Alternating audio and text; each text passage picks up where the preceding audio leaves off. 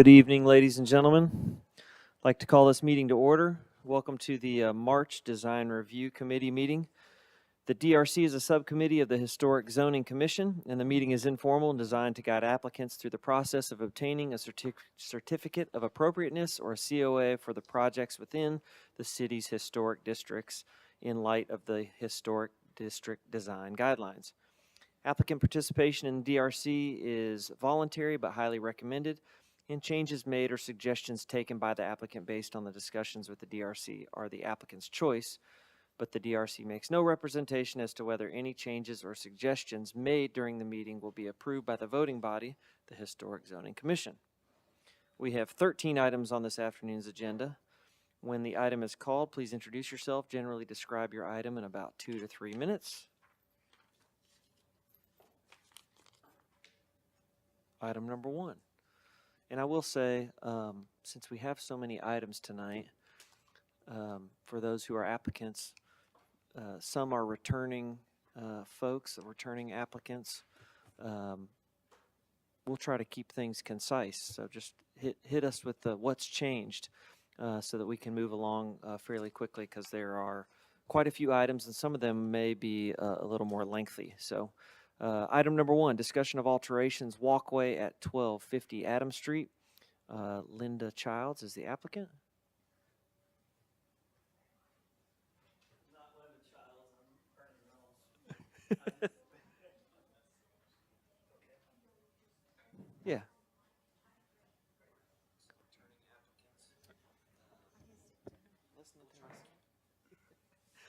All right, tell me your name one more time, sir. Ernie Reynolds. Ernie Reynolds. All right, if you'd like to give us an overview here quickly. Certainly, representing the owner at 1250 Adams Street, we are requesting an overlay of that existing lead sidewalk. The owner is requesting a sandstone in an irregular break or a classic flagstone pattern. The sandstone, we feel, would give the unit more complexity as well as blend well into the limestone bib that surrounds the existing building. Okay. And we have some staff comments from Emily. Yes. Okay, thank you. So the property at 1250 Adams Street is located within the Adams Street National Register Historic District.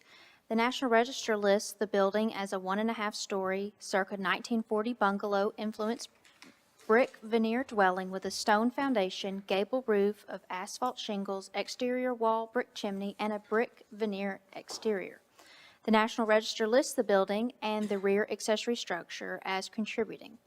The proposal includes replacing the existing concrete walkway with an irregular break sandstone material.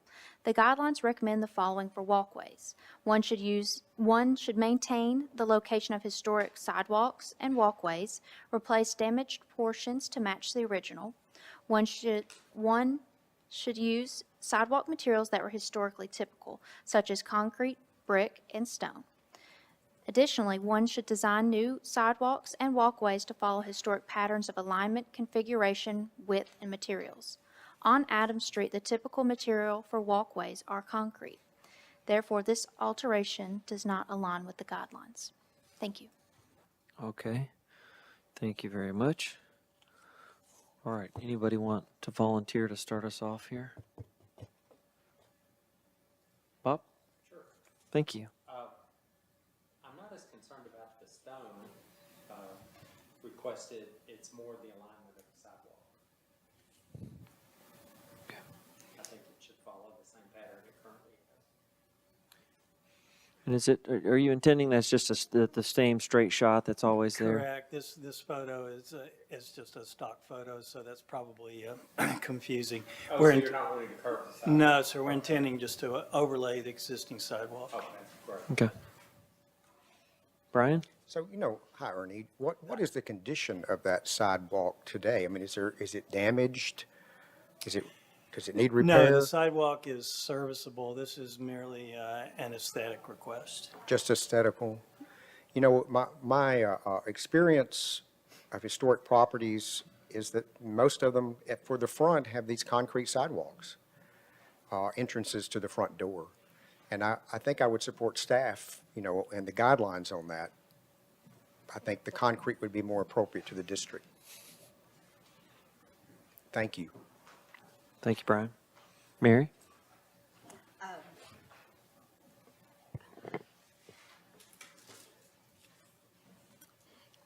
I would prefer to see it stay, the concrete. I would prefer to see it stay. I think, I see what you're doing, but I think landscaping maybe could achieve the same thing to soften the front. Okay. Kathy, any comments? I propose to leave it as is, mostly because I think it would detract too much from the house. It would look more new, we wouldn't have that aged patina, and I think it would detract from the home. Would work great in the backyard, though. All right, thank you. Madeline joined us. I'll let you get caught up unless you have something on this one. Not yet. I agree with you guys. I looked at it earlier. Okay, thank you. Yeah, I don't have a whole lot to add except that the form of the house, even the detailing on the house, isn't all that ornate. And I think I agree with Kathy that it could tend to be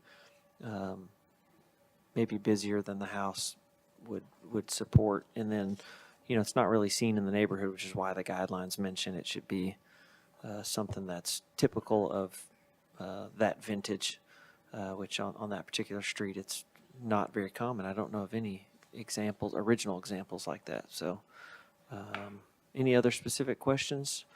Just the sidewalk here? That was it. Okay. We got some feedback. Hopefully that's helpful. Terrific. All Thank right. you very much. Thank you so much. All right, item number 2, discussion of new construction at 246 Miles Manor Court. Mark Spivey is the applicant. Good afternoon, how y'all doing? Good. We've been through here a few times. We took notes from the last meeting and added the more details that were requested, just going back to kind of the traditional more bungalow with, you know, the wood brackets, the detailing, maybe some material change. I did not get a drawing in time, but I also would like to get rid of the returns that are on the front. The roof returns there, just kind of have just but we didn't have enough time to submit it. You're talking about the tail on the Yeah. eaves there. Okay. But those are done, I just haven't submitted them, so. Okay. Similar to the side gables. Yeah, the little roof returns on the side gables that you see there, little eyebrows, I guess. Oh, okay, you yeah. know, Yeah. Going with more just traditional, just open soffit or slope soffit going on. Okay. Anything else you want us to know before we hear staff report here? Main thing is that we kind of just backed in the details that were there from the first go round, but. Okay. Perfect. Thank you. Let's hear from Elizabeth on our staff comments. We'd like to thank the applicant for returning to the Design Review Committee. This item was deferred during the April Historic Zoning Commission meeting. This applicant has attended 3 previous DRC meetings and come to the commission multiple times. The applicant has included in plans that were most recently deferred and included a new plan set that includes additional detailing and architectural features for review. The placement, size, height, and location have not been altered, while the setbacks include 2 distances along Winslow Road and would require the applicant to seek a variance. The proposed location allows for a more typical form for this district, and the proposed location appears to be appropriate. The new proposed building features more detailing and changes to the materials. On the front porch, there are tapered craftsman columns that feature a higher degree of detailing and a brick base. While this is appropriate for the style, the guidelines do generally not recommend this. Additionally, new introduced detailing includes brackets in the gable ends, window box, and cedar shake in the gables. Cedar shake is not a common material in the adjacent historic buildings, but is seen elsewhere more in other historic districts, such as Hensheyville and the Franklin Downtown Historic District. Staff would like for the commission to provide feedback on the proposed architectural detailing, materials, form, entrance, as well as the proposed setbacks to help the applicant with what changes would be appropriate and for them to understand where to proceed next. Thank you. Okay, thank you. Oh, gosh. Okay. Miss Kathy, do you have some thoughts you want to start us off here? Come back to you? Yeah, come back to you. Okay. Miss Mary, did you have any thoughts? I've got a different picture, so, I mean, Yeah, there's some renderings at the end that are called 246 Miles Manor renderings, which is Okay. are the images on the screens here.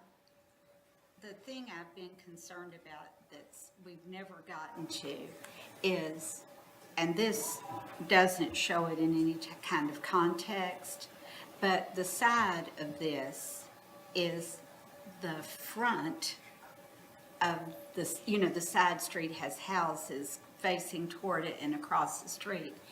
And I had pointed to the house at Lewisburg and Stewart Street where there were, you made the side have a little bit of a front to it also to cause it to settle in. So we still haven't seen that. I still don't feel comfortable with this form. In a historic neighborhood, the chimney's on the house, not on the rear. So that is one thing my eye runs to. And I always feel like that a successful design settles in. And I'd also suggested taking some cues from the house that bookends this on the other end, although it's not as challenging as yours. You've got challenging because it slopes way down. In my mind, as much as I want it to be there and as much as we've looked at it, in my mind, it's not there. So when you come back,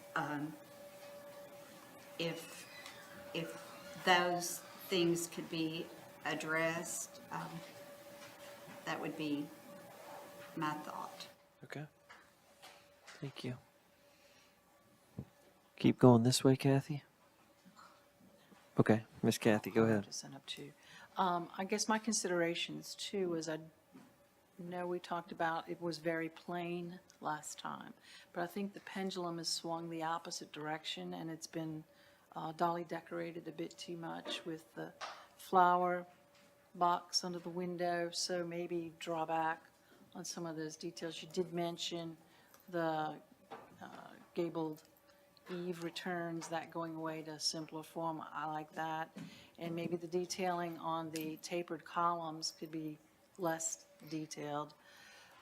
My consideration too is similar to what Mary was saying too, is that side elevation, the massing of it is still quite grand, and it is awfully exposed.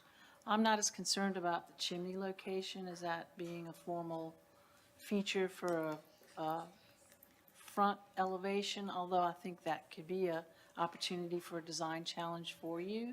But I understand the fact that you want a chimney in the back as well. You can have two. It's just an element that we see on the front facades of these traditional homes along the street there. And that's about, as far as like the mixing up of materials, where is that different now? Well, it depends on which variation, I guess. Let's talk about the long side. The long side.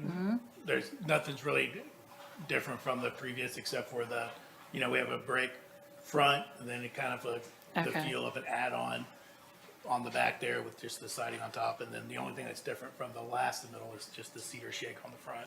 Okay. And so you wrap the cedar shake on the side to complement that, okay.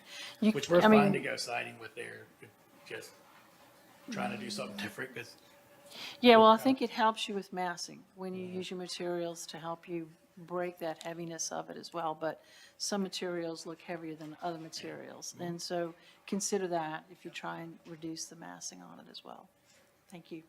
I do think at one point we had a chimney centered on the main mass on the left side there, but we were kind of, I think, pushed away from that also, so kind of getting mixed reviews there. And since we're losing so much massing in the back because of the height restrictions and the setbacks, I know. I don't have a lot of, I got spaces on the interior, have to be something, so like, that's why the great room got pushed to the back, because we needed room for something up in the front there, so. Okay. Mr. Bryan? It may be something that I've missed in the past, but it looks like from the color rendering that the way the topography now actually goes up against that tall fence wall, that it actually softens that approach. And I think that actually helps with the view from the roads.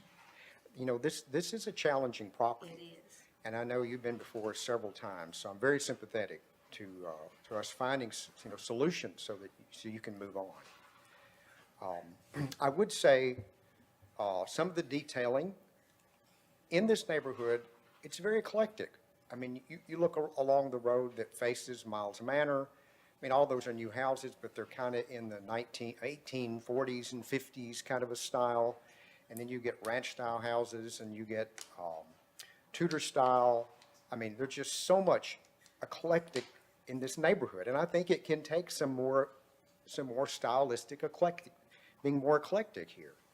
I would say that I do agree that in the actual gables that have the shakes on the side, and then probably in the very front, and just in that small triangle part of the top of the gables, I mean, those, you could probably lose those and it would be better for the neighborhood.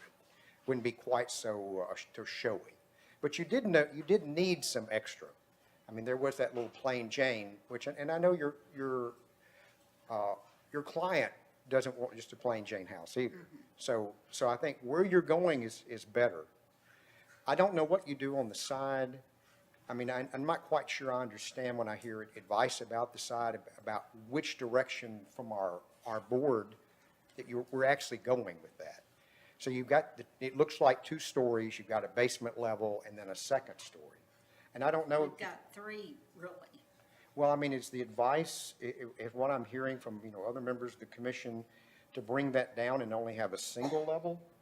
I mean, I don't quite understand. I see a lot of breaks, I see insets, all of that meets the guidelines, height meets the guidelines, the size of and scale of the house meet the guidelines. So, I'm just trying to understand what we're asking the applicant. I will tell you what I'm thinking. Sure, Mr. yeah, Chair. go ahead. This house, if you went from, I'm guessing, and you will know and can tell me, if you went from the front column to the rear of the house, this is going to be the longest feature on a street. If you're looking down the On side. Winslow. That's And- the longest part of our house. I don't know if it's the longest part of the street. It's very long. It could be minimized if the addition on the back came out a little bit. There was some type of porch feature in there. It's just, to me, it's gonna be the thing that your eye flies to. I mean, That's, we're restricted to a 20-foot setback there on the side. That's so you only, just don't have that's only it. 28 feet wide in the back, so I don't, if we Or put a come, porch there, and I'm it losing. can't come towards Porch the can't go in the street. setback, so I'll be losing That the 8 I feet of the think is house. Yeah. what is causing Yeah, the problem. I think we had given some feedback about the main mass of the house, as if the back addition wasn't there. But the back Really is utilizing, there. utilizing setbacks based on Miles Manor. So you got a little extra width there, but that it made sense to maybe step the back addition back because now you're taking it back closer to in line with the fronts of the houses on Winslow. So this house wasn't sticking out in front of every house on Winslow Right. for its entirety, but giving them enough buildable width in the front that you could have anything, because otherwise, if you had to align everything with the houses down Winslow, the lot's probably not buildable at all Be a at that shotgun point. house, which Yeah. we showed an option that way. Yeah, and I don't think anybody wants a 2.5-story real 20-foot wide house. would not be. So that's where that, in floor plan, that shape came from. Yeah, okay. Anything else you want to add to? So the front can be out that far, but the back addition, part of it could not. Is that what Well- y'all are? So I don't current, even know if that's gonna be, we have to go from here to BZA Yeah. to get that rear setback approval or Okay. variance, so. Gotcha. Of course, we're trying to have the backing of the committee Gotcha. here Yeah. too with that, so. Yeah. so if the BZA approves their variance for their setbacks, an appurtenance could encroach into the setback up to 5 feet, so that porch could extend 5 feet further from the building into the setback. Right. But the BZA would have to allow them to have that setback there because they are already not meeting the setback. Right. So it's complicated, to say the least. Okay. Anything else, Brian, you wanted to add? Bob, did you have thoughts? This is my 2 cents. You've come before us, you brought us all different types of designs. The color renderings are great, it gives a better idea of what we're looking at. When you look at Miles Manor and you look at the houses that it's part of, the 5-house block, the rest of those homes are variations of something federal, something Georgian-ish. I feel like to blend in to the rest of that block, something a little more of that time period rather than arts and crafts. The Winslow roadside, I mean, that's the sticky part. You know, you've got that huge amount that you're going to see when you're coming down Winslow. That's just a design type. I mean, even like a raised cottage, something like that, even something frame that might just fit into the rest of that. I mean, I don't know what type of square footage y'all are trying to reach, so I can't really speak to any of that. I'm just going by sheer aesthetics. Well, Mr. Chair, to that point, another house is the one when you turn into Harlansdale Manor. They have got a suggestion on either facade of a side entrance. Madeline? Oh, okay. Well, first I want to say, I really appreciate what you've done to the design. I think you had said at the previous meeting that you were going more craftsman. And while I agree with what he's saying, it looks like 109 Winslow is relatively leaning towards the craftsman style. I also agree with, I think it was Kathy that said the window box. I don't think that you really need that. Typically with craftsman style, you have that contrasting trim colors. So, and you'll see some wood shake, but a lot of times it's painted. But I'm glad to see the brackets. I also had a question about the back garage, the third door. I know it goes on to the covered patio. Yeah, Is that a garage it's style? not rendered well, but it's 2 doors that lead to a little porch on the basement level, like a Okay. loggia entry type. I just feel like it doesn't really fit the style of the craftsman style. But I feel like this is so much closer. And I also had a thought as far as within the guidelines, what do the guidelines say about, to Mary's point about the mass, like the size of it? I mean, does it fit the percentage of the lot? Or how does that work? The lot coverage? Yeah. I believe it is, I don't think that has changed from the application that previously came, so it is under the recommended maximum of 35% lot coverage. Gotcha, okay. So that's good. I mean, something that may make it appear less massive is potentially taking that siding. I know you don't want your fireplace to be in a siding material, but taking that siding down to the ground just on that back half, potentially. kind of wonder what that would look like. And then having the trim around the windows be the same as the columns in the front, I think that would lean more towards the Craftsman style.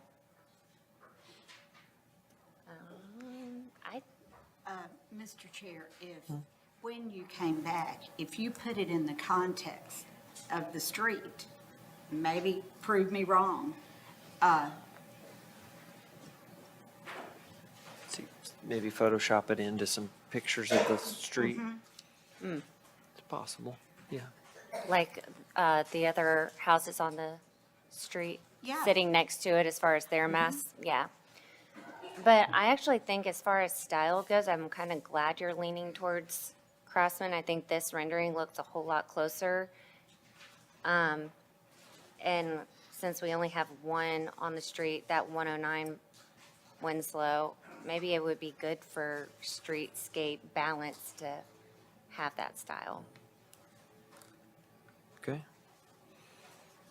Thank you.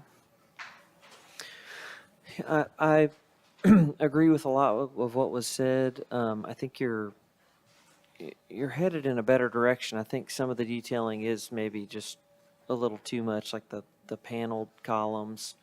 I don't think the columns even have to be that big. They look pretty broad. What's the plan for the surface of the porch, the front porch? Don't know if we've even thought that far Okay, ahead. okay. Well, it looks real thin, and the brick comes up. Yeah, To- I mean, to the there's just top. a sloping brick. Yeah, with so what I was going to say is this contemporary versions, or not contemporary versions, versions that are the authentic rendition, usually have that big, like 7-inch concrete slab. It is your last step. And usually when I see these pilastered columns, where you've got these piers and they pass by, they don't sit on the porch, they pass by it. Usually you see that band of the porch interrupted by those, and there's lots of examples of that. There's not so many examples of this where it looks like a bluestone or something, which I think would be maybe disingenuous to the period of, specifically around Middle Tennessee's kind of craftsman, arts and crafts stuff. And then I think losing the returns is going to help. I think an exposed rafter tail could just simplify, but it's a little bit of texture that isn't fussy and showy. It's just utilitarian. And then this may just be a rendering thing, but the frieze boards look like they're about 2x6 or 2x8. Usually it's Yeah, I think it's a little yeah. 1x2 just to cover the gap. So those little things are making the detailing feel a little heavy to me. I think that front gable could be shake, and you could not do it anywhere else, not even the stepped gable end. And it's just enough texture there that it gets you something. We had a version where we had the brackets going up, the gable ends. Yeah. With that. Well, you got brackets on the back. I was going to say on the garage, there's these three Yeah, brackets. Yeah, we carried those on. the Yeah, if gable those are ends, but- one in the ridge and Yeah. 2 at the edges, it's not a ton of them, but it's something, especially if it's a painted detail instead of stained. It just kind of sits in the background, but it's, again, texture that holds up that exposed rafter. We're probably going to see some decorative decking. If it's exposed rafter tails, we're going to have tongue and groove, something underneath. So those are things that aren't fussy, and they're not really additive. You've taken things away to show kind of texture. I agreed with Madeline that this garden gate door probably just needs to look like a garden gate door and not even be full height. It can still be a private door, but if it's decidedly like a garden door, like you'd see between 2 stone pillars or brick pillars in somebody's garden, I think then everybody knows what it is. Right now, it looks like a secret, like speakeasy door, and somebody's going to let you in. So I think it's a little bit foreign to the style. And then the chimneys really rectangular, which makes it feel a little more contemporary, especially because we've got down Winslow are several chimneys, some of which are in the front, and they all have some type of taper.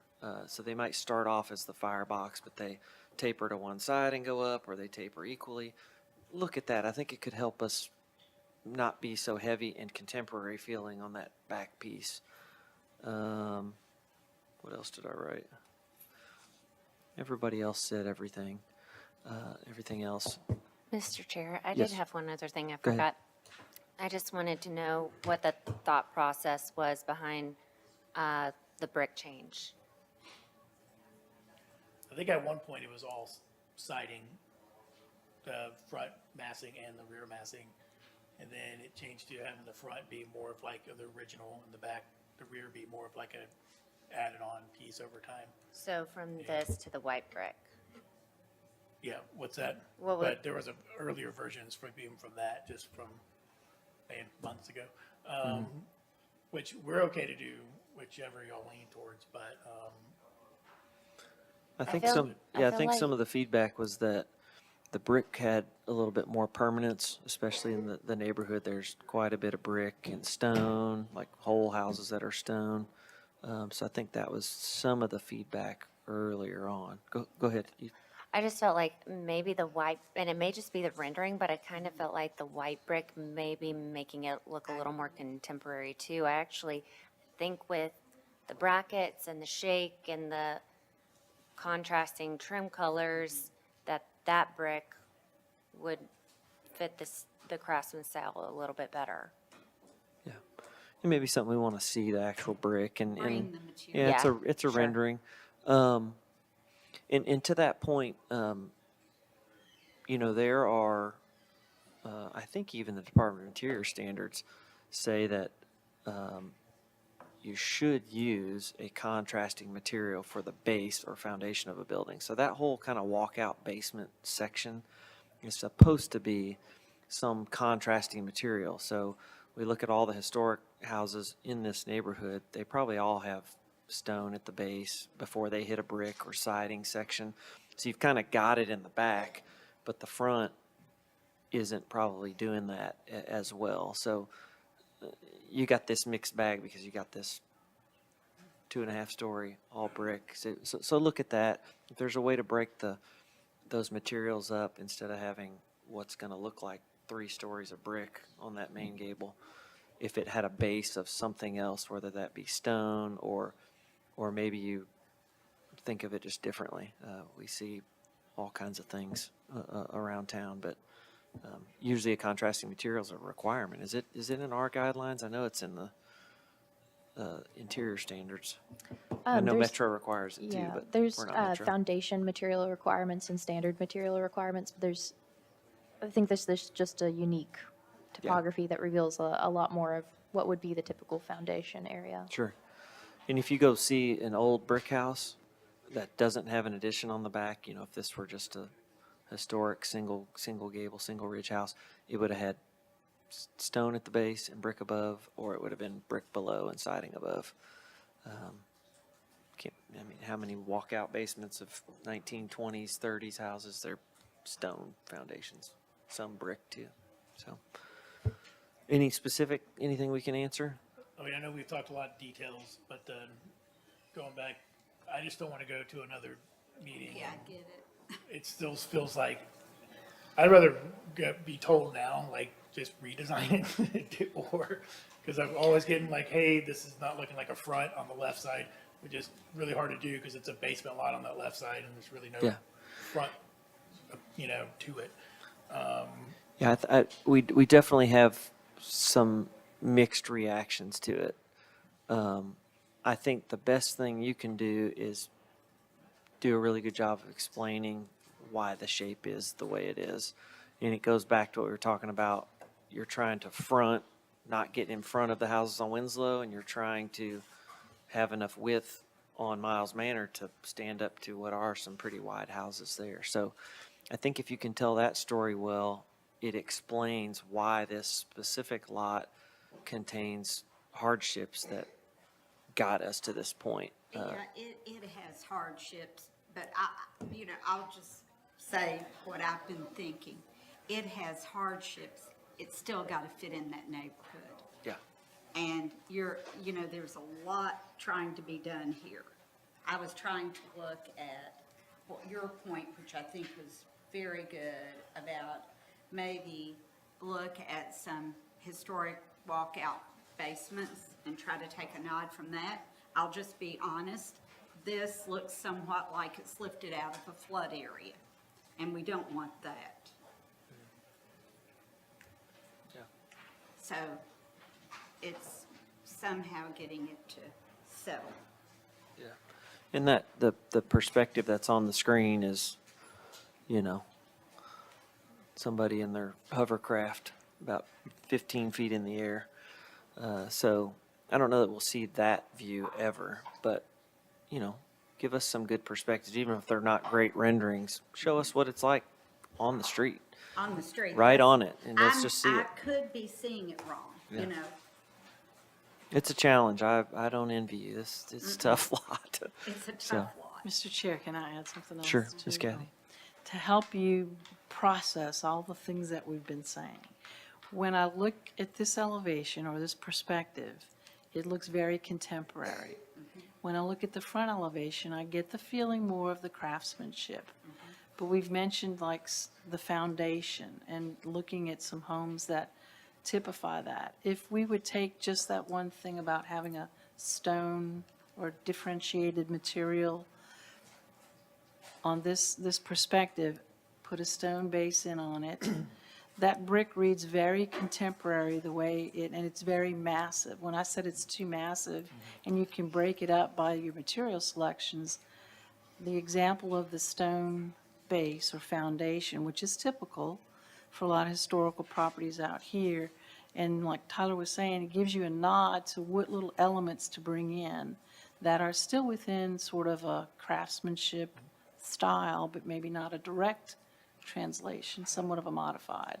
Does that seem to help? Because this feels real contemporary. This does not feel like the front of the house when I look at this perspective. I know our very original version was a stone house, which we were told to lean away from that because there was no stone on Miles Manor. Well, So I don't, a whole stone house possibly, but foundations, I think you will find foundations to give you that, like Tyler was saying, if it's a wood frame, it's a brick stone foundation. If it's a, Yeah, and most of, well, I'm not going to say most of, but the neighbors of this, I think, would be considered non-contributing to the district, correct? On Miles Manor, whereas, so that's why this is so difficult, because we're trying to tell you, hey, try and fit with non-contributing, but also you got to fit contributing. And it needs to be skinny this way and fat this way, so it's tough. How tall is the basement ceiling? I believe 9 feet. Yeah, I think if that were calmed down, I think if you stepped down, I'm looking at some old ones. You know, I think if you went down a couple of steps and that brought the whole thing down, that would, to me, be a help. We need that, but since we're not allowed to have anything behind our main structure on the second floor, kind of need that square footage in the basement area, so going down will not give us that head height. But we're the same amount of steps up as the other houses on Miles Manor. They're all between 7 to 9 risers up. The main floor is The main from From the- Miles Manor. 9 feet tall, so a basement, so that's probably what I'm seeing. Yeah. But we are lower than almost every house on Miles Manor. Yeah. Well, that neighbor directly to the left of this is the right, yeah. it's a good height house. I mean, it's got a lot of height. Okay. I think we've given you some good feedback, and I encourage you to go back and listen to it and take notes of what folks said, and we look forward to seeing it. So Thank you. appreciate it. Thank you so much.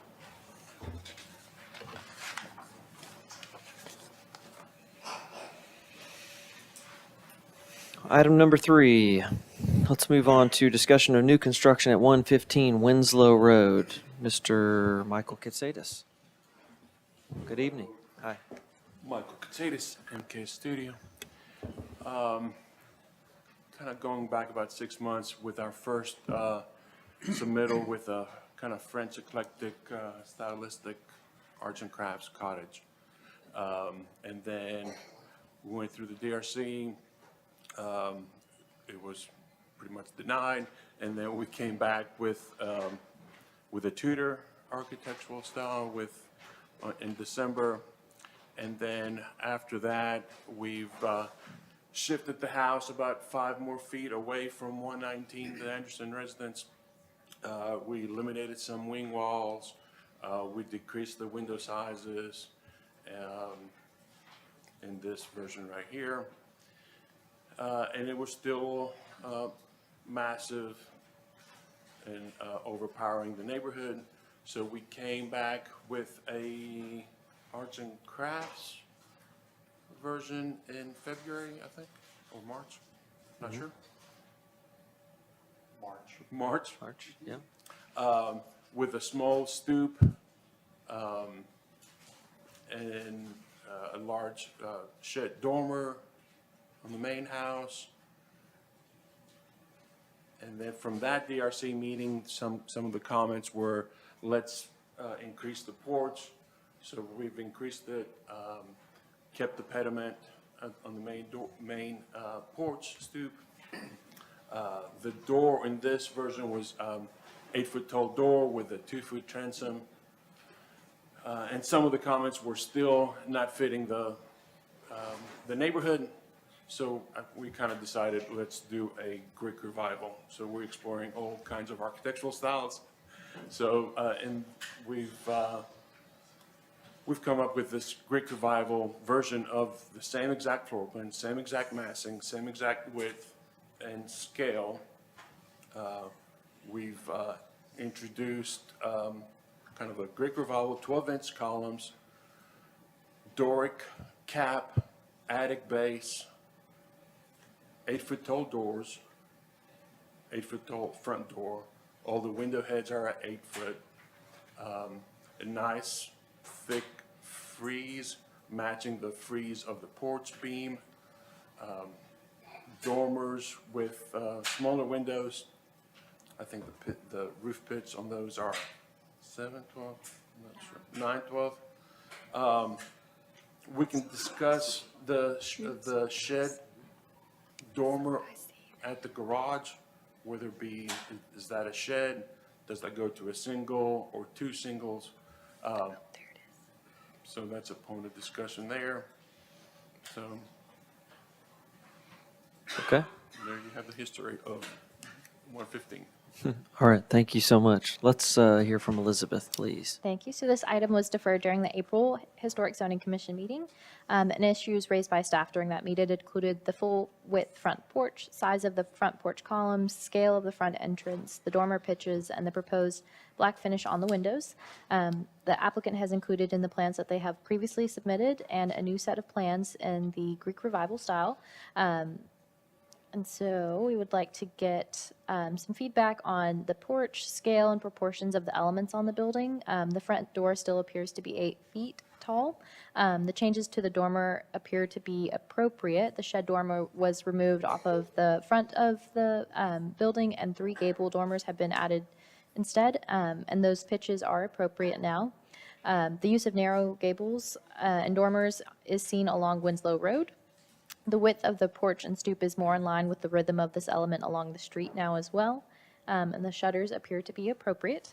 The scale and proportion of the elements on the building appear to be proportionate and appropriate on the building. However, additional renderings would be needed to ensure that this scale is consistent with what is seen on nearby buildings and historic buildings along Winslow Road. I think previously there had been submissions with the rendering included with, so we would like to see that again. Staff would like for the commission to comment on the scale and proportion of the elements, the change in style, and as they relate to historic buildings nearby. Are there any elements of concern with the massing, form, height, size, windows, shutters, gutters that have not been addressed yet to assist the applicant in understanding any changes that need to be made? Thank you. Okay, thank you very much. Madeline, can I call on you to go first? Or you wanna pass? No, I think this looks a lot better, and I think the style is fitting. I like the pediments on the dormers and over the front porch. I think that makes sense for the street, and I'm glad you tied in where we started because I think the scale is a lot better comparatively.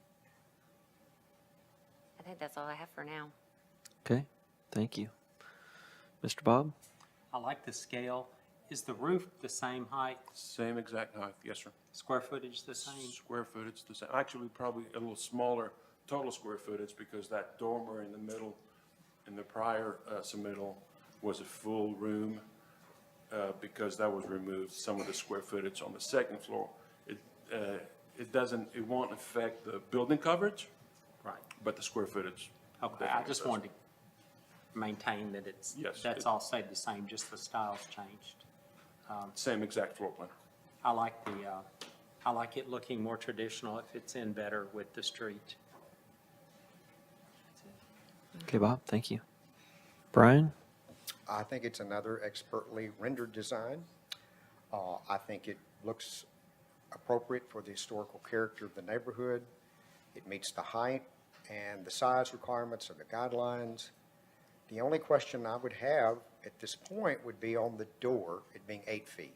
And I know that's kind of been brought up and I'd like just to hear, explanations for why the 8-foot door. We have a 10-foot ceiling. Having a 6'8" door will just be out of scale from inside the house. So that's why we did an 8-foot tall door.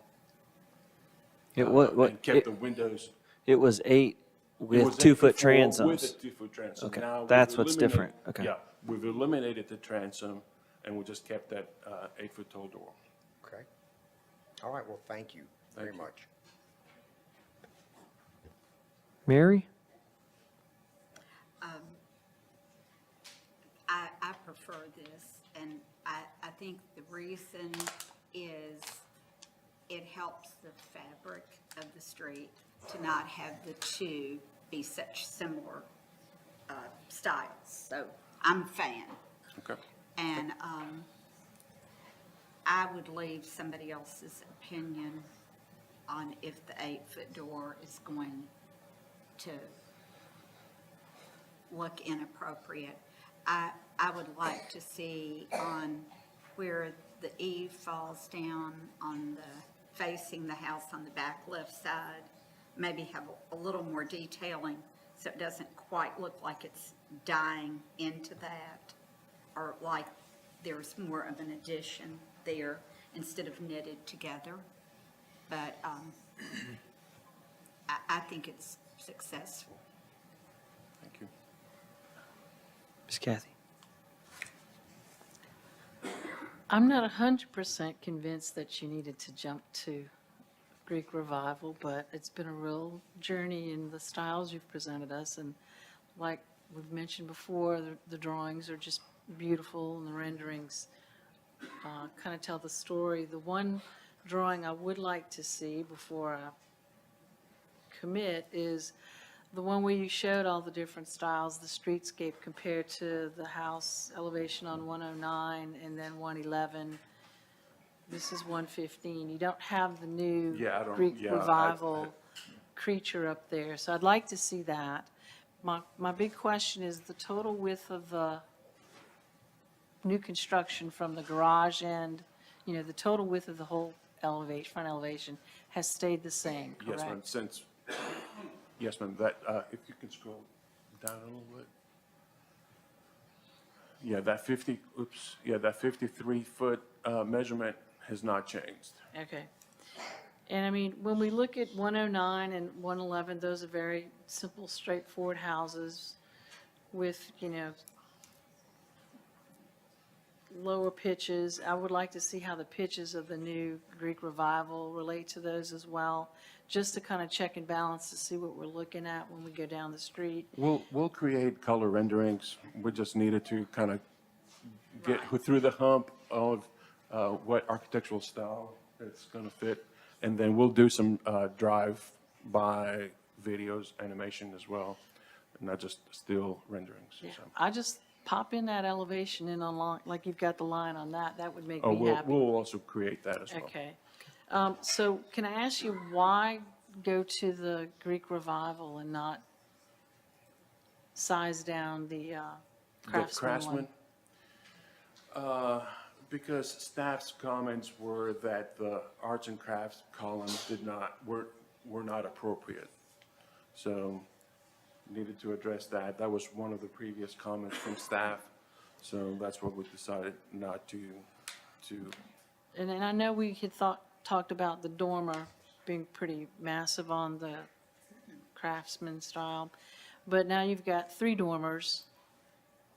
And so I just want to look at that in comparison. So if you would add that in on that elevation, that would help me out a great deal, but.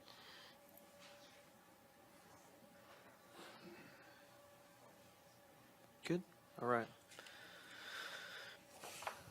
I agree with what everyone said. I like the changes. I'm looking at this front elevation, I think it's labeled page 14 here, the bottom left-hand kind of perspective. You've always had this main mass with a lower slope hip roof around the right side. I think go up. Yeah, it's one page up, I think. There you go, on the left side there, where the air conditioners are, and not worried about the air conditioners. That mass for this particular style, it's so purely kind of symmetrical, and that mass it's getting close to the front. I'm not sure floor plan wise what's in there. I'm sure you're trying to get all the square footage you can get, and don't fault you for that. But if there's a way to make that edge, and I think you have roof line wise already, but if that's treated a little differently, sometimes you see them paneled, that little bay, so it looks like a little addition, which is what it would have been, this conglomerate of shapes, Yeah, right? then we would have to treat that whole Yeah. Or right there, side. yeah, or there may be some way to turn it in somewhere. I'm not sure, but that mass on the front elevation, it's not all that evident because you got the garage peeking out, all that. But in 3D, we kind of see there's this pure Greek revival in the middle, and it's got this wing on the side. Just be thoughtful about that. I don't think it's bad now. It's just it's breaking the symmetry because it's pretty close to the front. Is my only comment. And then the other thing that we've heard on some of the other projects today is I would love to see a chimney on this house somewhere. There's one on the porch, but it'd be lovely to see one, especially coming down Winslow on the driveway side, and it might help us mask what Mary was saying, as there's this pop out. If that hid behind a chimney, It wouldn't matter. and it's something as you're driving down the street that we see on every house has a chimney. It's indicative of the neighborhood and definitely of this It will style. definitely be a faux chimney, a faux fireplace. Give them a fireplace. Well, we don't really review what happens inside. All I can say is it would be uncommon for any house in this neighborhood to not have a chimney on the house, not on the house itself, period. So do with that what you will, even if it's a chimney that pokes out the roof, at least it'd be a chimney. But I'd love to see one expressed on the driveway side. I think it could help what is a pretty deep house, and mask some of the banjo work in the roof back there. But those are my comments. Anything else we can answer specifically? Thank you. You've been helpful. Feel good? Okay. Thank you, Mr. Katsidis. Have a good evening. All right, item number 4, discussion of site alterations, fencing, and principal building alterations at 228 Franklin Road. And we have Yates Bateman, and it looks like we have more than Yates. Yes. Hi, I'm Yates Bateman with Fulmer Lucas Engineering. I'm the applicant, but I'm going to turn it over to Ben Berry here. Ben Berry up at Kaiser Tribune Landscape Architecture. I'm here on behalf of Amanda and Toby McKeon for their home at 228 Franklin Road. This house is at the corner of Liberty Pike and Liberty Pike and Franklin Road. It's seen a lot of development over the years, particularly here recently. Obviously, I'm sure you're all familiar.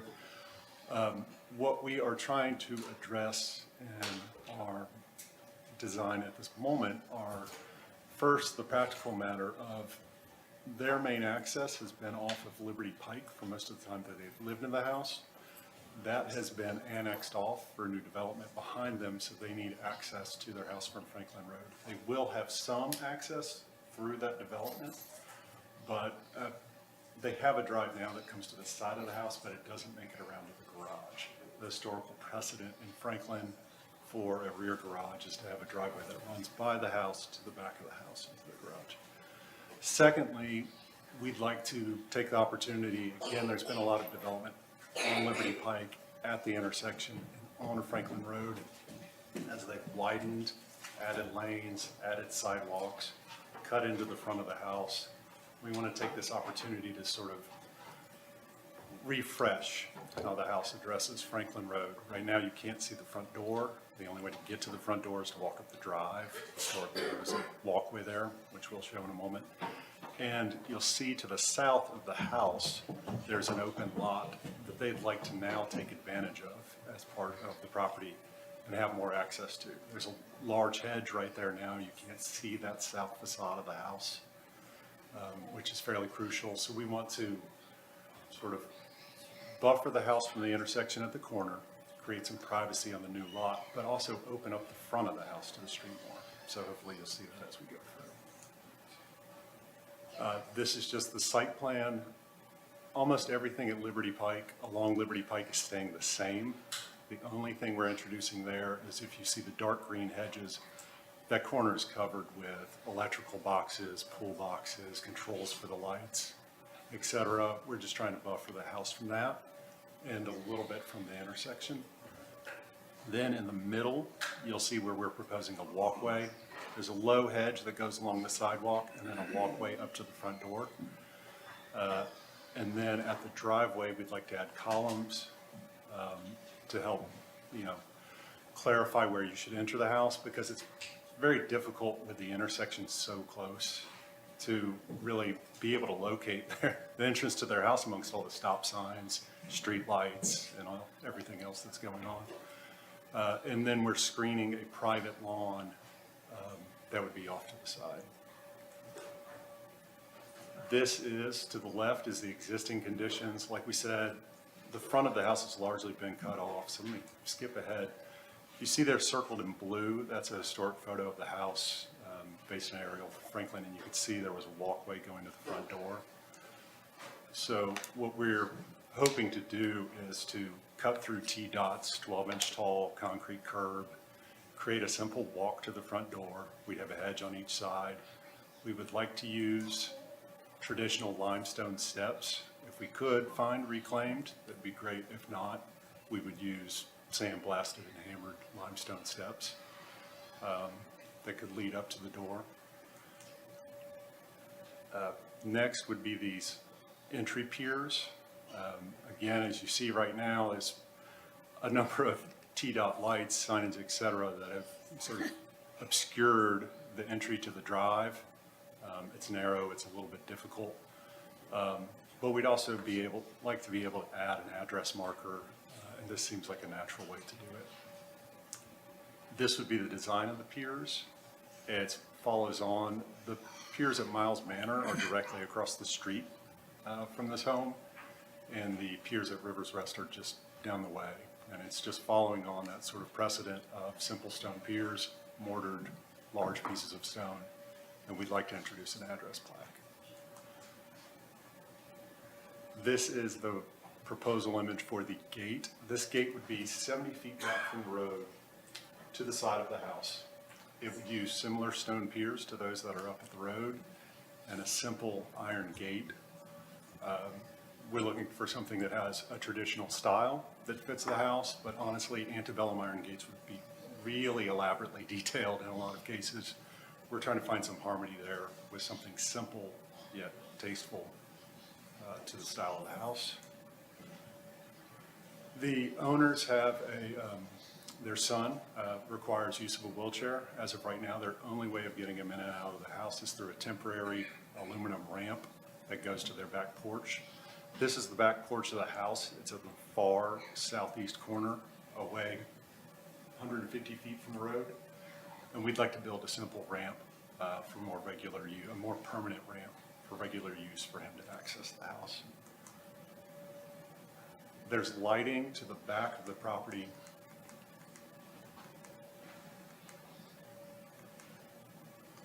On the far southwest corner of the property, surrounded by a tall hedge, we'd like to introduce a sport court. Lighting is allowed, but it is, the directions given are that they not be obtrusive. So the lights that we're specifying are, ones we've used before, that are dark sky compliant. The dark sky rules were created mostly for use out west where light pollution is an issue. So these lights are designed to only broadcast light downward at no greater than a 30-degree angle. They're fully dimmable down to 10%, and they can be controlled for color. So we can go very, very warm down to like 2700 Kelvin, where it's almost like a candle light, you know. And we wouldn't do this, but you could go to bright if you wanted to. But we can control the dimmability, the color, and the amount of ambient light this produces. We would very much like to do random ashlar flagstone steps up to the door. We've obviously heard some comments on that already tonight, so we'll wait to listen to that. But we feel it fits with the style of the house. This is a slightly more grand house than some of the others that have been discussed, and it fits somewhat into the era in which the house was built. The fencing, so there are different options in the historical guidelines. The 4-board fence is appropriate. It's right across the street. It's at a number of the larger properties that are there along the road. You know, these are precedents from the design guidelines themselves. And this fence in particular will be entirely hidden by hedging. If you see that evergreen curve there, exactly, the fence will be hidden behind that. So we're mostly doing the 4-board as a form of compliance, but we don't intend for the fence to be in any way visible from anybody up the road.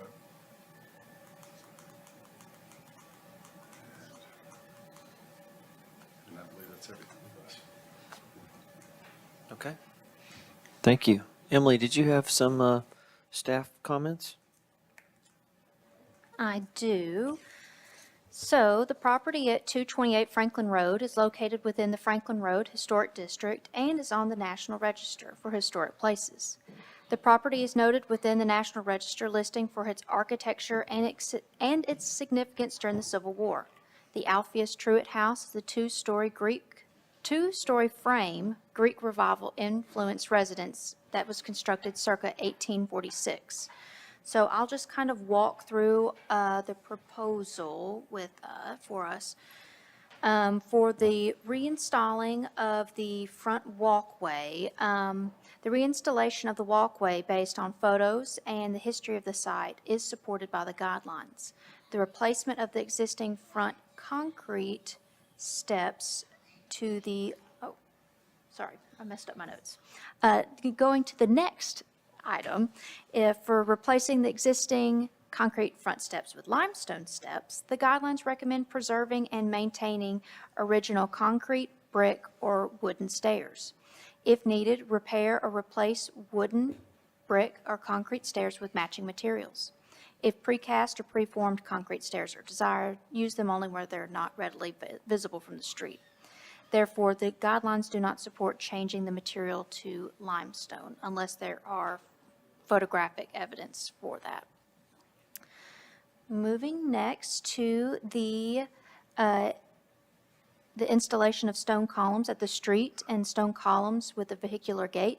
The guidelines recommend designing fences and walls to support the historic character of the district. Based on the chosen material, use proportions, height, elements, and levels of opacity similar to those seen in the district, the use of the stone pillars are seen at the Riverview Estate, at the entrance to Winslow Road, and at the BGA School.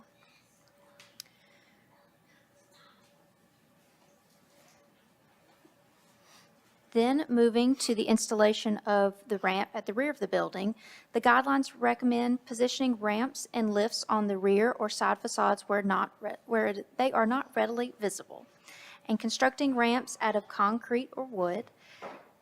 One should paint ramps in colors that are compatible with the building. The proposed ramp will be positioned at the rear of the building and will be screened from a side porch. So I'm going to flip to the site plan and point out that here, and I'll zoom in so we can all see it. So the existing house, woo-hoo. So sorry.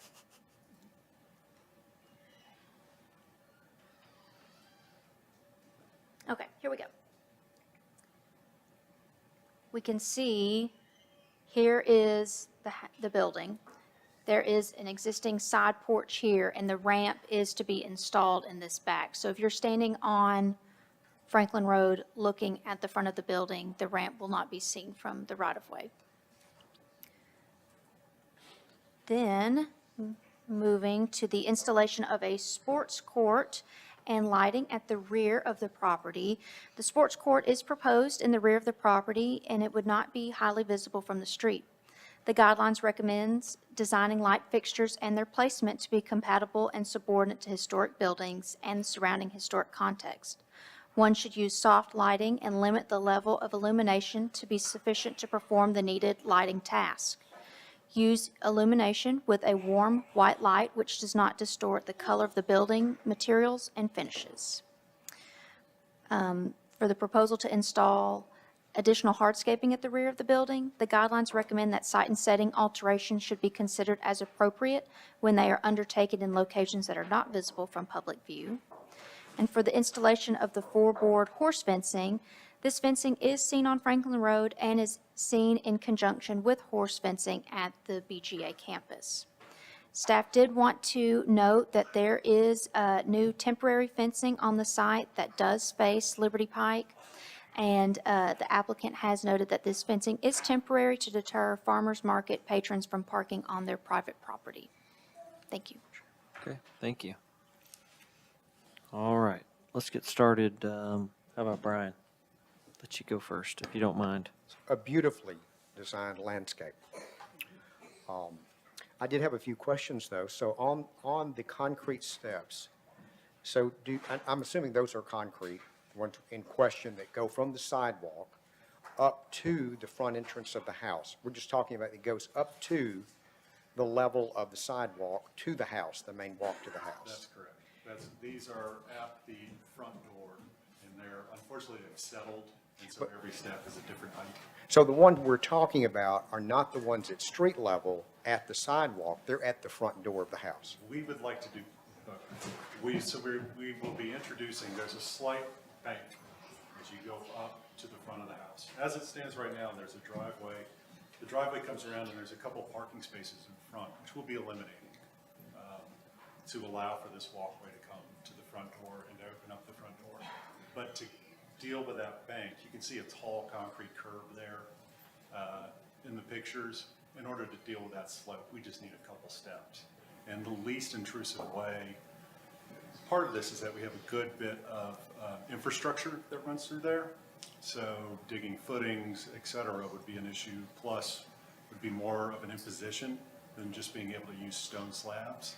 So by using stone slabs, we can set them into the grade and plant around them so that they look as if they've been there and settle more naturally than if we excavated down, dug it all out, set gravel, set concrete, formed steps, and then reconstituted everything around it.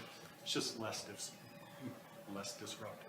So currently, so I'm trying to understand this. So I've seen the photographs. So from the main sidewalk, they're like 2 steps you go up. And then you go a short distance further, and then you'd put in new steps that would go up again to the sidewalk. Is that correct? So there are currently no steps to the house. There's a roughly 12-foot tall concrete curb that was put in about a year and a half ago when they did this last round of widening sidewalks, lighting and signage there on Franklin Road.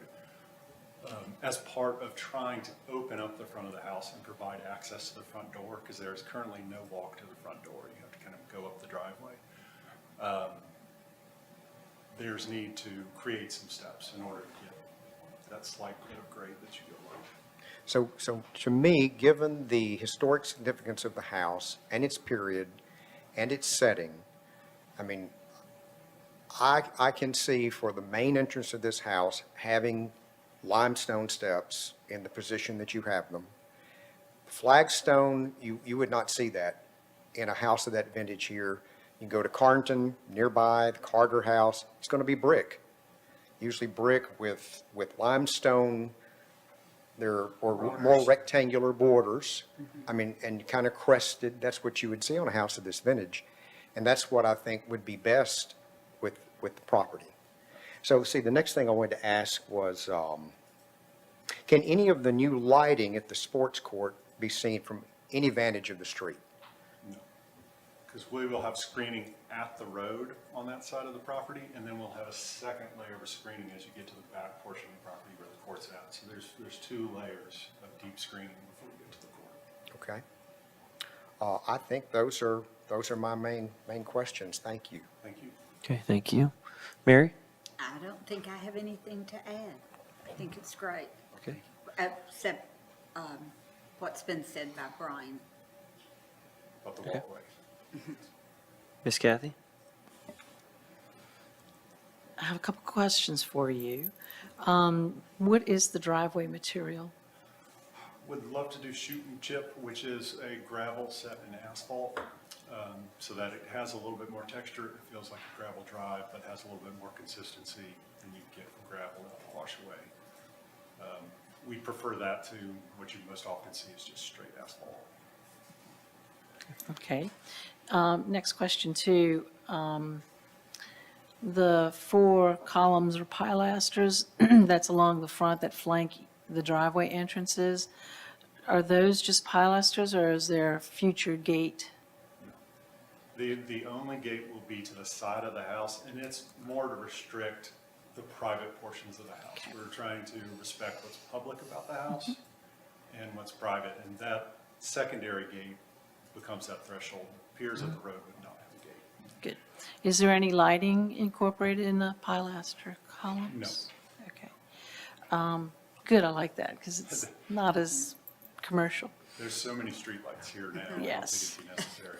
That was my other question too. Along the street, where you've inserted your driveways, is that mindful of the existing or the nice new lights we have so that you've got clearances? You do not have to alter or would dare to alter any of those street lights? It would not be worth the effort to try and Okay. alter their location for sure. So you've considered that in your Yes. location of it, but it still balances the house beautifully. Yes, you can see we've had to work a little bit with the front entry because they really put it in a less than ideal location. But we've managed, we think, to find a way to soften it by widening that opening so that the light fits within it rather than Okay. just to one side.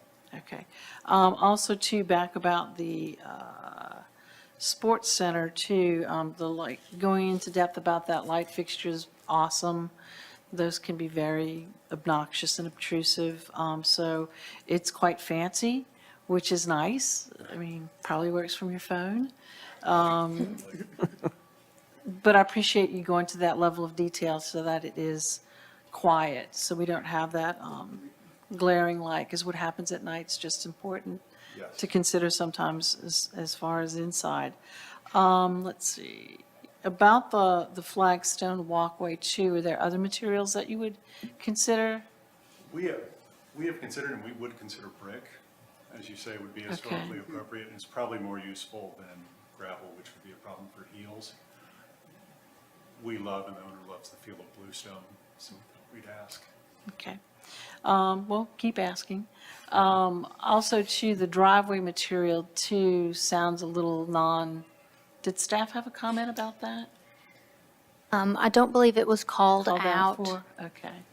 Is that something else you would consider a different type of driveway surface? If there was specific guidance, I don't know that concrete, part of the issue we have is this driveway takes a very distinctive bend as it gets to the back of the property. I'm not sure if we can center it, which is intentional because there's a large tree that we want to preserve. We are trying to preserve all of the mature trees that we can on site. So Is what this- there possibly an option to consider some sort of permeable paver? Lucette, sort of like how you do in the front stepping stones? So that it has a, I don't know that I would find them any more historically appropriate or appealing Okay. than some of the other options. It's a possibility that we've considered, something that might be loose and settle into the grade more, but we do have to have a material that's got enough consistency that it can create this bend, handle the grade that it has to do without doing a large amount of excavation that might disturb the roots of the tree. And that's where a shoot and chip gravel or a lighter paving would work. Even the pervious paving systems, you have to excavate an extra amount to build in the subbase for them. Is the term shoot and chip just a different term for what's right here at Carnton? That's what I'm thinking it is. It's just the same thing that we've been telling people, maybe it's a, I'd look like at to what see they that did. looks like, yeah. It's the drive. It's a stabilized gravel, so there's a couple different ways to do a stabilized gravel mix. Yeah. One is with like polymeric sand, which has a tightening that hardens around it, forms a smooth surface. Another traditional you'd see all over Belmead and around Middle Tennessee is shoot and chip. Problem is all the guys that are good at it are leaving or retiring, but there are still a few people that can do it around. Yeah, to Tyler's point, I think the driveway in and out that we came on here tonight was probably that same material or something very similar. I think so. And I can understand, even if you put down pea gravel that's loose, it'll roll all over the place. So yeah, I can understand why you want that type surface. Be fun for the owners a couple times.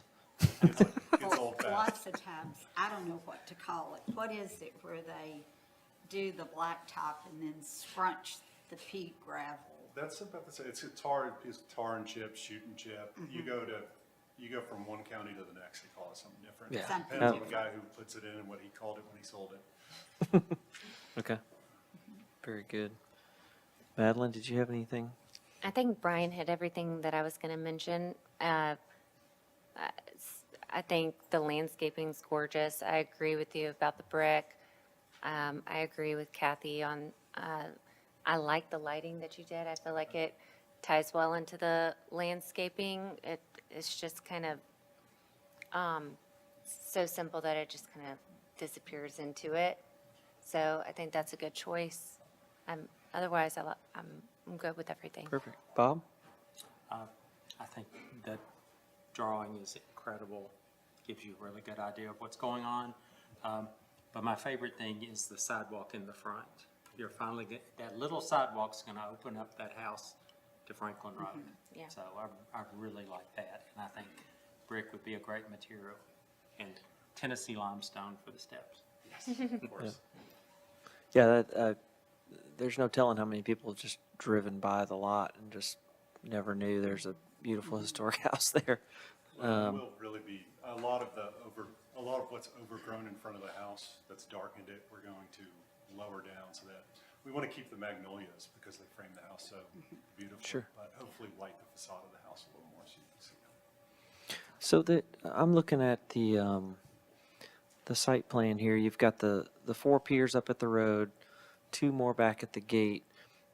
Tell me, on each side of the steps to the front porch, there's these squares in front of the steps. Are those more piers, existing piers? Those would just be planter boxes. Okay, they're just Essentially just furnishing. Just planter, okay. I wasn't sure if there were more piers there as well. Everything everybody said, I agree with. The horse fencing, great. Sport court, great. Lighting was good. The ramp, I think you heard from staff that is great where it's at. And it is wood, yes, the whole thing's wood. Okay. Yeah, I think we've covered it all. Did you have something else, Brian? Yeah, I just wanted, because they do, it is shown on the plans, the flagstone in the rear, around the pool. And I think most of us are all right with that, right? Just want to make sure the applicant knows that. But the brick sidewalk. Is that all existing, or is that a part of the proposal? Some of it's existing, some of it Okay. will be added, but there is existing stone in the back of the house. All of that's within a wall. Yeah. It's not visible from the road. Okay. Anything else, Miss Kathy? Were you removing the driveway entrance from along Franklin? Yeah, it is actually all of the property.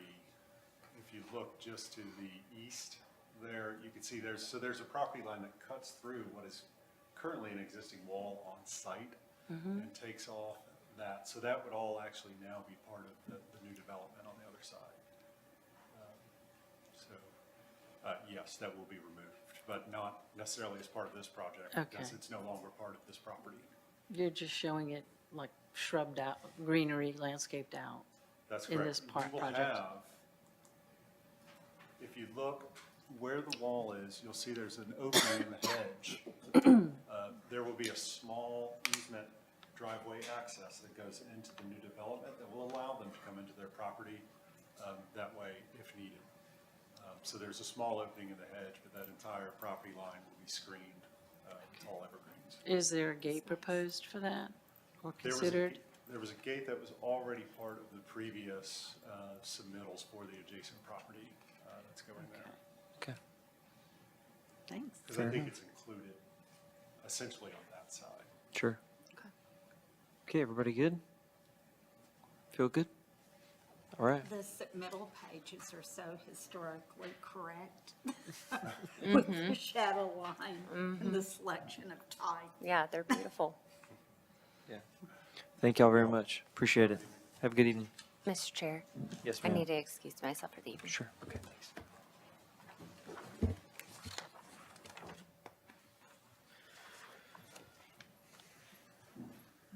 Okay, item number 5. What time is it? 5:22. Discussion of alterations to previously approved COA at 1845 William Campbell Court, Lot 7 at Magnolia Hall. And Jennifer Lombard.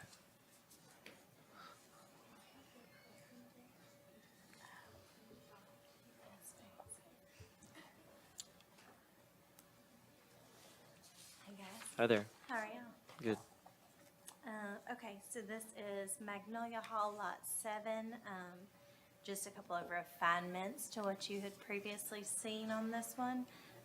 One of the bigger things to note is that we did push the screen porch back away from the front of the house. I know that was kind of a point of contention at the last review.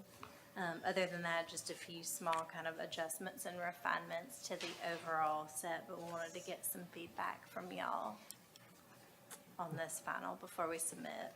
Okay. You ready? Emily? Absolutely. Okay. Okay, Making sure Miss Lombard was done. so the property at 1845 William Campbell Court, which is Lot 7, is located in the Boyd Mill Avenue Historic District. This new subdivision was created beside Magnolia Hall, which is listed in the National Register of Historic Places. This building previously came before the Historic Zoning Commission in February 2024, and it was deferred due to the use of wall dormers on the front facade. So the development plan for Magnolia Hall was approved on December 2021 prior to the adoption of the 2022 design guidelines. The proposal was reviewed under the guidelines in effect at the time of the development plan that was approved. So a proposal that includes the construction of a 2-story cross-gabled residence with a colonial revival architectural styled features. Let me get to the front view. Here we go.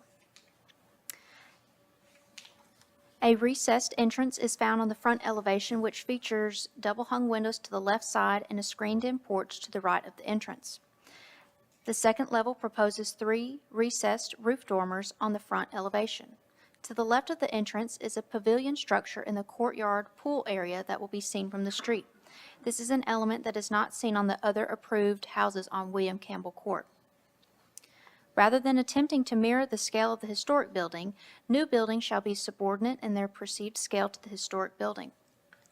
The historic Magnolia Hall is 34 feet 9 inches in height, measured from the grade to the roof ridge. The application provides the height of the building from the first floor elevation to the roof ridge, which is 31 feet 4 inches, which has decreased by a foot from the previous historic zoning submittal. Additionally, there is a 2-foot increase in grade elevation on Lot 7 compared to Magnolia Hall. The location of Lot 7 is directly beside Magnolia Hall Mansion. For the materials of the proposed new construction are listed as predominantly brick, lap siding, a shingle roof, stone foundation, chimneys, cementitious siding on the front porch details, and a brick chimney. The colors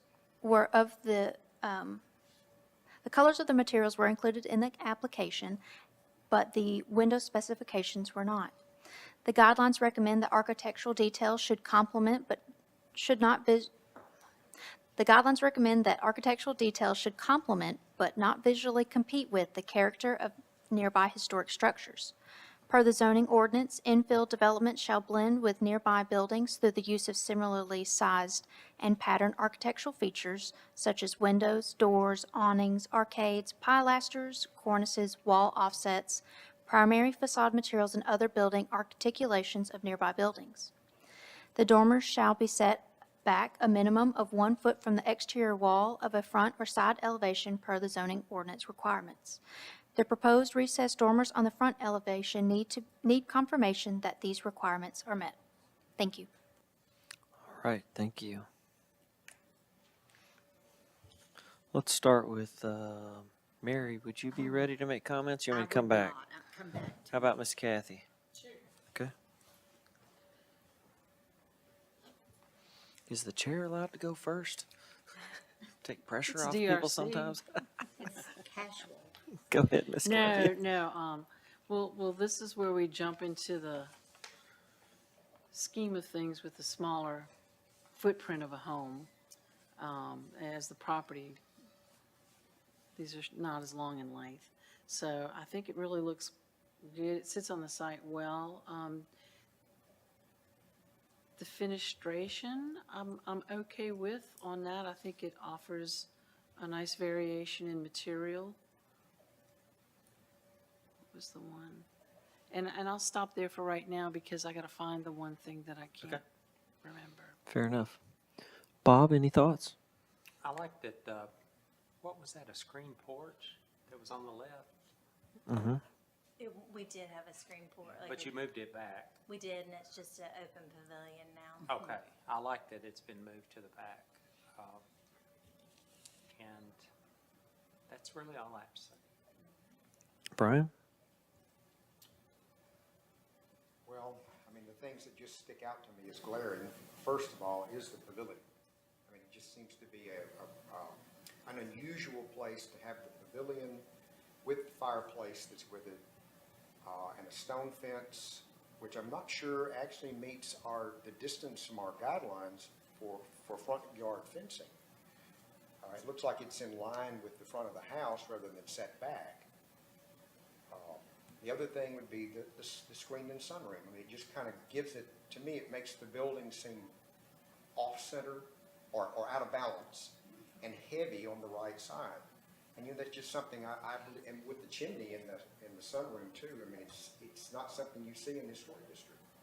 So those are just the things that just kind of stick out to me as very glaring in this particular proposal. I'm assuming the backyard, it must not have a backyard. Or you would expect to see some of this pushed to the back, or at least push back on the property. No, there's really not a backyard in this at all. It's kind of a short and wide lot, and the entrance is from that side, so the courtyard is to the side on this one. And that is kind of where your entertaining space, that's typical to all of these homes. And its proximity actually to the historic structure is, they're almost right next to each other, aren't they? This is across the street. Yeah, so I think we really have to be even more cognizant of what we're doing on this particular design just because of that. Sure. Thank you. But let me throw this. in. Sure. Go But ahead. that fence is up towards the front because isn't behind that the pool? Correct. Okay. Mm-hmm. I did want to clarify, because this is in the old guidelines, we just double checked, and it is the same, that the front yard fencing is recommended, well, for it to be classified rear yard fencing, the guidelines recommended it still be from the front corner of the building 20 feet back for it to be higher than the recommended 3 feet. Okay. Fair enough. Miss Mary, still absorbing? No, I do Okay. think the fencing is heavy-handed, and I would rather see it calm down and just be a brick fence, because I think it'll quiet it down, and it's so near the historic home. It appears to be have a larger footprint than Magnolia Hall? No, it does. That's just, okay. It just looks that way. And I would agree with what Brian said on the front of the house. I think that there may be a way to treat that to make it look a bit lighter than it does, but especially the fence. Is the wall of the fence doing some retaining? No. No, okay. That was just to give a little I bit of saw a little privacy. grade line, I wasn't sure. I mean, the grade does slope slightly, but it's not a huge amount Okay. at that point. Yeah, so this detached pavilion, I think what's difficult, and we're looking at what's been approved here and kind of balancing against all the other houses, is that this will be the first kind of detached little accessory thing, right? I don't think we have any detached, I'm saying accessory, that's sort of what it is, when it became detached. So maybe it is more palatable to attach it somehow. I don't know what that means. And we may, if the fence has to be pushed back, may end up flip-flopping some of this back. I don't know where the pool gets shifted back because the fence has to go back. And that's just part of the guidelines is the fences just can't come to the front corner, I don't think. I think the rule's 20 feet. It is. And then this sunroom, I like the idea of the sunroom enclosure on the front, but it does have some peculiarities, and one of them is the chimney. And then the other part of it is, I'm kind of missing the element that it was a porch. It looks like it's always been designed this way, which we know is true, but if there's a way to improve the detailing so that it looks like, it was a porch that was closed in at one time, and I think some of the things that could help there are, there's a regular spacing to the columns on the front, and all of a sudden that's broken on that element. Even in your pictures that you provided, I think there's a bottom right-hand corner inspiration image of this kind of side-facing cottage. What's so elegant and beautiful about that is it has these pilasters interstitially too. And on Urals, it doesn't necessarily have that. So if under the windows are paneled and there's, you've got the corner pilasters, if there's intermediate pilasters that are even smaller but detailed similarly with crown and base and all that, like your other columns, maybe it starts to feel a little more like, oh, this was legit a porch and it got closed in. I think it will just make it feel a little more authentic, and I think that's why it's a little foreign now. The idea that there's a enclosed porch on the very front on a porch that comes forward is sort of an oddity.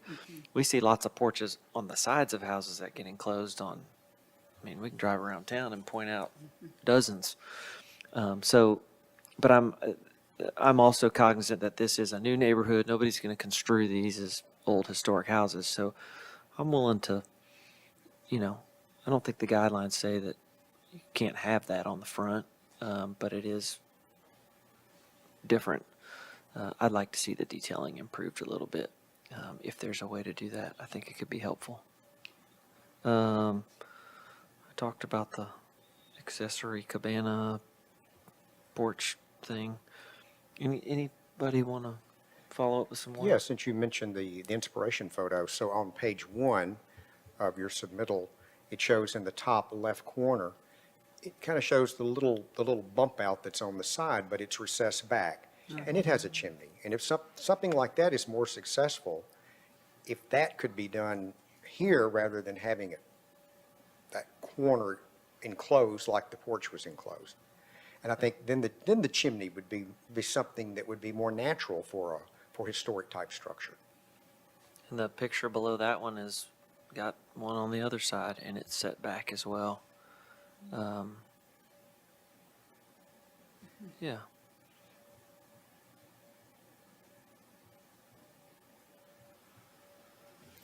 Any other thoughts, Kathy? Oh, go ahead, Kathy. Okay. I think when you look at the comments, especially about the setback of the fence regarding where the pool is, and maybe things flip-flop around there, maybe this balance of the dining room closed-in porch sunroom thing, and then that pavilion, maybe those two kind of speak to each other in that front elevation where it kind of looks like that first, those imagery pictures you gave of us where the little attachment, those two mimic each other and frame the main structure of the house. Whether they come forward or backward is a game to play with how it is. I don't mind the front porch, thinking of the dining room. If it is possible to maybe on the front porch itself, it's all, there's no windows on that. So maybe a third elevation wall would have a window in on it in the dining room, so that kind of wraps around that porch, closed-in porch thing. But that's just a minor thing. But I think if you leave the dining room as the closed-in porch look and balance the other side of the house, that front elevation, with maybe bringing the pavilion forward so that it feels balanced, like the images that you showed on slide 1. Maybe playing with that. I don't know where it falls along the line. That's where we had it previously, and we received feedback that that was not Yeah. desired from the Yeah. commission. Well, it's So just, yeah, I think that's why it got pushed back. that positioning of the porch, a screen porch being on the front and what looks like an enclosed porch being on the front is A lot. a lot. It's just pretty front loaded. It's just something we haven't seen a lot of. I was trying to think of, examples. Mary, you think about like the Charleston single houses, is they've got that solid wall on the front. Right. That's just its own kind of archetype, and Texture, this yeah. isn't that, you No. know. But the porch is open down the side, even though it has a solid wall on one side. So I'm not sure what to think of it. And then I look at Magnolia Hall, really is a story of bookends. Bookends, it's got porches between these two bookends. So this being a one-story version of that kind of form where it might have two bookends and a porch between it, could be interesting.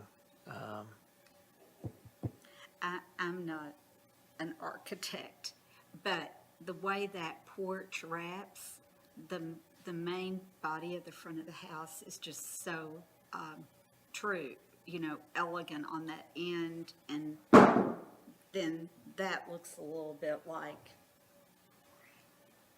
I don't know what you would do, but it, Well, it's a lot of your precedent are these federal houses here in town, which are a lot of the town favorites, right. And then we've got that shape, but it's got this porch that wraps two sides, which you generally won't find. Even that top left-hand corner picture doesn't wrap the corner. The two federals there, their porches are, stoops and or limited. They don't go all the way across. So it's definitely a mixture of things. I don't think it's unattractive. I'm just trying to reconcile it with our guidelines and where does this sit? And like I said, I think you've got a whole neighborhood of new stuff here, so there's some flexibility, I think, with that. But we also want to kind of ground it in something that's somewhat familiar because it is a historic district. I mean, that's the point. And I was, also had the thought that the pavilion could maybe have a metal copper roof or Yeah, something. it would. It would. It absolutely would. And then the awning over the back garage for this style house might just go away.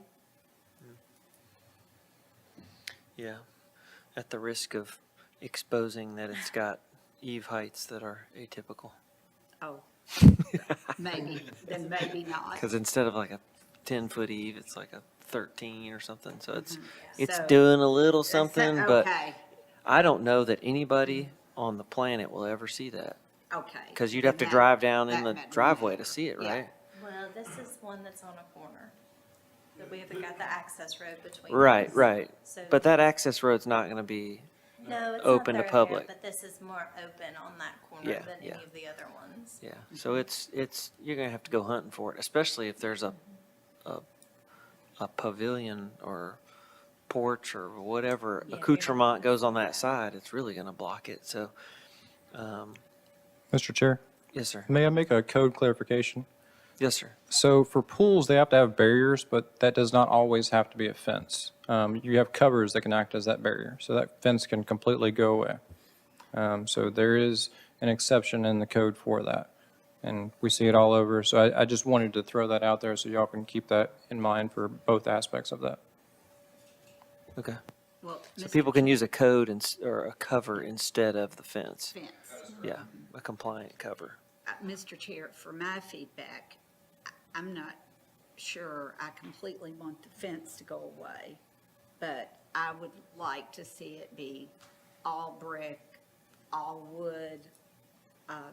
Just simple. Yeah, I don't think it needs to be the star of the show. And it's, No,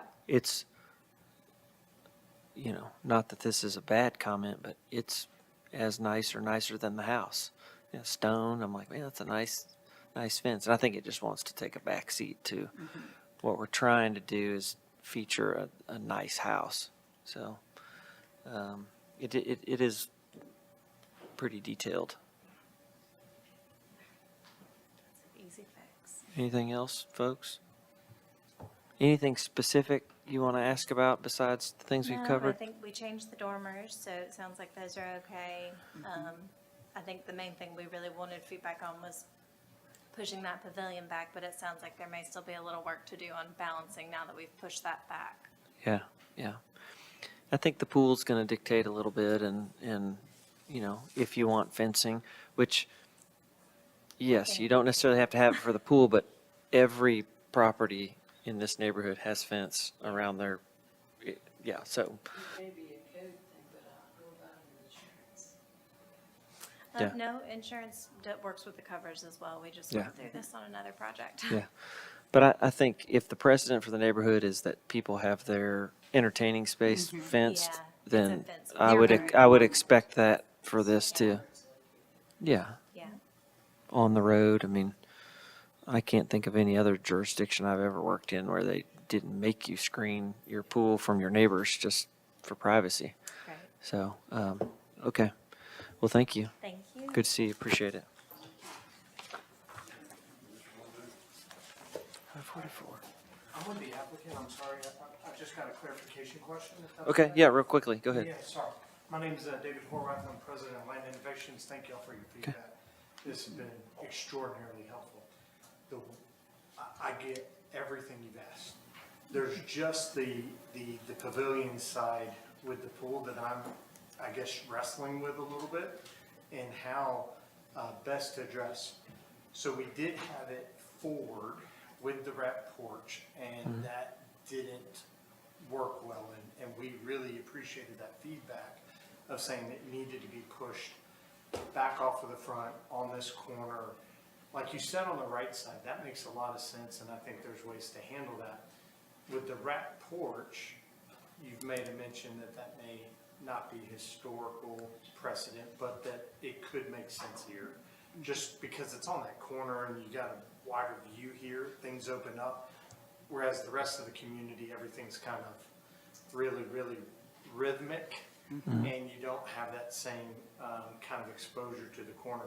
And so when I'm thinking through on this, this back pavilion piece to provide some type of coverage, if you move it forward again, it's gonna potentially, as Brian made mention, unweight that, and that was a concern.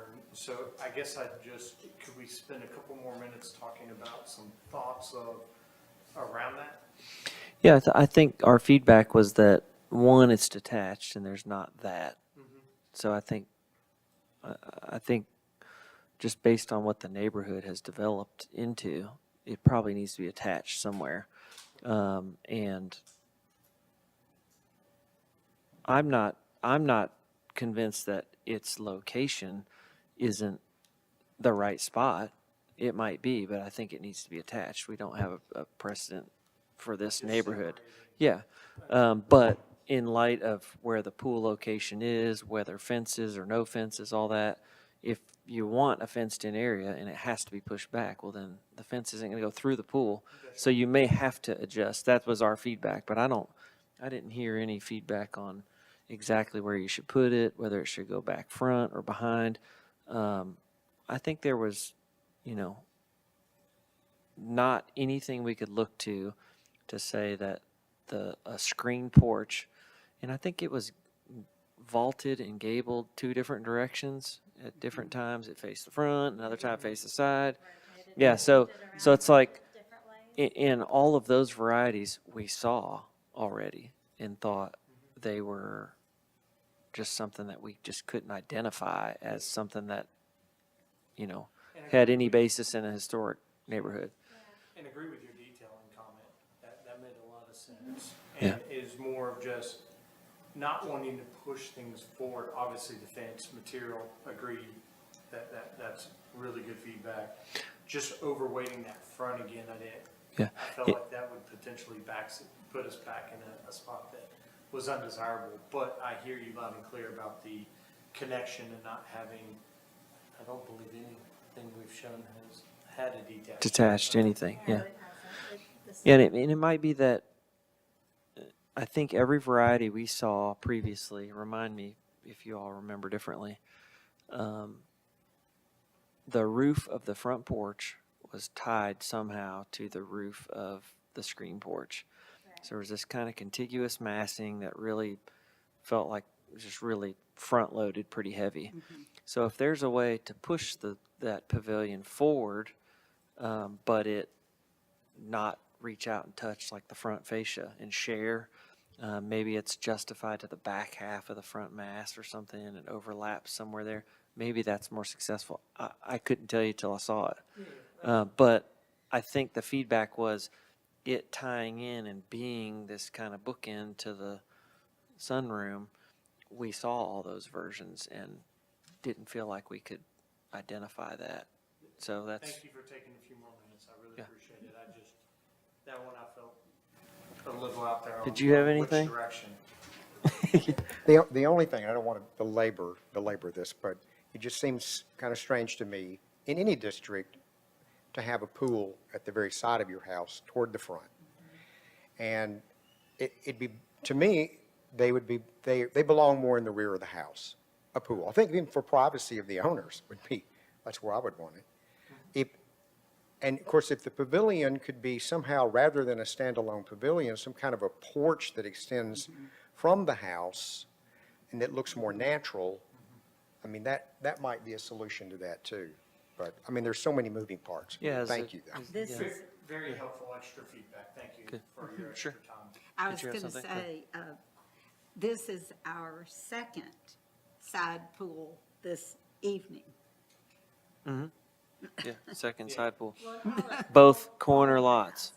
Yeah. Corner lots. Yeah, there's every one of these, but this pool is, It is further forward. it's pretty forward, but it wasn't initially. There's been some shuffling on that side, so, and to Brian's point, if that long wall that's adjacent to the pavilion there was some type of just, 6 foot wide kind of loggia thing that you could use as the cabana, at the risk of stealing the light out of the inside of your house because it's south facing. Right.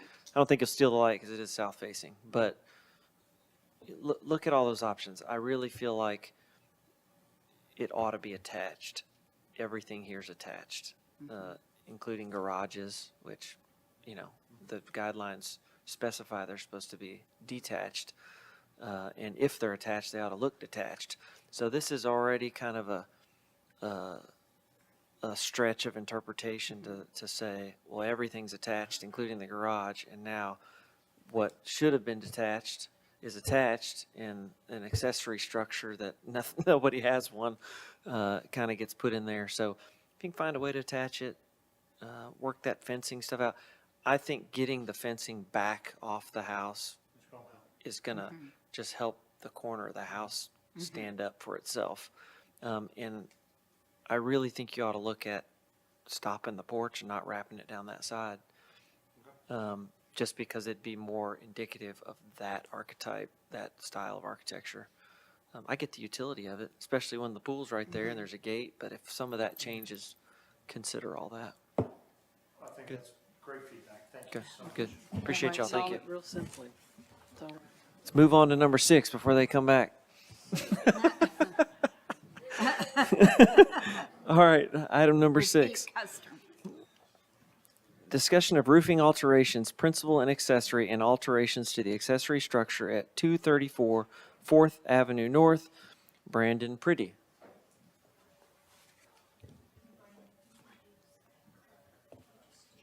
Okay. Hello. I do not have a side pool. I'm sorry. This is just a couple things to alter this. The owner would like to replace the existing asphalt shingle roof, which is obviously not original, with a cedar shake roof. Obviously, there's precedent for that in a few different places in downtown. It's a historic material, and he's looking at the actual cedar shake, not the composite. And then the second item is the accessory structure to the side. Traditionally, I'm guessing was a garage. I'm not sure if it was a carriage house, but a garage of some sort. That garage door at some point in the past was replaced with an infill double door, and then they kind of filled in the gaps around it. Not terribly well crafted. That's beginning to deteriorate, and he would like to replace that with a new garage door that would be a little more of a glass space just to bring some light into that area. Is that it? That's it? Okay. Now, we just saw this with the dormer, yes? Yes. Same house, okay. Correct.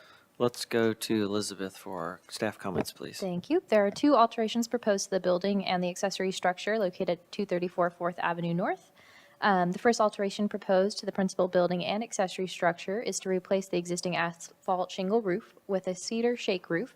And the second alteration is to replace the retrofitted French door on the accessory structure with a glass garage door.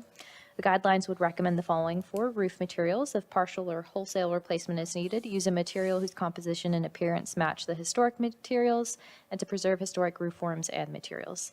The National Register notes the asphalt shingle roof at the time of the listing on the building. Without additional evidence to support a different historic roof material, this alteration would not be supported by the guidelines, and it would be recommended to remain as an asphalt shingle roof on both structures.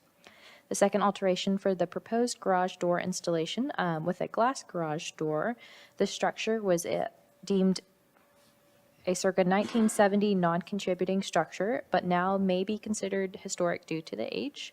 The guidelines would recommend the following for the entrances: to design garage doors with similar proportions and materials to those traditionally found within the district, and to use designs appropriate for the style and age of the building for replacement doors, and avoid modern solid core wooden doors, doors with similar variations, and doors with ornate designs or wrought iron or similar metals. So the proposed door is inconsistent with the design of garage doors in the district and is not consistent with the age and style of the materials found on the accessory structure. So it's not supported by the guidelines. Thank you. All right. Bob, kick us off if you don't mind. Okay. Thank you. If you're looking at the age of the house and even the age of the garage, it'd be asphalt shingles. I mean, they'd be kind of gilding the lily with cedar shake. And if you did use a cedar shake, I'd recommend a dark color. As far as the garage doors, I would go with a traditional, as Elizabeth said. I think that'd be more appropriate to the age of the house and especially in the historic district. Okay, thank you. Brian? I agree with Bob on all of that, with this one caveat, that we've had several houses of this vintage come to us having shown evidence that they previously or originally had cedar shake. So, I mean, if you could show evidence that it had cedar shake to begin with, I mean, that would be something for the board to consider. I know that asphalt shingles were available when this house was constructed, but the review appeal in the 1920s and 30s and 40s all have ads for cedar shakes. So we know they were used. So that was my only caveat to that. If you can produce evidence of that, that would be helpful. Thank you. Mary? I would concur with what everyone said. I would prefer to see it go back with asphalt. I feel like the star of this is the stone. I personally love this house, and I concur about the garage door. Okay. Kathy? I'm on board too. Keep the asphalt shingle and then submit us a garage door that looks really more appropriate because it is part of the front elevation of this, so I don't want it to detract from the historical home. So right now it looks contemporary, which you've proposed. Too much glass. Yeah. And I guess with it being an accessory structure, I was just curious if that would be viewed or kind of handled differently from making an alteration to the primary. And to staff's point, it was not recognized as contributing as part of the listing. So the thinking was, and this was really the question of the owner, as to whether or not there's room to do something a little bit outside of just the straightforward, you know, I guess more standard garage door placement is. I mean, I'm not going to speak for everybody, but I think, you know, the guidelines talk about placement of garages and how they're viewed and single garage door versus a double and those type of things. I think the most stretch or the biggest question in my mind is, you know, is there a 70s style garage door that's appropriate for that 70s building? That could be appropriate, which is not what's proposed there. Or is it something that goes with the main house that's more of a carriage style door? I think those would be my two universes that I could consider. But, you know, something that's, you know, a full glass, you know, aluminum garage doors, not even in the vicinity. Told the owner I'd ask. Okay, appreciate that. I mean, speak up, but the way I read the guidelines, it's like, no, that would never be acceptable. To the roof, and this is probably for my education a little bit, and just, is it, so even if you've got a material that, you know, you've got precedent for, is it just an always like It's- replacing yeah. contours, not? The precedent is always itself, unless you can show some picture. Okay. And so the way the guidelines read, and correct me if I'm wrong, is whatever it is today, you keep using that forever unless you can prove that Even at if some you're- other point it was something else. Even if you're, I mean, and, you know, you probably make a pretty good argument, at some level, that's an upgrade, right? I mean, a cedar shake is a little. Yeah. Certainly But more that's, expensive, we've, a little yeah, and more we've had that discussion too with light fixtures. Yeah. And folks that go, well, I want, you know, maybe a gas lantern. You go, well, that house, there wouldn't have had gas or whatever. Well, there are a variety of things. And the same thing, we've talked about bluestone pavers. It's like, nobody here thinks it's not beautiful, but that doesn't mean that it supports kind of the fabric of the neighborhood and how it's been since its inception. So that's what we're protective of, is what's there today. But I understand people are trying to upgrade and update, but at the same time, we have to draw a line somewhere, and that's where the roofing line is drawn.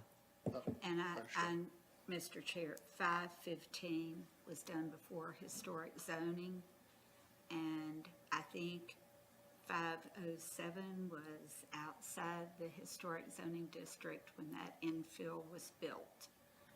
And my real strong feeling about it is there's a lot of roof on this house, and it's busy, and the style of the house is just pretty wonderful. So it's just going to provide an awfully lot of competition.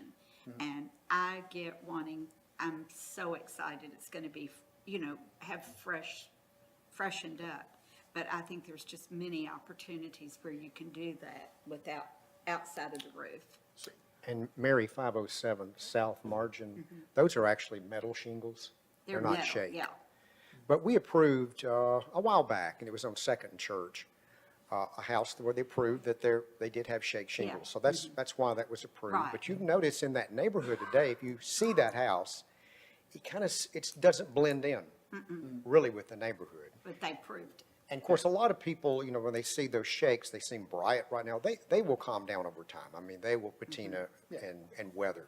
And that will look more natural over time. But still, you can tell it doesn't quite blend with the other houses in the neighborhood. Okay.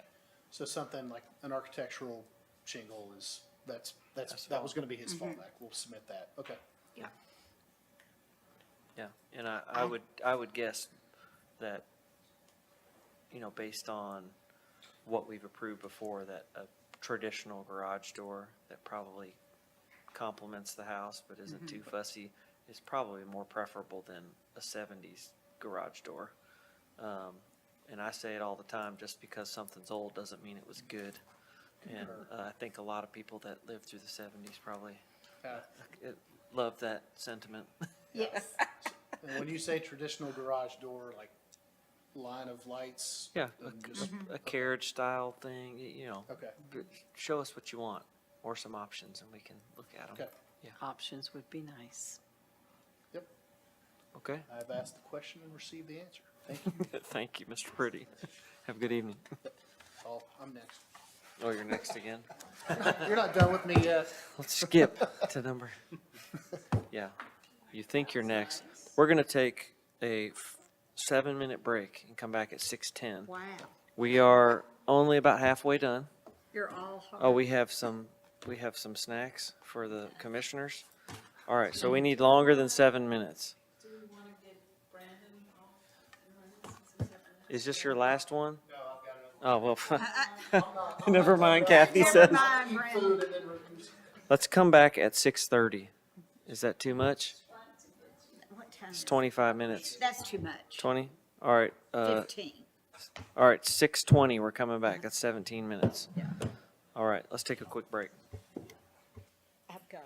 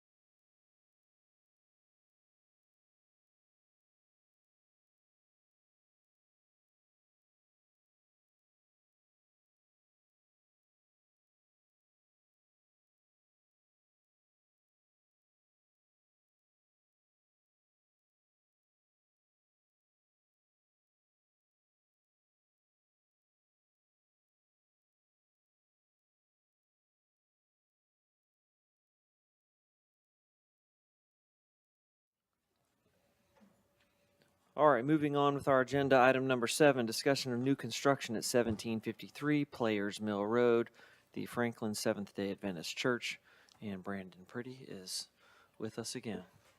Hello. All right.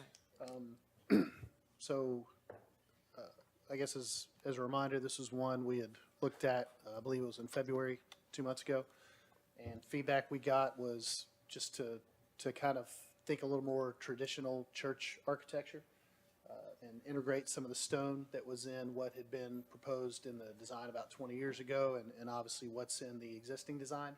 So definitely appreciated that feedback, took that, came back and reworked some things, kind of got rid of that big long canopy on the front, just did accentuated the vertical a little bit more, just again to bring it more in stylistically with church, what you typically see with a church, and this is kind of a new scheme, so look forward to feedback. Okay.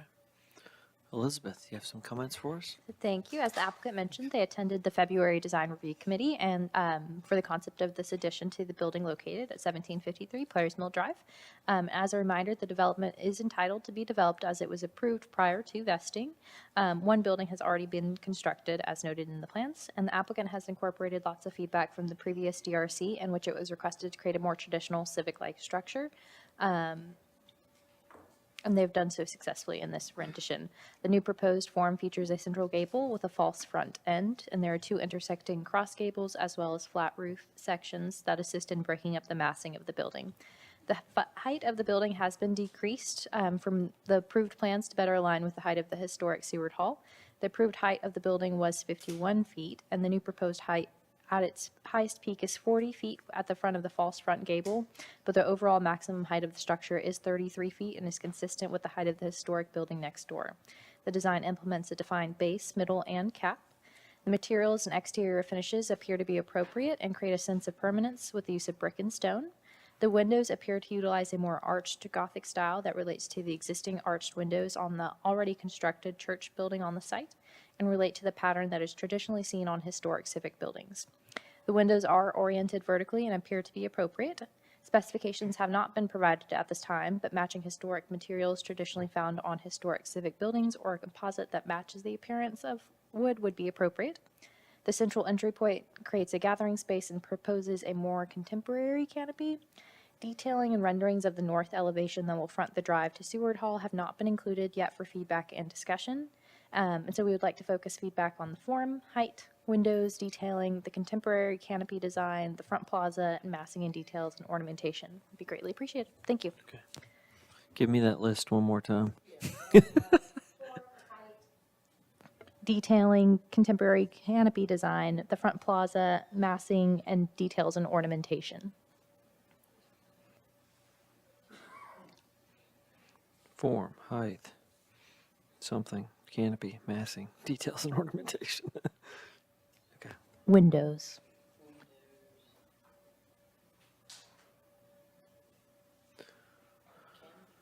Yeah, canopy, massing, details, ornamentation, windows, height, form. Okay. All the things.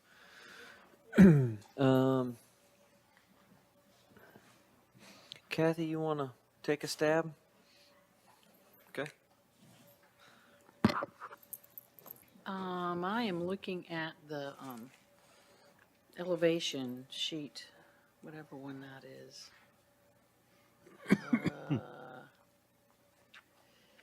Elevation exhibit elevation, whatever it is, elevation exhibit.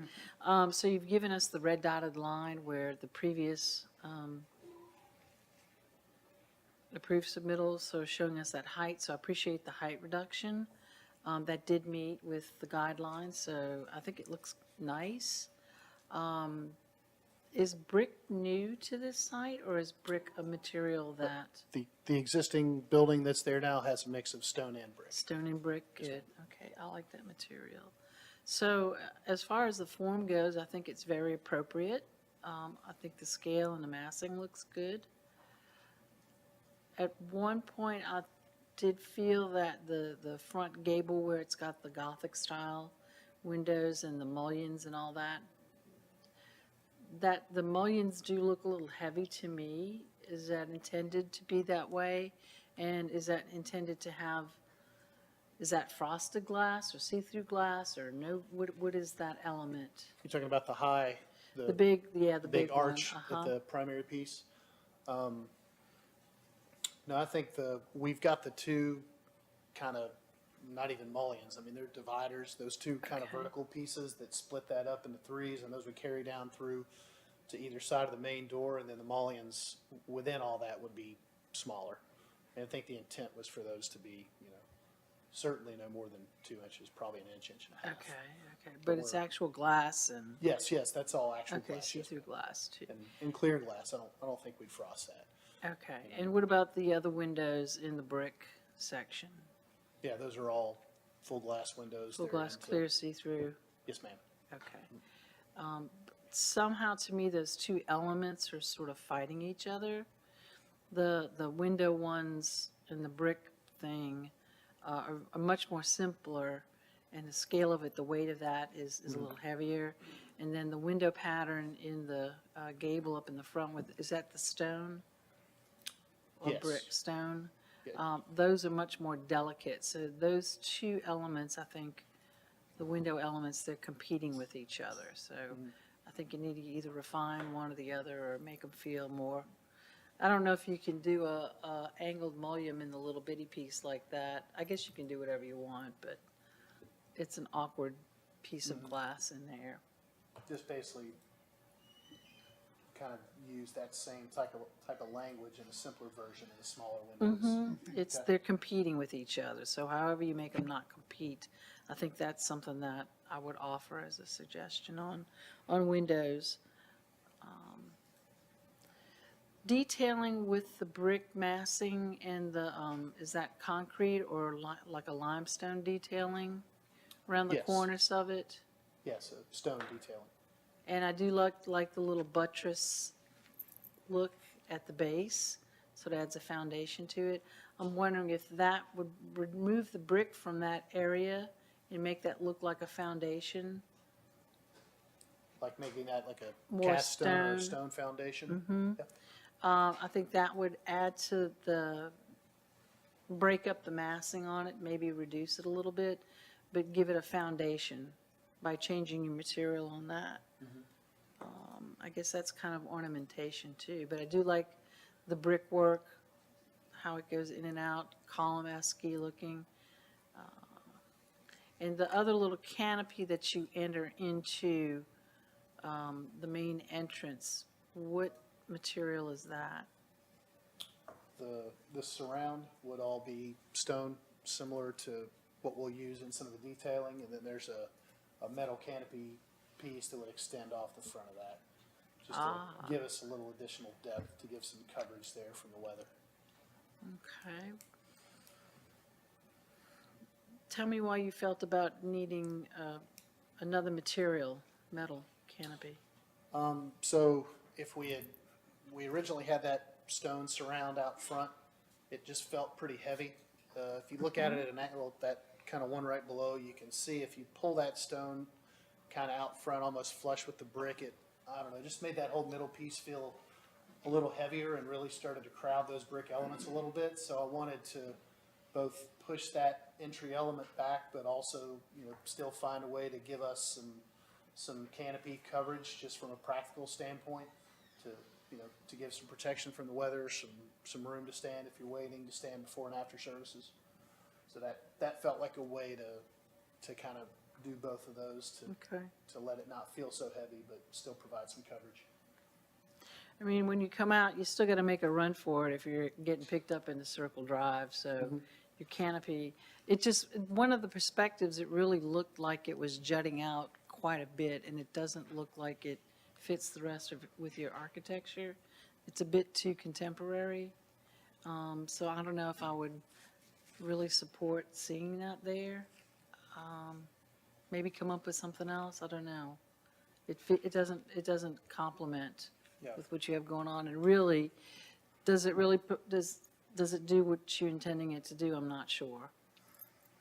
Yeah, I mean, it essentially doubles the coverage area that we'd have, maybe not doubles, because you've got more width there. And that was really a charge from the owner to say, hey, we'd like, we had removed a lot of that canopy piece out front because I think it was, it certainly took away from being able to accentuate the verticality of those windows. So I think from an aesthetic standpoint, it helped. From a functional standpoint, I just had an owner asking for a little bit of coverage out front. Okay, thank you. Yep, thank you. Mary, would you like to go next? I'm sure. Okay. I think this is a big step toward giving it in the context of Seward Hall. And it still ties in with what they already had done. I think I would agree with Kathy's comments on something else with the glass at the top. I don't know what it is, but just so there's some lines that tie back to the windows.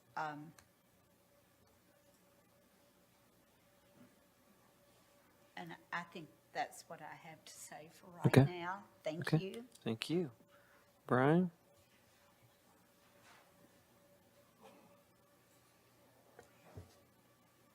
So I think the brick and stone material, those are good choices for this location. Did want to ask you on the windows. I think how you have your mullions, where you have three different sections where you have the two mullions. I think that's very appropriate for this. Will this be leaded glass, or is that some kind of metal strips? What kind of glass do you think you would have? We're pretty early in design, so I'm not 100% sure. I'm not sure. It would be, I'd looked, again, we had originally taken some inspiration from the Methodist Church on Mac Hatcher. They actually did that. I think it's all out of storefront. If I can find some, my worry there is proportionally because of the size of this being smaller than that one, that 2 inches is going to look too thick proportionally, so I'm hesitant to say storefront. Some sort of a, custom, fixed mullion. It'll be I think we'll make it a true divider. I'm just not sure exactly how. My next, just, observation overall, it looks to me like a kind of more of a traditional stone church that as they grew, somebody said, well, we don't have enough room to grow to the rear, so we're going to grow to the front with these brick additions. And I think that interrupts the church feel of the architecture in the building. And I'm wondering what would happen if you took your foyer and let your foyer come out further, so it's actually in front of I'm going to call them two wings that come out on each side. Or somehow the wings are pushed back or go away, or what. I think one's a reading room, one's an office, is that right? Yes, yeah, that's correct. And when I looked at the actual rendering of the architectural floor plan, it almost looked to me like that the foyer was further out, kind of like what I just mentioned. Maybe I didn't read that one right. Well, you might have been looking at the original floor plan, which was just part of that package. Oh, it was. And that's, Okay. Yeah, that's the previous design iteration. No, we've got, and really the concept there, and this, this is the older, the 20-year-old version. Okay. So really the concept is, we kind of started, when we began this, the owner wanted to create kind of a little courtyard out front almost, like a gathering area, a little bit of a protected area. And then, so that's kind of how in that plan, we brought some functions further out front and then stepped the primary tall facade back. Certainly, to your point, a little different from what you would see traditionally, but I think too that their aesthetic is, really frankly, their personality is not, I want this big, large, imposing, the first thing you see out front is my grand window. I think they like the idea of pushing that back and softening the front of that a little bit, so that's kind of how we got where we got. Okay. And the last question I have is what side, if you're going down Franklin Road, what side of this building do you see? This is No. Players Mill. No. We're on Seward Hall. Oh, you're at This Seward is, Hall. Over Okay. near McKay's Mill. All right, sorry about that. That's all right. So, and well, you make a good point though, and I've got an image on page 4 Okay. that I took, you actually, if you're standing in the site where we're proposing this, you get very little, very minimal view of Seward Hall. So you can, that bottom left-hand corner image there, I took that and you can see to the right, and this is standing at the front, so the drive that Players Mill kind of comes down. You've got the parking lot out front. You can see the existing building to the side, but I mean, if you squint, you can see a little thing of red in there. Certainly you'd see a little bit more during the winter, but I'd said that to kind of underscore that these, this is not standing side by side with Seward Hall. I have not been there in a while, but doesn't that just fall way down? Yes, ma'am, That's very what I much. thought. Thank you. Now, if you're in the back, you'll be able to see those, but from the front, not as much. Okay. Bob? My first question is, the site, it says the site plan was submitted and approved in 2004, so it's already approved? Or does that have to be resubmitted? So it was approved prior to vesting, so they're entitled to build what was approved at that time. So they could go back and construct what was previously approved, and it didn't require COA at that time. Okay. The only reason I'm asking, I'm curious, what has already been built there? The only thing that's been built, if you go I know. back to, I've seen it. Okay. My question was, how far will the middle building come out to the east from the building that's currently there? to the, when you say like out. It would be out the front. back of the new building, the rear. No, the site plan, it'll be, let me see. It'll be slightly in front, let me think. If you think of those two red brick pieces, Right. those will be in front, the front of the building will roughly be in line with the existing building. So that stone front is 2 or 3 feet further out from the existing building. And that's because this will, their plan is for this to become their primary, sanctuary. They want it Right. to. Well, kinda I have was looking privacy. at what the submitted plan was, Mhm. and then it showed the one that says this has been built, the plan of the building. Yeah. And it just seemed like it was jutting out to, the back of it, the back of the sanctuary or Yeah. the auditorium. And it just seemed like it was jutting out further in the back than what the current building is. It will jut out further from the rear. It's just a much larger building than what's there now. I So was just it'll- concerned about the Of the slope? the view shed, and, I've seen the slope, but Yep. just, that part kind of bothered me, just because that's gonna be it's just gonna be jutting out further, even though, It won't jut out. It won't jut out any further than what was previously approved. right, It will jut out a little further than what has been built. okay. I was just concerned about that from the view Yeah. of it from, Seward Hall's kind of to the side. Yeah. But still, Yeah, there'll be some of that. There's a tree line there, but, that'll be the place where you'll be able to see them together the Right. most. right. As far as the materials, I like the stone, I like the brick. As they were saying, those two little projections on each side of the entrance. I don't know, I kind of like if the middle part was flush with it, or they were, which would be smaller rooms, but bring that center part forward and maybe the others back, because it just makes it look like, as Brian was saying, Tyler said, they built the center part, and then they go, oh, we've run out of room, we need to Yep. build these little additions on it, and they just built them out to the side, which I've not really seen in traditional church building.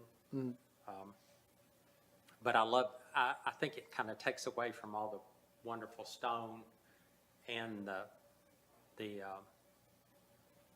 center window. but that's really my take on it. Yep, thank you. I share a lot of the same sentiment that I've heard from the other board members here. I'm looking at all the fenestration here, and there is a mixed bag that's been commented on. I see these 2/2 windows that are your kind of primary window that's repeated everywhere, and they're pretty big. Are those going to be aluminum storefront too, you think? No, I think those, we'll find some sort of a custom A fix. window.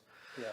Yeah, and you know, I'm looking at the scale figures and the size of the windows, and you know, we look at fenestration on historic structures. Usually, all those relate somewhat to the material capabilities of the time, right? So, if they had big monumental windows, they had to be broken up into pieces because they just couldn't get them in there. They couldn't transport them. There's all kinds of issues why they couldn't be just humongous individual pieces. So you might, as you develop it further, I think the shape of the fenestrations, I mean, I like it. It relates everything together. You've got this, you know, sort of Gothic arch, not totally Gothic arch, but the idea that it might be broken into components that are, you know, a scale that would be seen on a historic building. And I think when you look at the Methodist Church on Mac Hatcher, that they have that huge kind of glass similar thing to this, but nothing about that feels historic. It feels like a very modern interpretation of big expansive glass, which is, you know, 50 years ago they couldn't even attempt to do that, right? It just not, the technology didn't exist. So we look at something that's supposed to relate to Seward Hall, which is built in a certain time period with certain technologies at that time. Be thoughtful about that for this big center mass window and the punched openings in the brick. I don't know what the solution is there, but you know, if those shapes are broken up into, you know, is it 2 windows? Is it a window with, and I hate to use Claire's story, but there were lots of church windows that are molded together in sections to make a big, tall thing. And then I'm looking at some of these side, I'm on page 6. Yeah, right there. The top left, you've got these kind of sphinx arms on each side here. They don't bother me all that much from a form standpoint, because I can buy the story that it was added on. Is it weird? Sure, but you know, we can drive all around and find weird churches that have been meddled with because they needed to.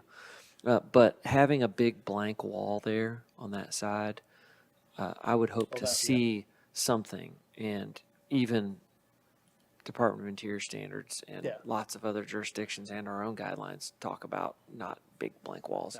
So even if you have to have some brick detailing that are recesses or something to give that some texture would be helpful. The canopy being arched,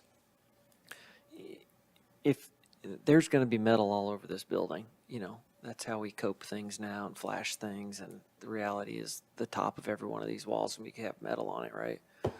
So I don't think the metal's going to be the foreign object. I think to introduce this kind of cantilevered arch is what's kind of peculiar.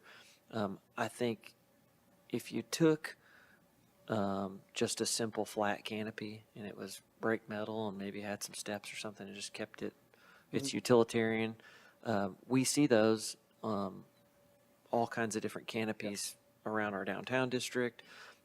We see those, but we don't see them quite arched like this. That would be a contemporary interpretation. So if it's a flat cantilever thing, has enough thickness that it, you know, can hold itself up and seem plausible, I think that would be more successful.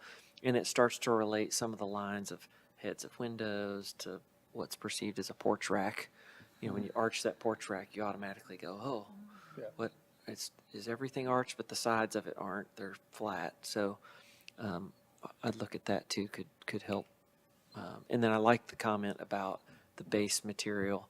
To have this flare at the bottom of your pilasters, which feels like the base, but it to not be sitting on the ground seems odd, right?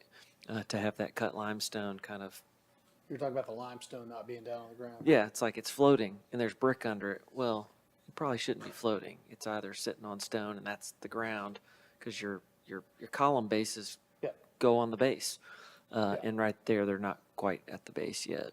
So, some of those detailing things, I know you're early in on this, so those are just some, as Elizabeth put it, details and ornamentation comments. Yeah. Let me, just for me and my kind of clarification, understanding as we're continuing to develop this, I'm always back and forth between, to your point about the window treatment and things appropriate to a time period.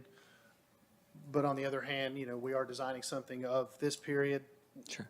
Where, if we're saying, well, we want the windows to be, a bit of an expression, I don't know that I'd say they feel modern, but it's something that definitely doesn't feel like, hey, somebody would have been able to do this in, 1911. Is there, Yeah. what's the point at which where you guys see those moves as appropriate? Where doing something of the time within an overall massing treatment sensibility that's more traditional makes sense? Yeah, I mean, that's always the challenge here is, our guidelines also kind of point out that it should be sort of set apart and Yeah. shouldn't mimic anything and be copycat. Yep. But at the same time, we look at examples that are even here in town and go, well, to have a civic building in a historic district in every opening to be aluminum storefront or something would not be appropriate, because our guidelines talk about using certain types of windows and things. And it talks about storefronts in the guidelines too, but that's really in kind of the downtown Yeah. district, right? So, And I don't think we want to use storefronts yeah. here. Well, those big windows in the front, we want to see what are those things? Well, some of that the doors we made that are set back, I think those windows out front, I'd like Yeah. to look at something that was again, like a custom fix, something that Yeah. felt a little more rich than storefront. Yeah. Mr. Chair, I think there's an opportunity with that metal awning. I think there's more I was looking, I think there's more opportunity there to build some character into a metal awning.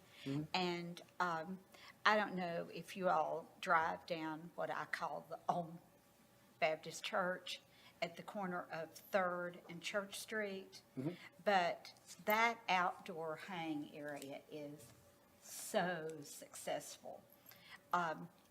It's always got people in it.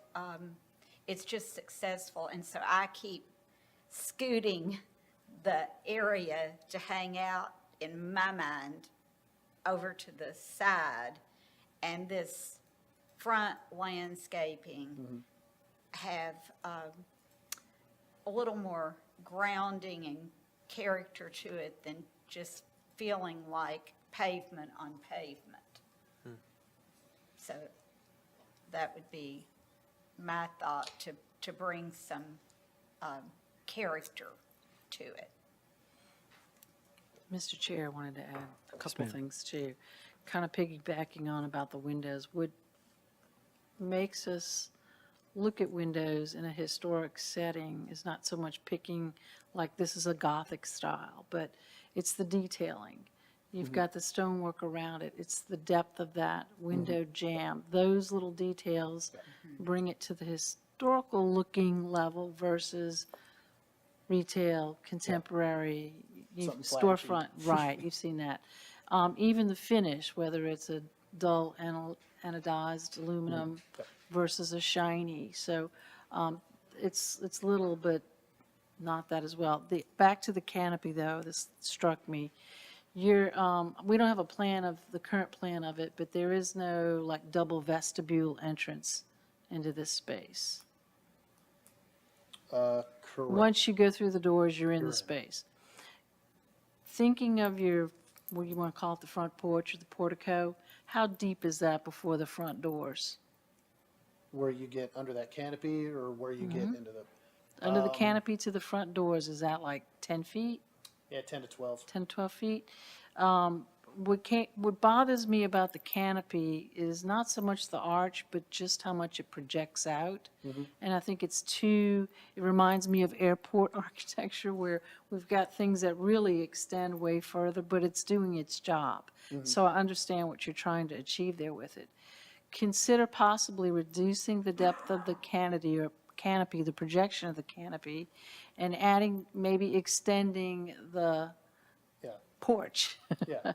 the stone canopy, or even maybe double decking that, stepping that down and making that more of a draw you in feature, and reducing the little floating cantilever canopy. Yep. And maybe you'll come up with a different detailing, whether it follows the arch. Does the arch really work there for this with the Gothic peaks? Yeah, Consider playing with that when you look at the elevation of it again as well, too. We have that referencing that existing building that has kind of that flatter arch, but the more I look at it, the more I'm envisioning that is something a little different. Yeah, that- sometimes if it's not in nearer context to it, it's, we see that, because we Yeah. see these big, long drawings, but the eye doesn't really see it Yeah. in the real world. So I agree. I would offer that up about the canopy, bring that more forward. It creates kind of a double vestibule. Yep. That more people could hang out and pretty much be protected before they make the dash and use the little canopy to get to it as well. I didn't understand what you were talking about, the hangout space, Mary. Okay, at the, it's real integral now to that church building. We approved it. Divide. On the corner of Church and Third, they have done some hardscape elements and green space, and it really softens the building. And Okay. So you're talking there's, about just the landscaping that they did there? it's more than that. It's benches, Yeah, landscaping. but hardscape, like hardscape. horizontal hardscape, nothing. Right. Okay. And she's talking about specifically taking pressure off the front entry Front to entrance, right. perform so many things. Things at the front.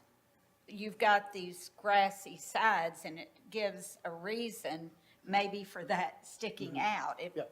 makes it tie Gotcha. down to the function. Okay, now I know where you're talking Yeah, about right applying there. that Yeah. to your building, Brandon. And I'm just always amazed at how much the benches and the greenery and the hardscape there, it's like every time I go by, there's, you know, There's people out 10 there to all the time. 50 people. Yep. Can I ask another question, Mr. Chair?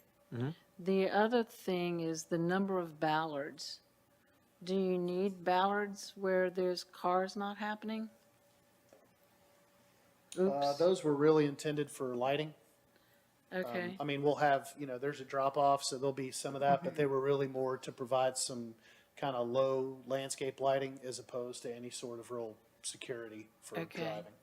Because it's giving me more of a non-historical kind of a church feel. Yeah. With too many of those, you can Well, probably do lighting much on a Well, I think lower. if, to Mary's point, I think if you come and you're doing some different things, you can start to conceal some lighting in some different ways than just needing to utilize a straightforward bollard. I mean, like that. keep your bollards where you need them. Yeah, but I think certainly out front, you could do something a little different to light that. Great. Thank you. And just a quick addendum.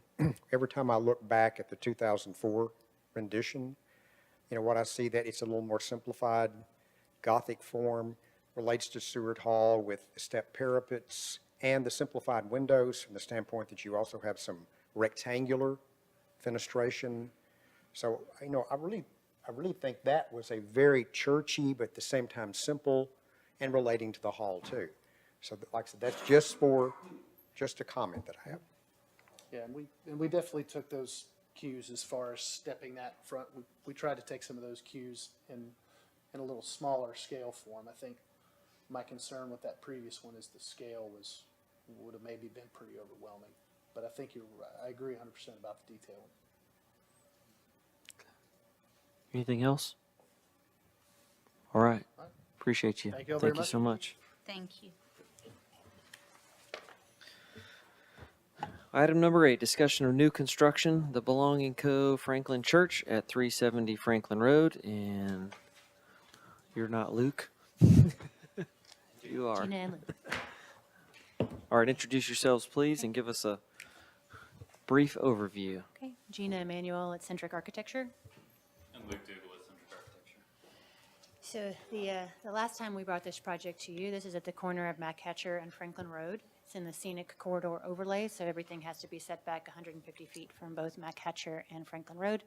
The last time we visited you all, we really just had a general massing for you to look at, and I think some of the comments were, it was really hard to comment on it because what were the dimensions of everything, what was the size, there were no scale figures. So we put some more architecture to it so that we could have a better discussion about it. Some of the other comments were to break up the massing as much as we could and to look at schools like Curry Ingram and maybe how some of the buildings on that campus worked, which we have done. Some of the gables you noted in some of the options we showed with a larger gable seemed too modern, so we've looked at how we could break up the scale. We've added dimensions to this, you'll see, and we've also put it in context of the Methodist Church, since everybody really knows the scale of that. It would just help you understand the scale of our building. And a change that we did from the last time, we had talked about burying the sanctuary previously, and it did create a larger mass on the site. So what we've looked at, and after talking to our civil engineer and structural engineer, is stepping the building. So it steps in 2 pieces. So it also helped break up the mass along Franklin Road. I know that was a discussion we had last time, like how do we deal with the scale on that, especially with Creekside close by. So that was something we did to break up the scale on that side and then try to include some porch-like elements like they have at Creekside. Some of the things you'll see color on here, we're still working on that. This is still showing white brick and stone. We are working on a way to soften that, including more stone and looking at options for the brick. So I'm happy to hear some of the comments from everybody, but we're working on updating that. We had talked previously, as the images on the screen, about looking at rural churches and how those are incorporated in the area. We've included entries on both Franklin Road and MacHatcher. You'll see that when you look at it, and I think the breaking up the scale helps. And this detail, if you want to go back to that really quick, Emily. This detail we're including too. What we like about St. Paul is how they recess where all the windows are. They recess it back a little bit in the brickwork. So we're doing a little bit of an interpretation of that around our building, not exactly the same way, but also where there's a window, we have a recess back. On the back side of the building, one other thing we had talked about previously on the Methodist Church side was potentially having more glass on that side, and the other sides didn't show as larger glass planes, so we are showing that. You don't really see it very much from the MacHatcher and Franklin Road side because the building drops down. As you know, the site drops quite a bit from Franklin Road all the way back down to the entry to the site. So those are the changes we've made. Okay. Thank you. Elizabeth, are you ready for us?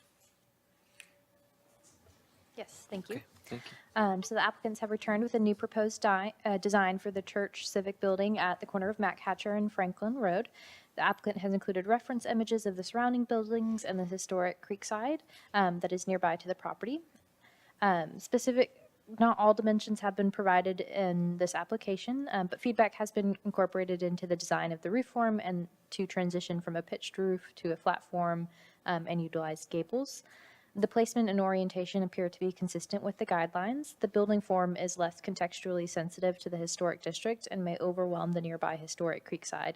The civic-like appurtenance that is proposed to be near the main entrance off of MacHatcher is not typical in its form and being disconnected from the building.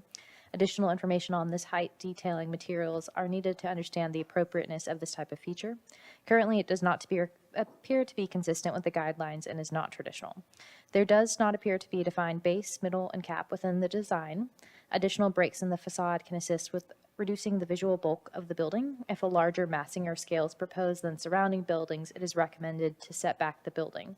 The height of the front of the building along MacHatcher is provided to be 44 feet tall, and the transitions along Franklin Road have not been included, but the bookend gable is also proposed to be 44 feet, so the height of the difference in the grade change has not been provided there. Additional information is needed to understand how the proposed building heights relate to the historic buildings in their district and the heights. The materials proposed for the building are not fully known, but do not appear to be primarily a permanent-looking brick or stone, which is recommended. While the rhythm of the windows appears to follow a traditional rhythm, the scale and proportion are not known at this time to compare them to those typical to the historic civic buildings. Fenestration patterns are more contemporary, and it's been recommended to break the glass up into more traditional sized pieces. And the entrances proposed do not relate to the traditional solid to void ratios or scales of historic buildings. As proposed and without further specifications and information and measurements, the design is not consistent with the guidelines recommendations for new civic buildings and does not relate to the existing historic civic buildings or nearby historic buildings to the site as a gateway building into the downtown core and reads as very contemporary. Thank you. All right, thank you. Kathy wants to go? I got the eye. Okay.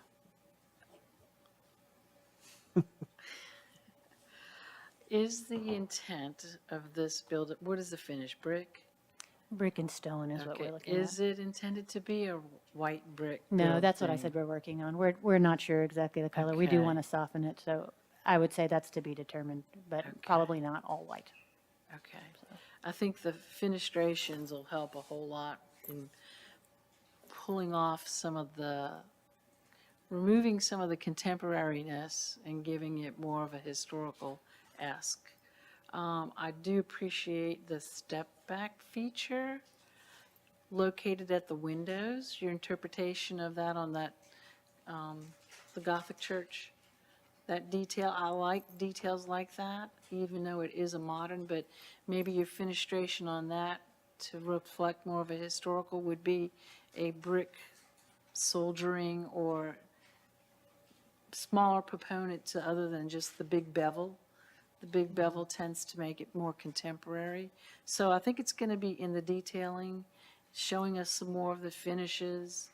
The double columns, are those just poles? No, we're working through the details of those. We were trying to have some sort of columns that spoke to what was on Creekside. This is a taller building, so it's Okay. not going to be exactly the same, but. I yeah. do like that element, how it breaks up the length of this. So although it does read contemporary, I think you can tweak and translate that to reflect more of what you were inspired by. And then what's the tower off to the right? That's meant to be like a steeple. I understand it. Maybe you want to connect that, so we can look at It's that. elevator to heaven. Yeah. No. How does that detail out as well on that? So,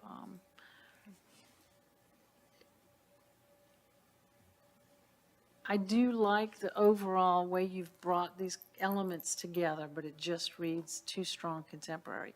But I think the fenestration of it will help. I think your roof pitches are it's like the roof pitches read historical to the surrounding buildings, but the rest of it, is missing those little fenestration to tie it up. So I think the roof pitching is well done. And I know that's always a challenge on things like this, so that's about all I have right Okay. now. Thank you. Mary, would you like to go next? Sure. Okay, thank you. I mean, the building looks, fresh, and the roof pitches look great, and I like the way the piece is broken. I just don't think this is the location for a contemporary building. This is kind of the star of our show. It's the gateway that's left into Franklin, and when you showed your inspiration photos, I was waiting to see the steeple, what you all were gonna do. And then it's just a nod to a contemporary interpretation of a steeple, which I feel in this location is just not in the context of Creekside. The Methodist Church is on down away from the gateway, and it's more transitional looking. So this would be the place that I think to bring some some traditional historic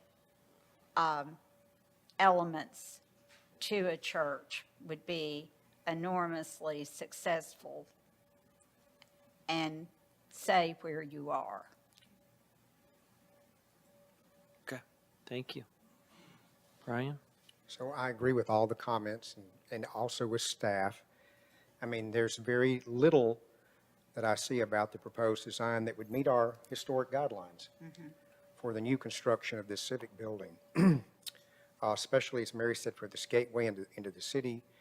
It reminds me more of something you would see north of Mac Hatcher, and not in our historic corridor. So, and it relates nothing that I can see to the inspirational photos. So I would say that I look forward to seeing your redesign. Thank you. Bob?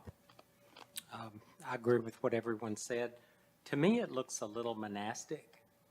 If you've been to any monasteries in Europe, it just kind of has that feel. I think what's going to make a massive difference, it's just white as you're showing us, but Creekside, First Methodist Church, they're brick.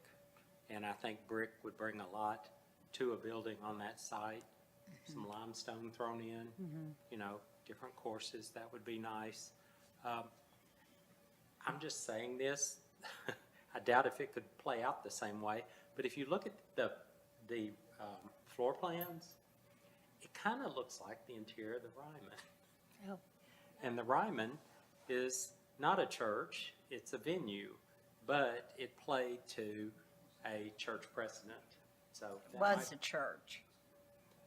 Well, it was an evangelical place. I mean, they had services, but I would think even that could be an inspiration. Thank you. I think what you provided is beautiful drawings. I think it's a very, like Mary said, it's very fresh and clean and looks like a place that'd be fun to go. But it's like Brian said, it's got some challenges when we kind of measure it against the guidelines. So I think there's some kind of macro things that need to be looked at in regards to kind of all the scale proportion things, but I'll try and give you some feedback on some specific items that the things that I'm queuing in on that maybe are making it feel more contemporary. One of them is the openings. So your windows are 2 stories tall. I don't know if there's spandrel in there, whatever they look like, big long openings.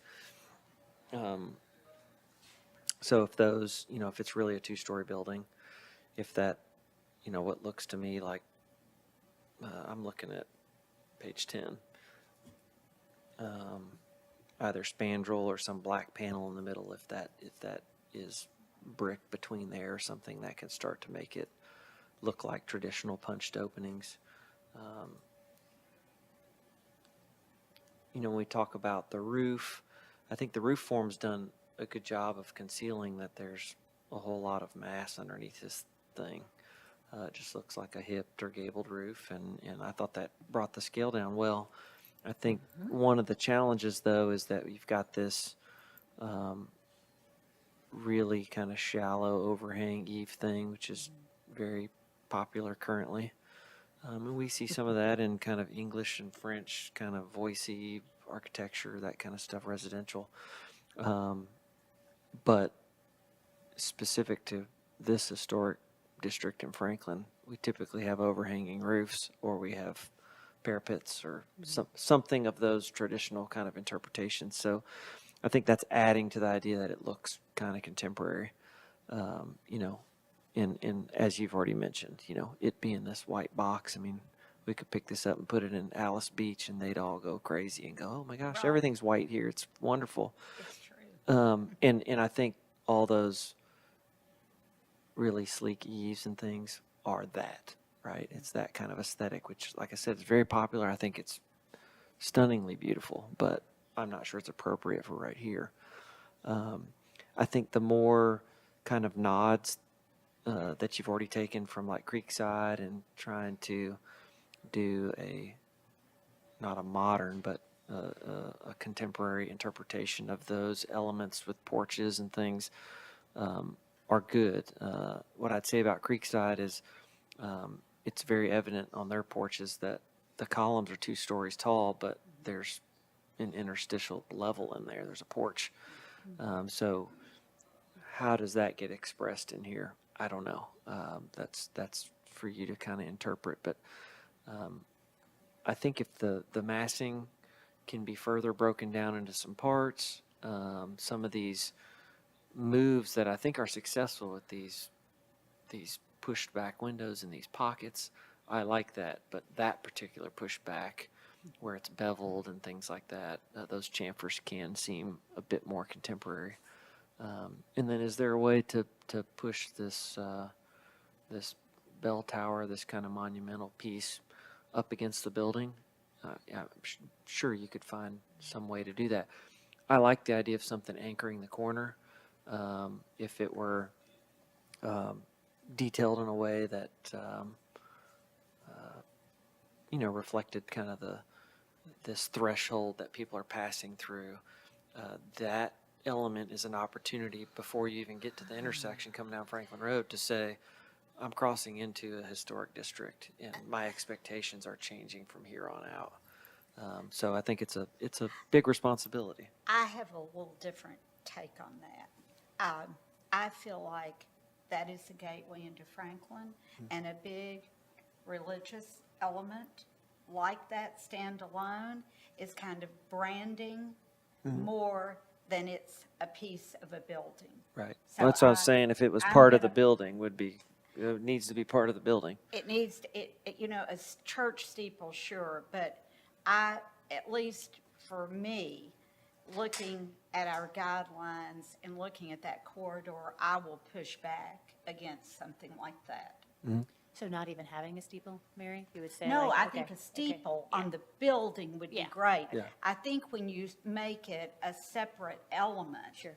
it becomes more of a branding element than a part of Sure. a building element. Yeah, and to be clear, that's exactly what I just said. Is that exactly? Yes.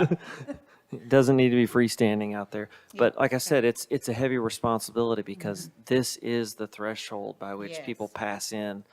And where Creekside was the first thing you came to, now it will be this. And so we have to be extra sensitive to say, the line of demarcation has always been the edge of the district, but now there's a structure that is going to be that kind of placeholder, that people should feel that transition from whatever's happening at that intersection, which is very, new, very modern, to we've crossed into a different area. So that's what I'd say. If there's a tower at all. The tower's not real tall, but if it were part of the building, and maybe it's part of your entry or something. I don't know how it works, but that being detached and even that aesthetic is probably, it's just too contemporary. That's that is a beautiful building. And if it were, like you say, at Alice Beach, I would be going, and that's because we're seeing in white. If it were in brick, if it were in a more contemporary setting. But this is the corridor. What I always heard people said to me when I would be at the festivals and somebody would be coming that was from here or out of town, they said, I got on Franklin Road, and it just made me feel so good that the fabric is still there, that it still looks Franklin, and I think that's what people are looking for along that corridor. And at this point, the city has made an unbelievable investment in saving it. Yeah. And the community with Creekside, Harlansdale Farm, the factory at Franklin, and so. Yeah. Mr. Chair, Anything while else? we have this view up on the screen too, if I did not know that we were working on this for the belonging, it almost has a hotel feel to it, just at a quick glance. I think when you present us an early development package like this and show us the white and things that aren't detailed out enough, we tend to go, we can't really put our fingers on exactly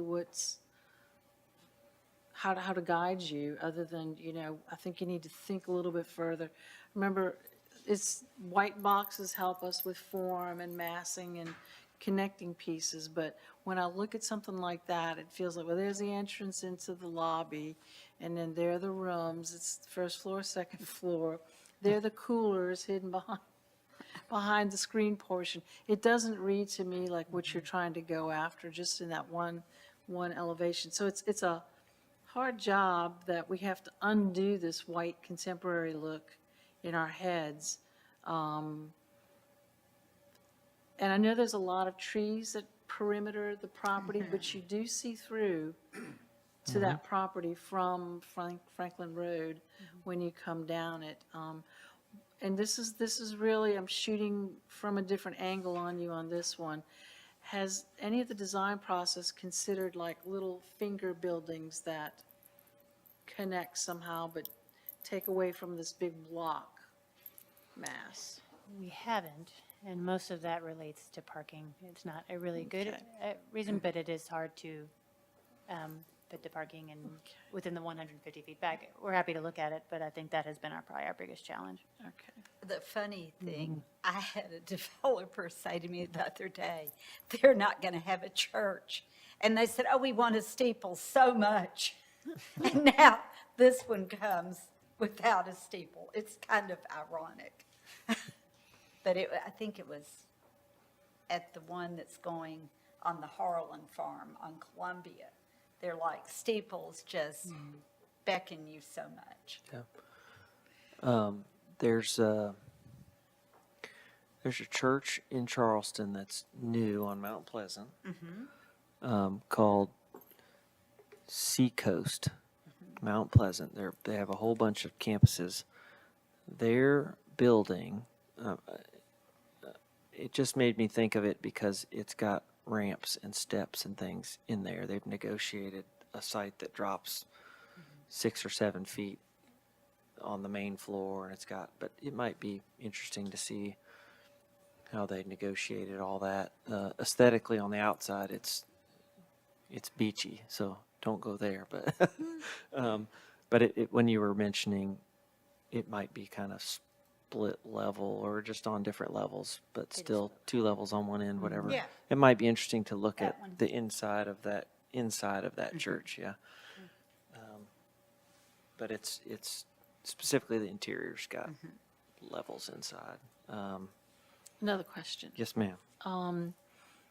After hearing all this, when you come back, would you consider like detailing this out further to show more of what you were trying to capture? Because I don't want you to, when I look at the massing and elements of it, I think you're very successful at that. And so my thing is I would like to see another rendition of how you would further make this more of a traditional interpretation. Sure. And that's what I said we're still working on. So we're already Yeah. working toward that. So I hope to have something more to share with you that's not Yeah. the white box next Yeah. time. We just didn't have the chance to really And get to all even of that. interrupting some of the big massive roof plane there to. Yeah. Good. Hope this helps. Yes, it did. Thank you. All right. Okay. Anything else specific you No. want to talk about? Okay. Thank you so much. We appreciate your participation.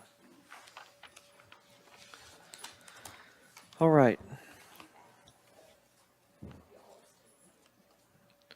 Miss Mary's got to go here, so we'll keep going. Item number 9, discussion of alterations, addition, principal, and new construction accessory structure at 212 Lewisburg Avenue. Don Burke. Good evening, Mr. Burke. Thank you for being patient. It's going to be a long evening. I was late getting here. I can't believe I can say this, but I almost forgot. But I need to be reminded, but it's been a while. Good to see you. Sure. Good to see you. All right, give us the lowdown here. Okay, well, I'm returning with a project that some of you may remember from a few years ago that we got approval for. And since then, that approval expired and the new handbook was adopted. So when I was approached to look at the possibility of bringing it back to life, the first thing I did was look over the new handbook and see, some of the examples of things that were in there and some of the new stuff that I read. And at first I thought, oh, no, there's no way we can do this. And then I started looking at it. I was like, well, no, we actually might be able to make it more conforming than we did the first time around. So if you remember, whether you remember or not, this site is located between two antebellum houses that are 2 stories and pretty large in scope. And it's a 1.5-story log cabin that kind of sits in between the two of them. So its potential for square footage is pretty limited based on, how small it was to begin with. And we had pushed it to over 67% of the original lot size. What we're proposing to do is pull it back down to the required 50. And in doing that, what we have to do, and that's even after removing a screen porch that was originally considered not part of the original building. So I guess our proposal would be to look for three different approvals. One, to remove the existing screen porch, thereby allowing us to add an addition to the remaining square footage, only 50% of what's remaining. And then what's different this time around is the inclusion of trying to build a carriage house, a small garage, two-car garage in the back with about 1.5 stories. And so that's the third piece of it. And I think as far as my questions go, that would be first off about the removal of the screen porch and how difficult that might be to get reapproved, since that seems like the easiest part, actually, because it was approved once already as not part of the original building, and it was in a pretty dilapidated state. Secondly, is the addition more appropriate now that we've pulled it down to 50% and made it not visible from any of the view lines from the sides of the property? Because where this is located up on a little bit of a bluff, it was really kind of hard to see it anyway. But in our first proposal, I had a pretty large screen porch that pushed off to the side, and it was visible. So was a chimney mast as well. So we've pulled those completely out of the view shed. So now everything sort of telescopes down behind the house to try and keep it from being viewed from Lewisburg Pike. One of the obstacles in trying to fit a new carriage house or garage space in there was that the existing driveway is on the left side of the house. And I think that it would be better served to put it on the right side. It would be more well hidden, the way the bluff of this property goes. And we can go through the photographs. We have three different PDFs. One's an existing proposal that sort of flips the previous addition to make it less noticeable from the street, and then the proposal to place a garage in the farthest back corner so that it's less visible from the street. But it would also require us to go to BZA, I think, to get a drive, approved to go either across the front of the property, or maybe request a new curb cut while construction is currently going on. Given how long it took on Franklin Corridor to get the street done, we might be able to get through BZA and get a curb cut approved before the sidewalk actually gets put in, but I don't know. It could be, looking for something that isn't possible there, but our preference would be to stick with Exhibit A file, and that would, starting with sheet A1, you can look at the overall site. A couple of interesting things are the existing house is parallel with Lewisburg, where all the neighboring larger buildings are actually parallel with the skewed property lines. So it creates a little bit of a strange situation in sight lines, also with the topography too. So there's kind of like a feeling that the house, even though it's addressing the street as, it's parallel with the street, it seems like its view shed slides a little bit with the house from the street to line up with the other house's view sheds. But what I've highlighted there is the darkened areas are what possible mass of the second floor you can see, and then there's also a secondary sight line for what possible masses of the first floor, since they're telescoping back out of the way.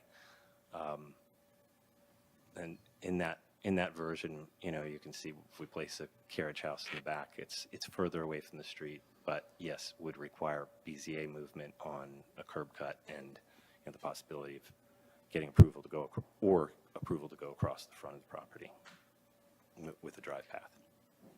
Okay. Very good. Elizabeth, you have some comments on this one? Yes, thank you. Perfect, thank you. So just to provide that additional context, in 2021, the applicant worked with the Historic Zoning Commission and was issued a COA for an addition to the building located at 212 Lewisburg Avenue. At that time, staff recommended denial as it exceeded the recommended 50% footprint. An extension was granted for the COA, but work did not start and the COA expired.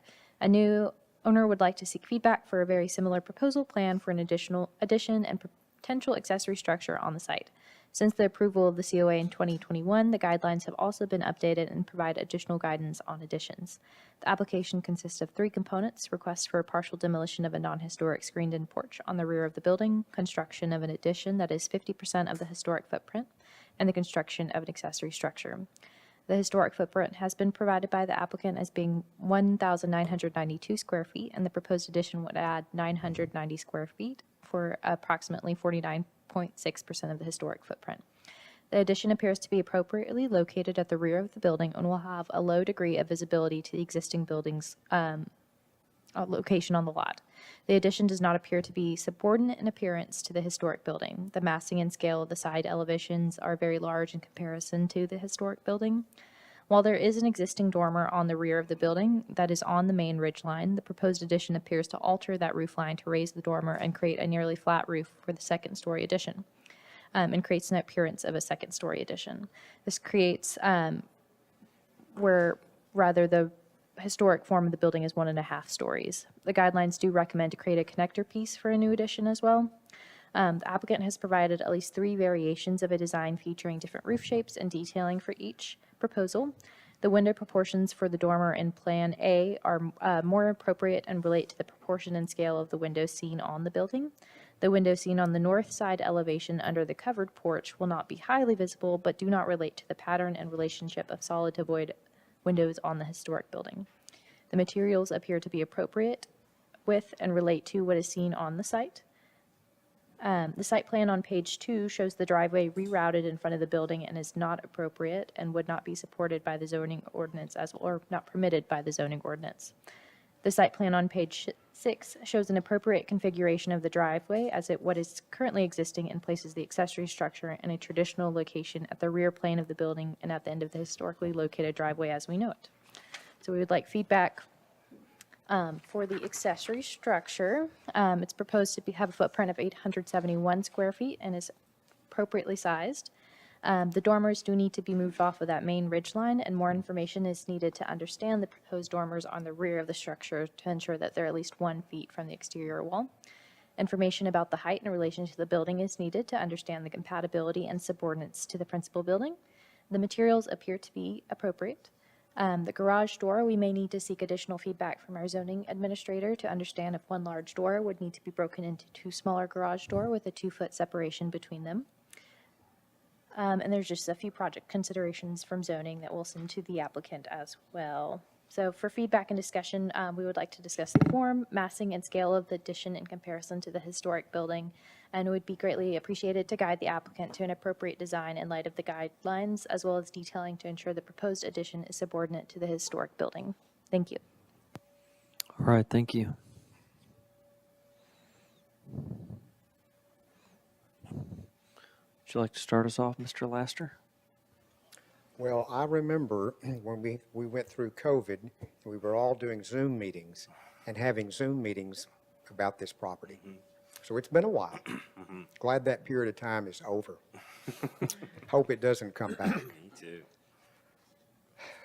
I would say what is really glaring to me, especially under our new guidelines, is that we try to avoid where a house is really 1.5 story and giving it the appearance of 2 stories. And on the rear, the way the shed roof, I'm calling it a shed roof because it covers basically the entire rear.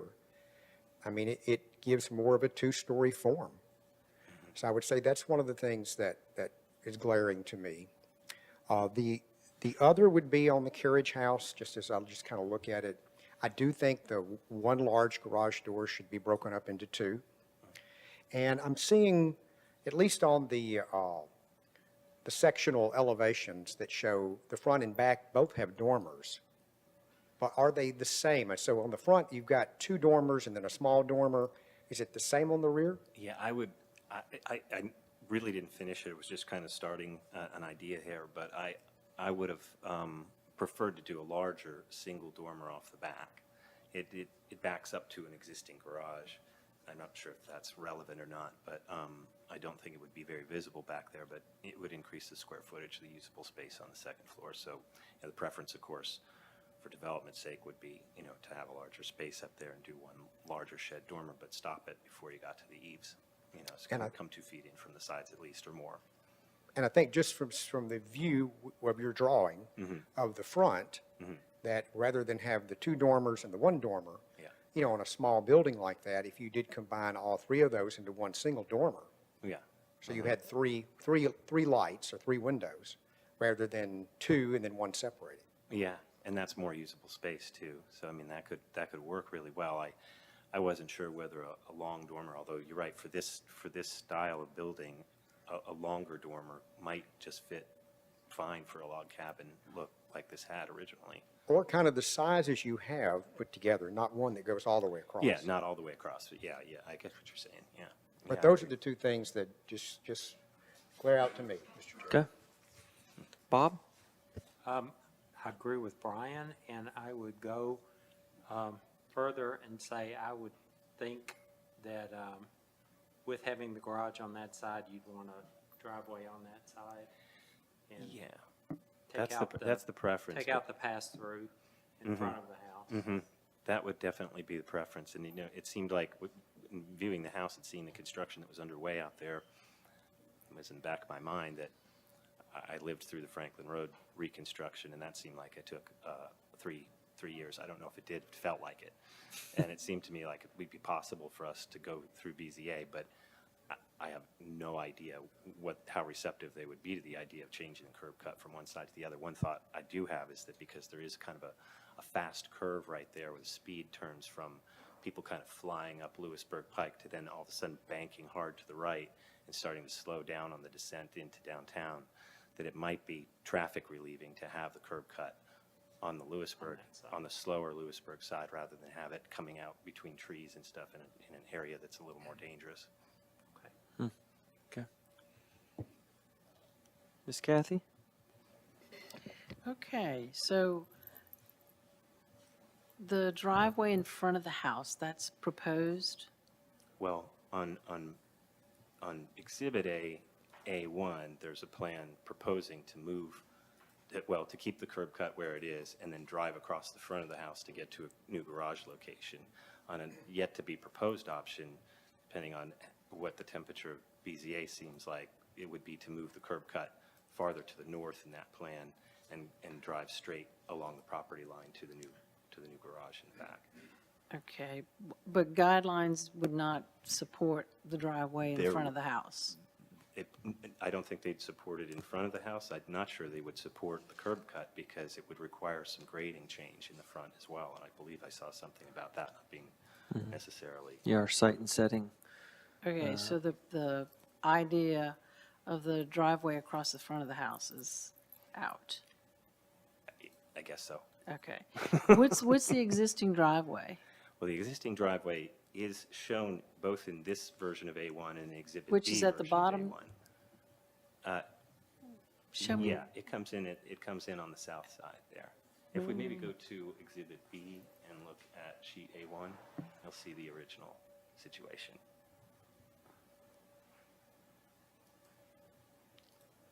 There you go.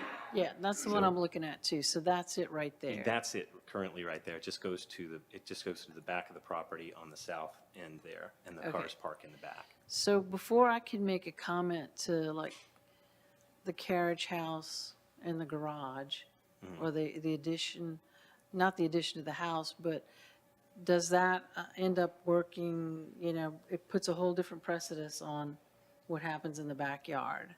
It does. That's why I'm showing two different designs, flipping them, because the whole expanse of the backyard living arrangement back there, the way that the house would live, to have a backyard portion to the south is preferable for sunlight, western sunsets, the dining room location, a lot of different things. Okay. But having your drive path and hardscaping on the north end, you know, that's a preferred situation, but it does run into this driveway Okay. across the front issue using the existing curb cut. So A1 site plan is the proposed site plan with using the existing driveway? That is from Okay. from PDF Exhibit A. Now, PDF Exhibit B shows the garage on the south side, and it shows you how close to the house it gets. And part of the reason why I started exploring this option to begin with. Okay. You're way ahead of me. Okay. So if I'm looking at sheet A1, and I've got the existing driveway, and then the building, that's the garage right there, right? And then the carriage house is back there. Did the addition change anywhere? I don't know if this works on the. Yeah, it doesn't work on does. the screen. That doesn't do much. Oh, it good. doesn't. I had one of those too. So between two of the ideas, whether, let's say the kind of a- existing yeah. driveway, because to me, I couldn't support the driveway going across Uh-huh. the front of the property. So Yeah. let's talk about that one. So does the addition change It- between either It plan? flips, but none of the view shed changes because the addition sort of telescopes in from the existing building Yeah. footprint, which on the first floor is larger because it's one volume of bungalow-style house with two additions on the side of it, two one-story. I remember we walked the gables. site, Yeah. and the view shed is not an issue for me because it's so tiny. It's And not- you indicating the little eyeball view shows me it's so minimal, so Yeah. view sheds doesn't bother me. But has the addition, the addition meets the square footage requirements? Staff said it was below the Better now requirements, than it did so. last time, yeah. Now, I mean. Don't worry about now- last time, I'm getting confused. Stick with this driveway plan. Okay. So it works for this driveway plan, the driveway on this side? Yeah. Okay. And so the garage is right there, and then did the carriage house change position? Well, in this proposal, the idea is to place the garage on the north rear of the house. If we were to place it on the south rear of the house, there would be no need for a driveway going across the front of the house to get to it, or potentially a curb, yeah, if we put the garage there. But I do have a version of that drawn, it's in the PDF Exhibit B, and it's the A1 drawing for that. It's the same drawing, it's just Page 4. There we go, that was it. Right there. Yeah. So that's where that garage would end up if we did the version that's more similar to Okay. what we had approved. Just looking at the site plan, I mean, it's awfully close to the addition. Yeah, right. So, there may need to be some type of modification to the garage in respect to the addition.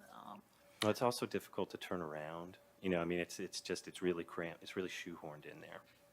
I mean, it's not, I don't think that the building placement is illegal in any way that I'm aware of. And its proximity, it's maybe 5 feet off, we could take a corner out of it if we needed to get a little Yeah. more distance between. It just seems really, really, really, really close right now. And then I also agree with the comment about a 1.5 story, and that was regarding the addition, right? Gives the appearance of a 2-story, so be Yeah, careful yeah. with that.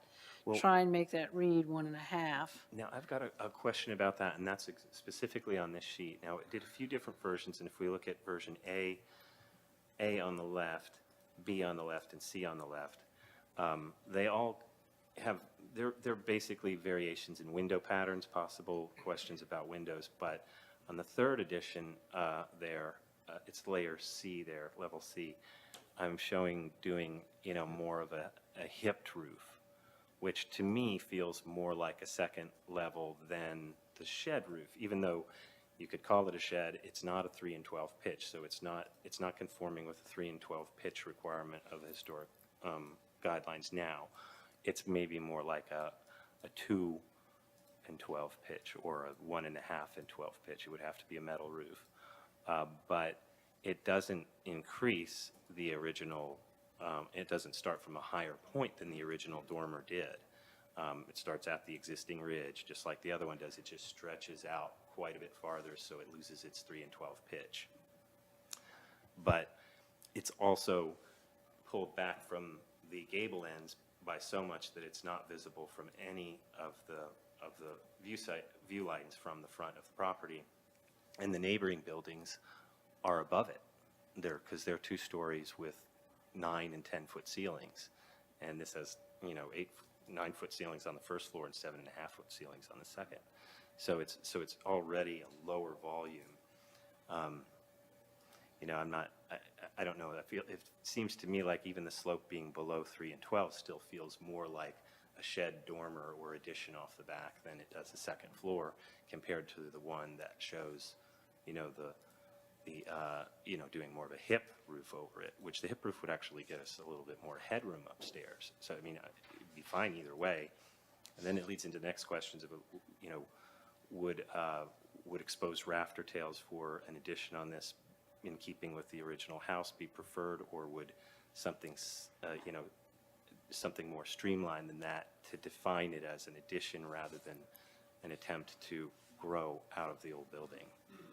Those are always the age-old questions that we always come to when trying to add something. Do we want to differentiate it as something more, of its time, or do we want to try and weave it back into the existing building? And in this case, the design for this building, although this was also an issue that always came up in our DRC reviews the first time around, was that the larger openings of glass that are proposed to be picture units are actually, you can see through them to the existing exterior of the building. So we were preserving all the log design of the original building and just punching a hole inside of it, stepping down out of it onto a new platform for the addition, and thereby showcasing the historic house even inside the old house.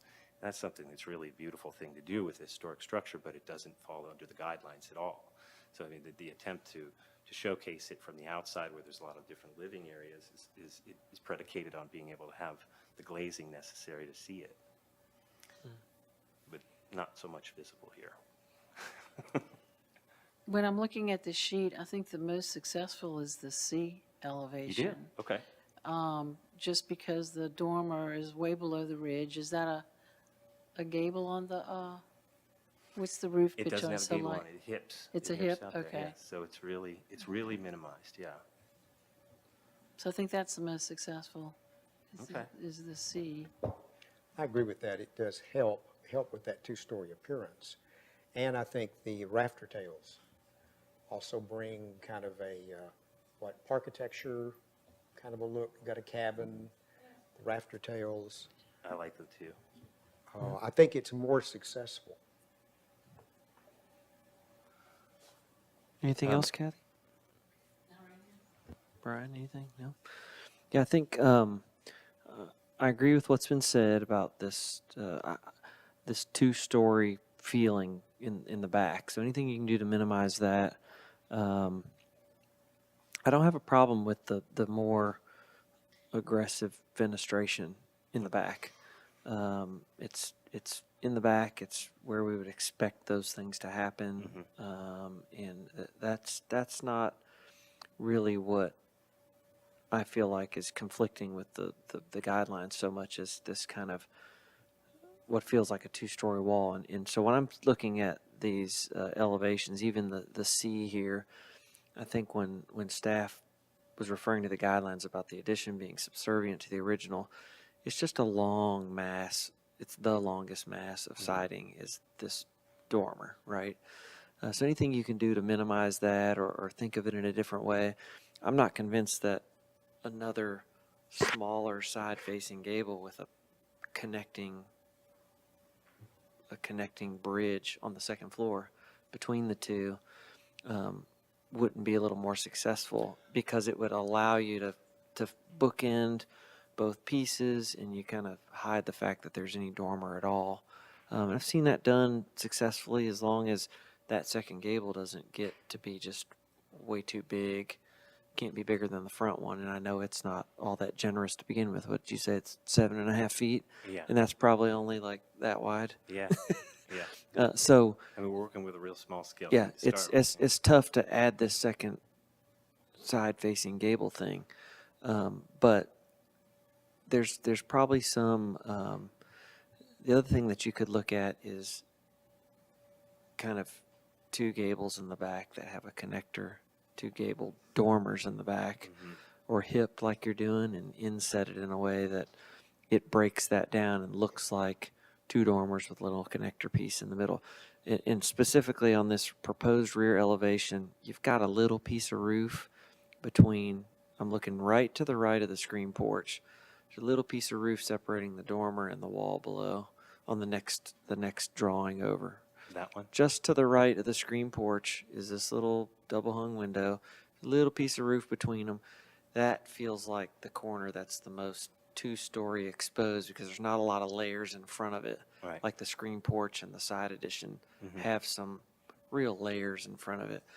So if those layers can be accentuated in a way that it doesn't feel like that's kind of foreboding over everything, I think that could help. So there's some tools in the toolbox, and all that goes back to which side's the garage going to be on. Right, right. So yeah, that's why it's one of the big yeah. issues. In relation to what you're saying here, if we look at elevation C, I think one of the things that I heard you say there was this sort of broad side of a barn look of thing. You didn't use that language, but that's what I was thinking. You know, this long linear siding coming out of there is what's making that thing look like a second-story addition.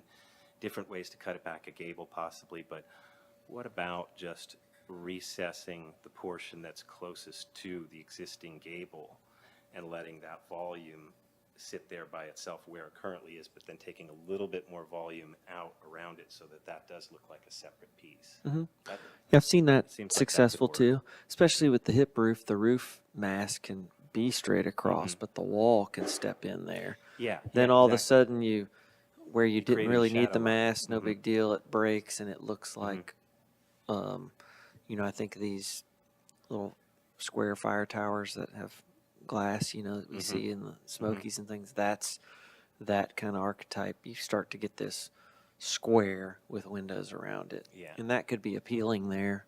Go back to that architecture kind of thing. But yeah, it's that long mass that's making it seem like it's holding more weight than the original house. Up top, up high. I've considered, the idea of using cedar shakes up there instead of lap siding. The existing house has 4.5-inch lap siding on it. The proposal would be to use 4.5-inch artisan style lap siding so that it looks like, it's a cement board, but it actually looks like has the profile of a real lap. That way you can miter the corners, miter the outside edges to differentiate from the corner boards that were used on the existing house. I'm also showing windows in situations where, the window is just punched into the opening and not encased with the same kind of casing that's on the existing house. And, that's one way to differentiate it. That goes into those questions I have about, like, what's more preferred, because I've seen stuff approved on different houses where, there's an addition off the back. It's very slight. It has just some simple siding, just a punched opening. There's not really a casing around the window. And looks pretty effective, but then another day you could see one where, well, that doesn't look historic enough, so you put a casing around it instead, or try and match the existing. Sure. I'd say it's still, the guidelines say that all your kind of trim should be, something that's traditional and reflects the neighborhood character. Okay. But I think we've talked about kind of mitered corner boards and things. I think they talked a little bit about that at Magnolia Hall.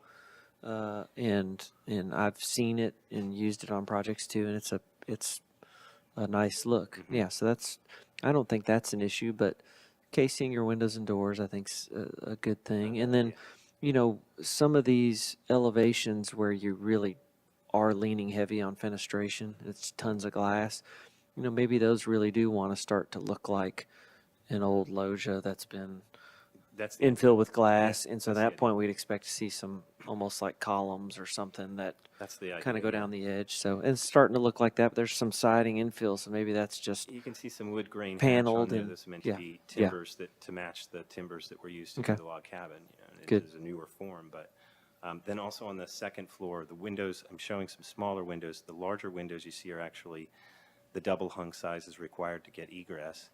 They seem oversized for this addition because the second floor seems like it should shrink in size, and the casement window is the only way that I could accomplish that look.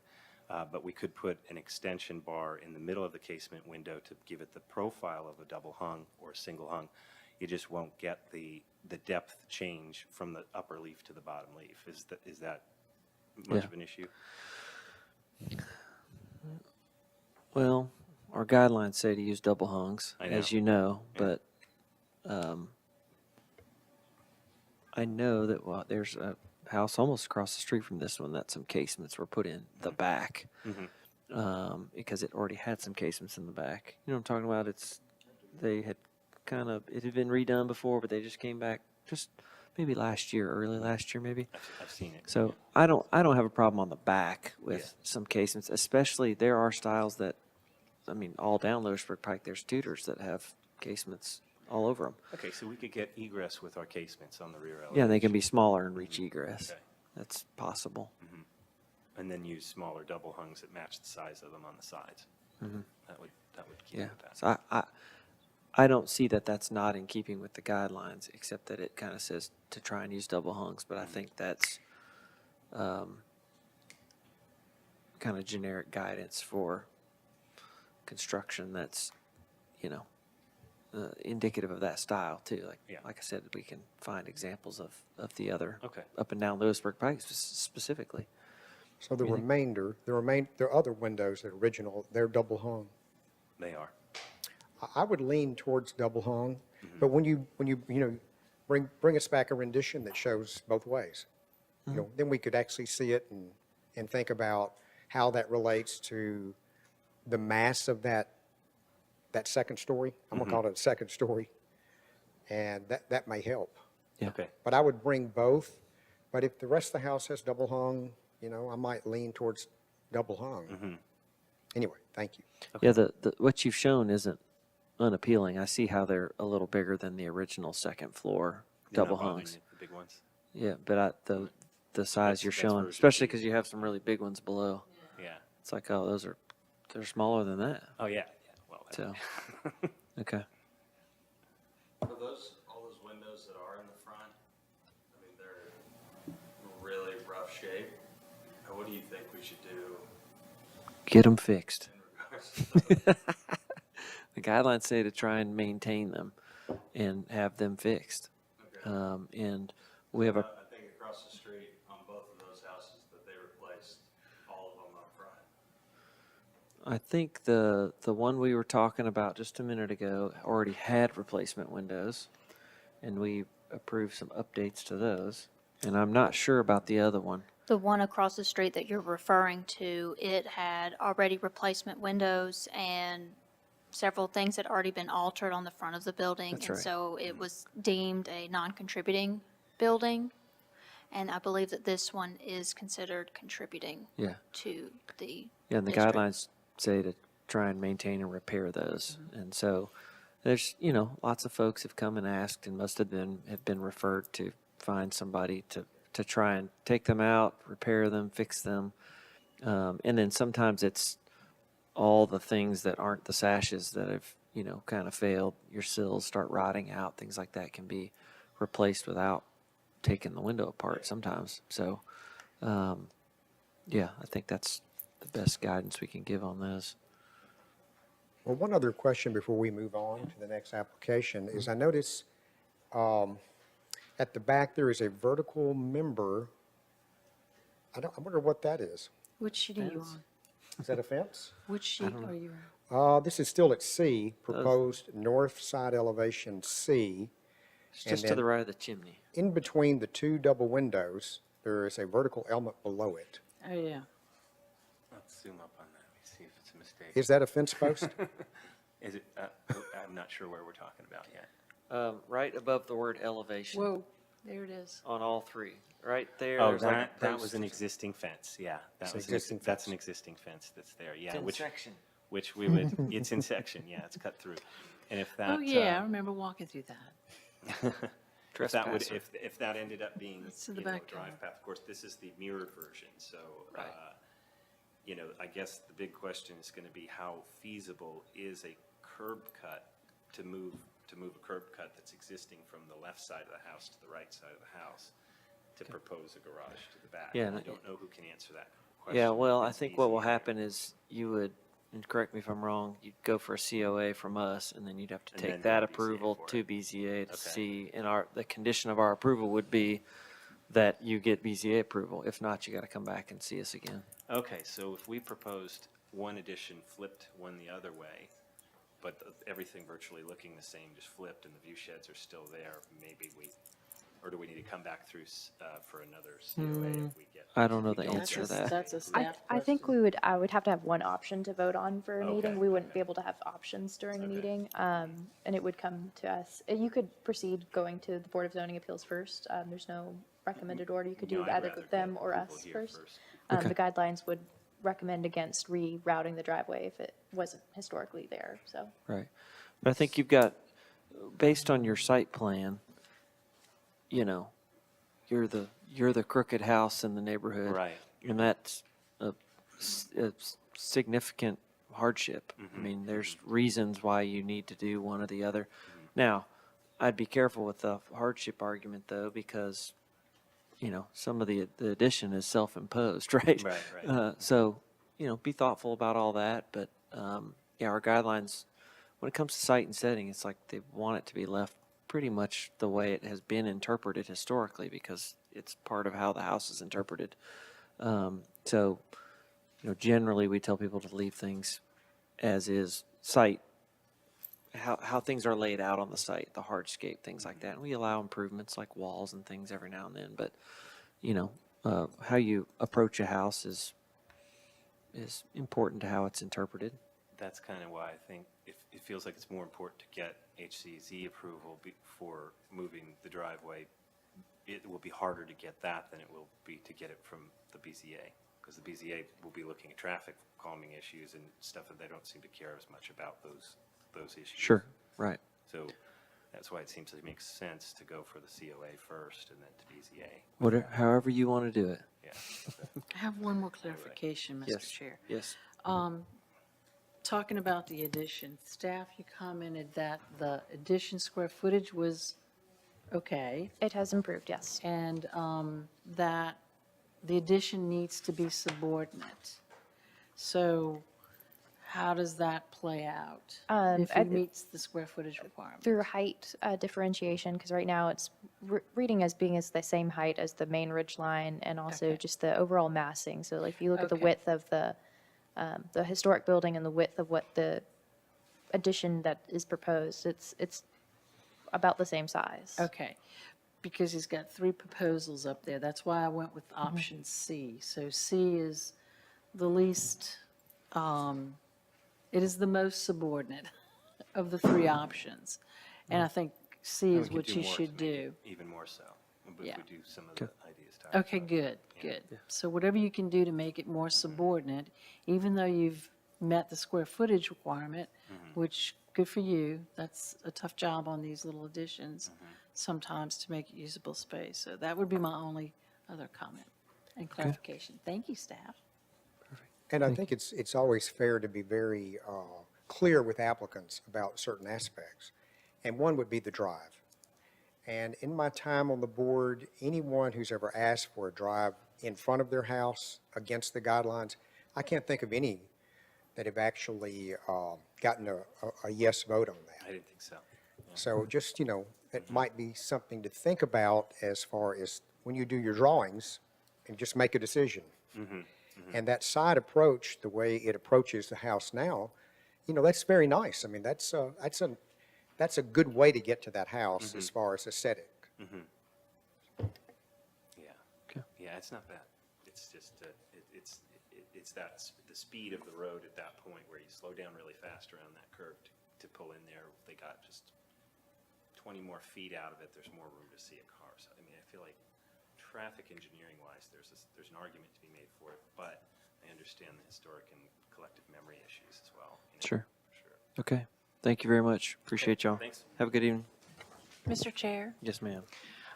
item 13, which is 318 Franklin Road, Mhm. would be willing, given the length of the agenda and how far we still have to go, would be willing to do a special meeting next week and combine that with a site visit, if the commission would be willing to do that, either on next Monday, Tuesday, or Wednesday afternoon. Okay. Is that something that you all What do y'all would like to think? Yes? do? Miss Okay. Kathy, you feel good about that? All right. Any preferential day? Yeah, I mean, you can get back to us at the end of the meeting, but, you know, any particular day, time to start, we figured we could do, you know, kind of go over their, you know, proposal in person, about an hour, and then we could go out on site and kind of walk the site and So see. we would start here? We could start here. Okay. You know. How's everybody's Monday look? Monday afternoon? Can't do Monday? Okay. I'll just add, hi, I'm Greg Gamble. I'm representing the applicant, and we are willing to push tonight to next week. We understand that we're missing Friday's submittal to the Historic Zoning Commission as a result of this, but we want to give you all time to see the site and see our proposal. Monday and Wednesday have the least conflicts. We can do anytime in the afternoon. We can do it after work hours if we need to. We have a location in Jameson Station that's a previous office space that we can set tables up in and do just an informal presentation. But Kelly needs to really find out more information if that's acceptable. And then we could go across the street to Harpeth Industrial and see the site as well. Which we thought we could kind of do it all in one location for you, but we're going to have to kind of wait Do and you see have how some of something, this plays Kelly? out tomorrow. We would just need to get the agenda to the paper tomorrow morning, so we can finalize the date and time and then location. What about Wednesday afternoon? Monday or Wednesday work. Wednesday? Wednesday. What about like a Wednesday at 3? Okay. Wednesday at 3.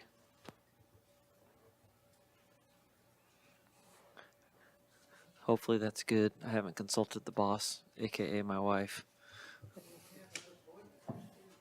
Yeah. I'll send her in my stead. All right. Thank you all for that flexibility. That will save us a little time here. All right, we've got item number 10, discussion of alterations and potential demolition accessory structure at 334 3rd Avenue South. Doug Lackey. Correct. Thank you. Hi. Go ahead and give us an overview, Mr. Lackey. Okay, basically, we have two options. Initially, we started the process, we were going to remodel the structure and got a structural engineer involved, and basically, he pointed out some pretty substantial structural concerns as well as some non-conforming code issues that, obviously, the architectural style is not the same. That's more of a cosmetic thing, but the elevation, you can tell. So the remodeling option became less attractive to us, and it's basically you'd have to just be rebuilding a new building within the building because it's so much termite damage, so much rot. And, but we've laid that out as an option in our Exhibit 7. I think we laid out all the structural engineer's reports are also in there, so you can see the pictures of the structure and the issues he's discussed. And then the second option is just to demo the existing structure. And initially, it was thought that this may be historical. Then there was some information found in one of the records where there was 3 non-contributing buildings, 2 of which have already been torn down, so there's precedent for that as well. We contacted the county historian, the tax assessor, and previous owners to try to identify the age of the structure and was unable to do that. So we just come asking what are our options here. Okay. Let's hear from staff. Miss Elizabeth. Thank you. So the applicant is here to discuss 2 potential treatment options for the accessory structure located behind the principal building. The National Register notes that there was once 3 non-contributing accessory structures. One was removed sometime in early 2000s, and one was more recently removed. And we don't have record of that removal either, so potentially a retroactive COA would be needed for the removal of that small accessory structure. At this time, there's only one accessory structure on the site. A stop work order was placed for work without a COA and permits on the accessory structure. An image of the existing state of the structure was included on page 25 of the submittal package. Included in the submittal is an engineer's report about the structure, notes from meeting with staff, the 1988 National Register listing, existing site images, and a proposed building alteration plan, as well as a proposed site plan. The engineer's report does estimate the structure could be 100 years old, but a concrete age of the building is not known, and the changes over time are not concretely known to or understood if the building is historic or could have been contributing.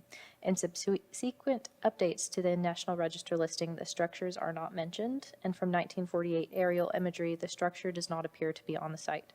The engineer's report remarks on a number of items that would need to be significantly rehabilitated and structurally changed to be up to code, as it would need to be brought up to code as it's been partially removed already.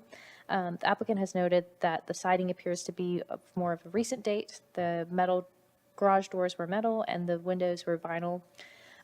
These demonstrate that these are non-historic and may not be a historic form of what the building was once. In the reports, the historic integrity is questioned since there have been numerous alterations to the building over time. The removal of potentially non-historic elements such as the second floor windows, pedestrian entrance would improve the building and increase the compatibility within the district.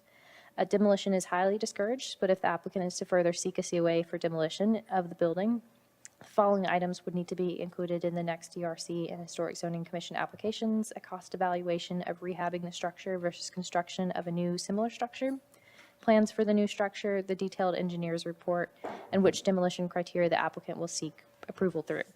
Based on the submitted information, staff would greatly appreciate feedback from the commission and discussion with the applicant to understand the best pathway forward for treatment of the structure and feedback on the history of the structure. Thank you. Okay, thank you.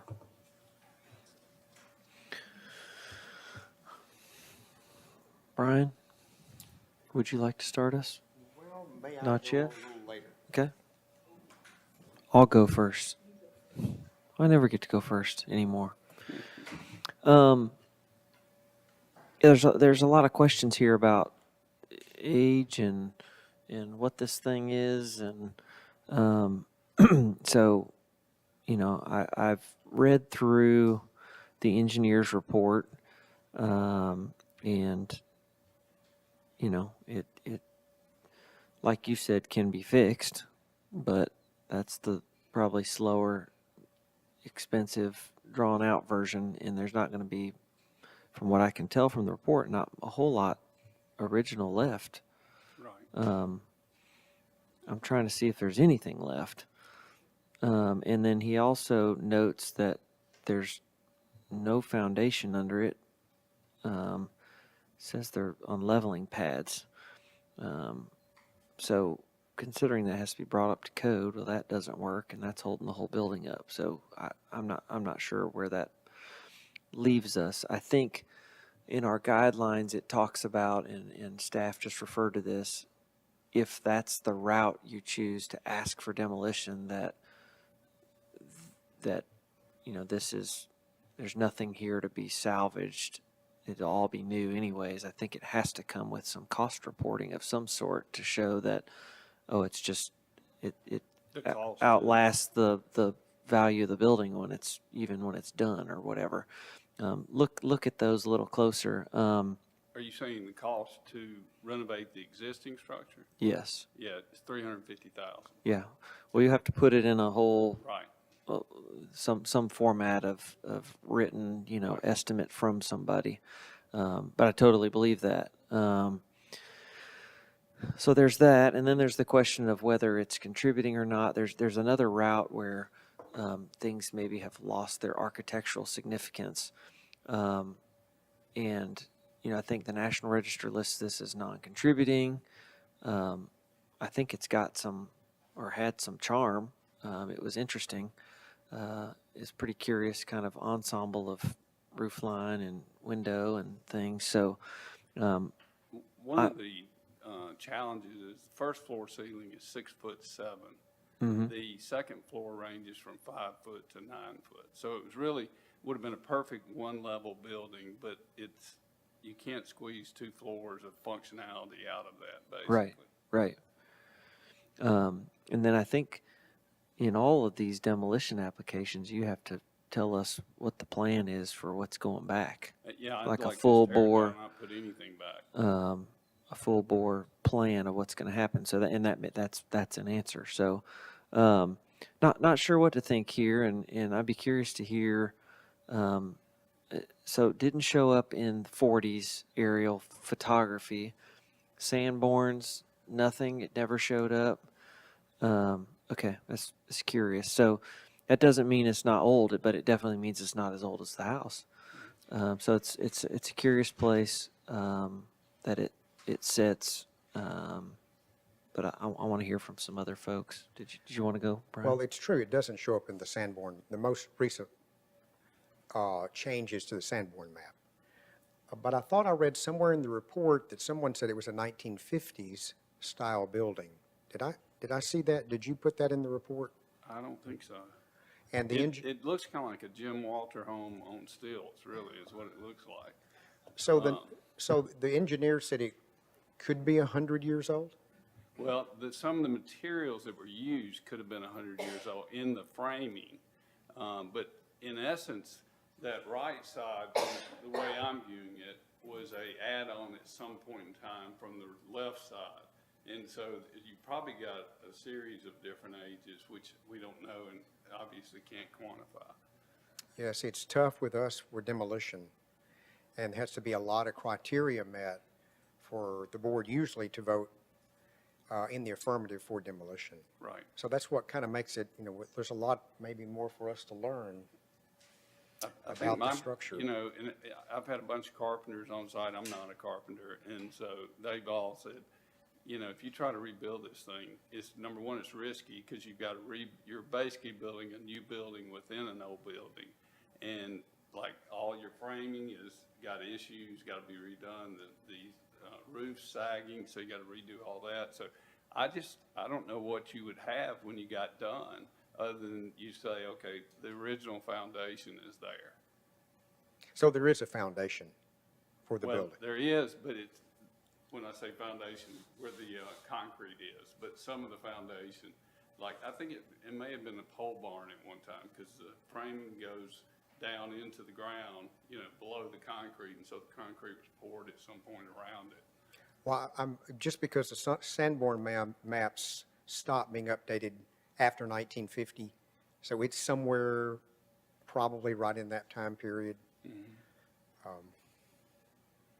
I was going to say one other thing about the main house. Recently, and I looked for it, I couldn't find it, but I've seen a photograph of the front of that house from the early 1900s, where the porch went all the way across. Oh, really?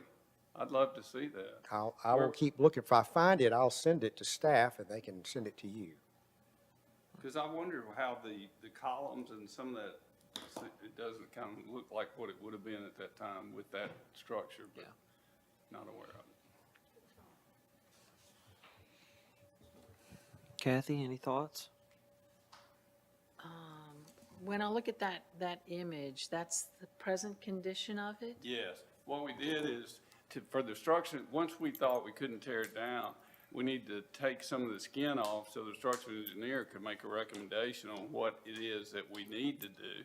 And obviously, when we started doing, there was a lot more rot and everything that we didn't realize was there. But he was able to come back the second time, issue another report saying, basically, if you have to do this, here's the things you need to do. And that's this report we're reading The here. It second. has That's the the second one. LVL recommendations, Right. all that I'm seeing. Exactly. Okay. At what point was this the image when you received you were issued a stop work? Yes. Okay. Yes. So you had already removed some of the damaged material? We were, yeah, And honestly, exposed more? I was a little concerned it might be a hazard. Yeah. Bob? I Nothing can we've only already think said? of- I can only go along with what y'all said. It's just sad we don't have more material to look at at this point. And, Yeah. demolition's a very, that's like not our word. Yeah, it's a So- very, very high bar. You know, interesting too, all along, I had not measured the depth of the building. I just thought, okay, it'd be great for a garage no matter what. If I remove the finished space, that'll be fine, it'll be worthwhile. But it's only like less than 19 feet deep, and you need like 24 feet. And then the height, of course, you need about 8 feet, and it's 6'7". And then the width, the way it's framed, you've got vertical framing in there that's about 8 feet, you need about 12. So it failed in every category as a garage as well, so it's basically just a storage building at that point. Yeah, it's not uncommon for our historic outbuildings. They didn't know we were going to have all these, Suburbans. Well, that's not a Suburban, you couldn't get a carriage in there and get out, Yeah. because it's only Yeah. 8 feet wide. Yeah.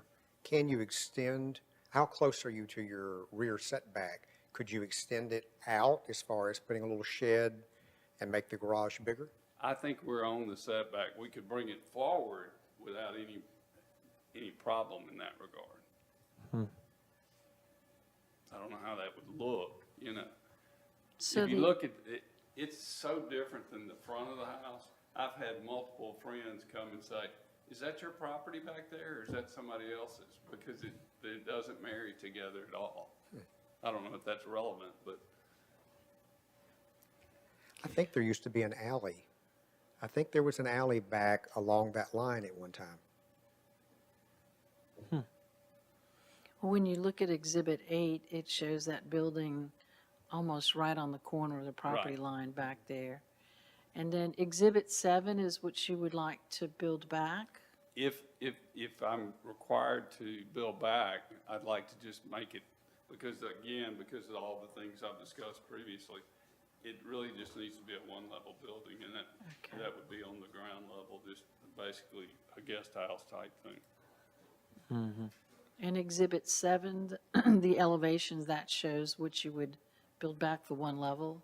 Right. Okay, it's reading like a two-level that. Well, I don't know how I would change it, because That's like what's that there. left side, you would still only have like a 10-foot ceiling in there. Are those some of the existing ridge lines of what's present now? Yeah, that's Okay. all the original. So the that's- only reason. That's the original Blocked massing with within just with the bigger original. doors. Yeah. Okay.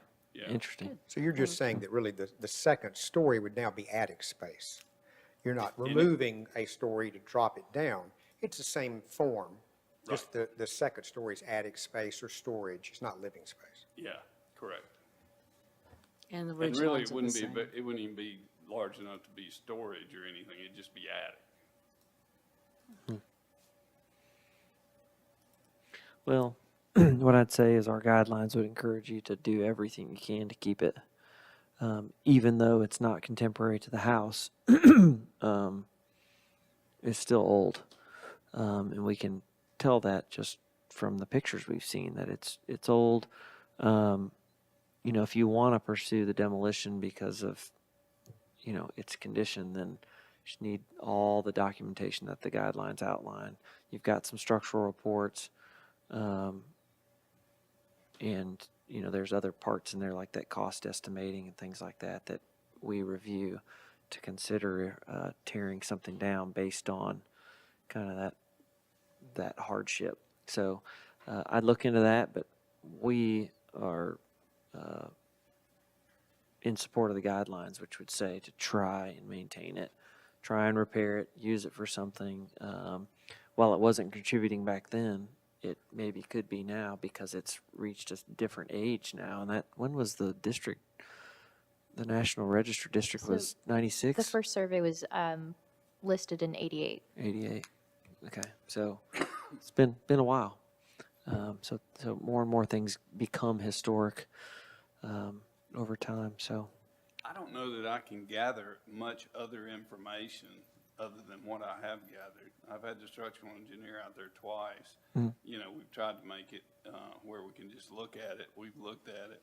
So if you guys can give me a little more clarity on, do you think this thing is not going to get a demolition permit? If that's the case, Yeah. then I can, is this layout and revision, does that look okay to y'all? as far as going forward. Well, like what I would say, like I said, the guidelines would encourage you to keep it. So if you were talking about doing something like renovating it into what we're looking at, I think we would all like to see that more than we'd like to see it demolished. There are very few examples of us approving demolition. Very, very few. And it's a very high bar. You have provided a lot, and we appreciate that. I think the one thing that staff mentioned was that cost estimating. You have a number for that, so when you come, bring that with you. That's an important Let's piece. say if I'd have had that tonight, would that really make any? Well, we don't vote at this meeting, so Yeah, I we know, but would we'd it never influence tell you those? which way we were going to vote, and we're only about half power here tonight. So we don't really tell people, well, yeah, we think we would vote this way or not. We don't do that at DRCs. And this is, a decision you have to make on whether or not you want to pursue the demolition. Our best encouragement would be to try and rehabilitate the building and use it.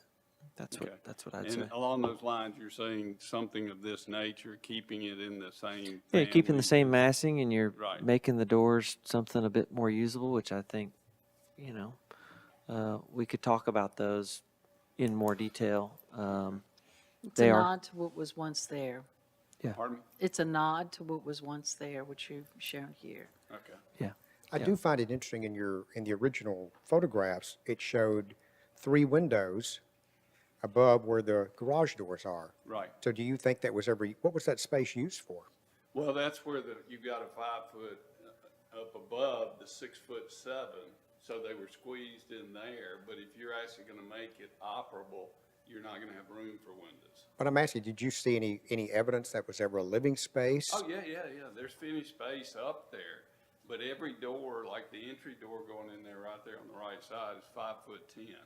No door in that inside was a standard 6'8". And so it was just not very functional at all.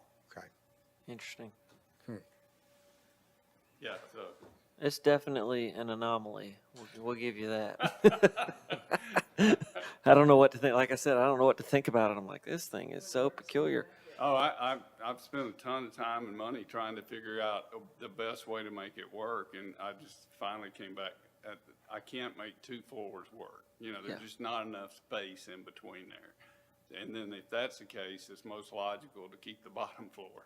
Yeah. And so that's kind of where I've come to. Okay. Well, thank you for bringing it. Yeah, thank Appreciate your y'all. time. Appreciate Thank you your so time, much. too.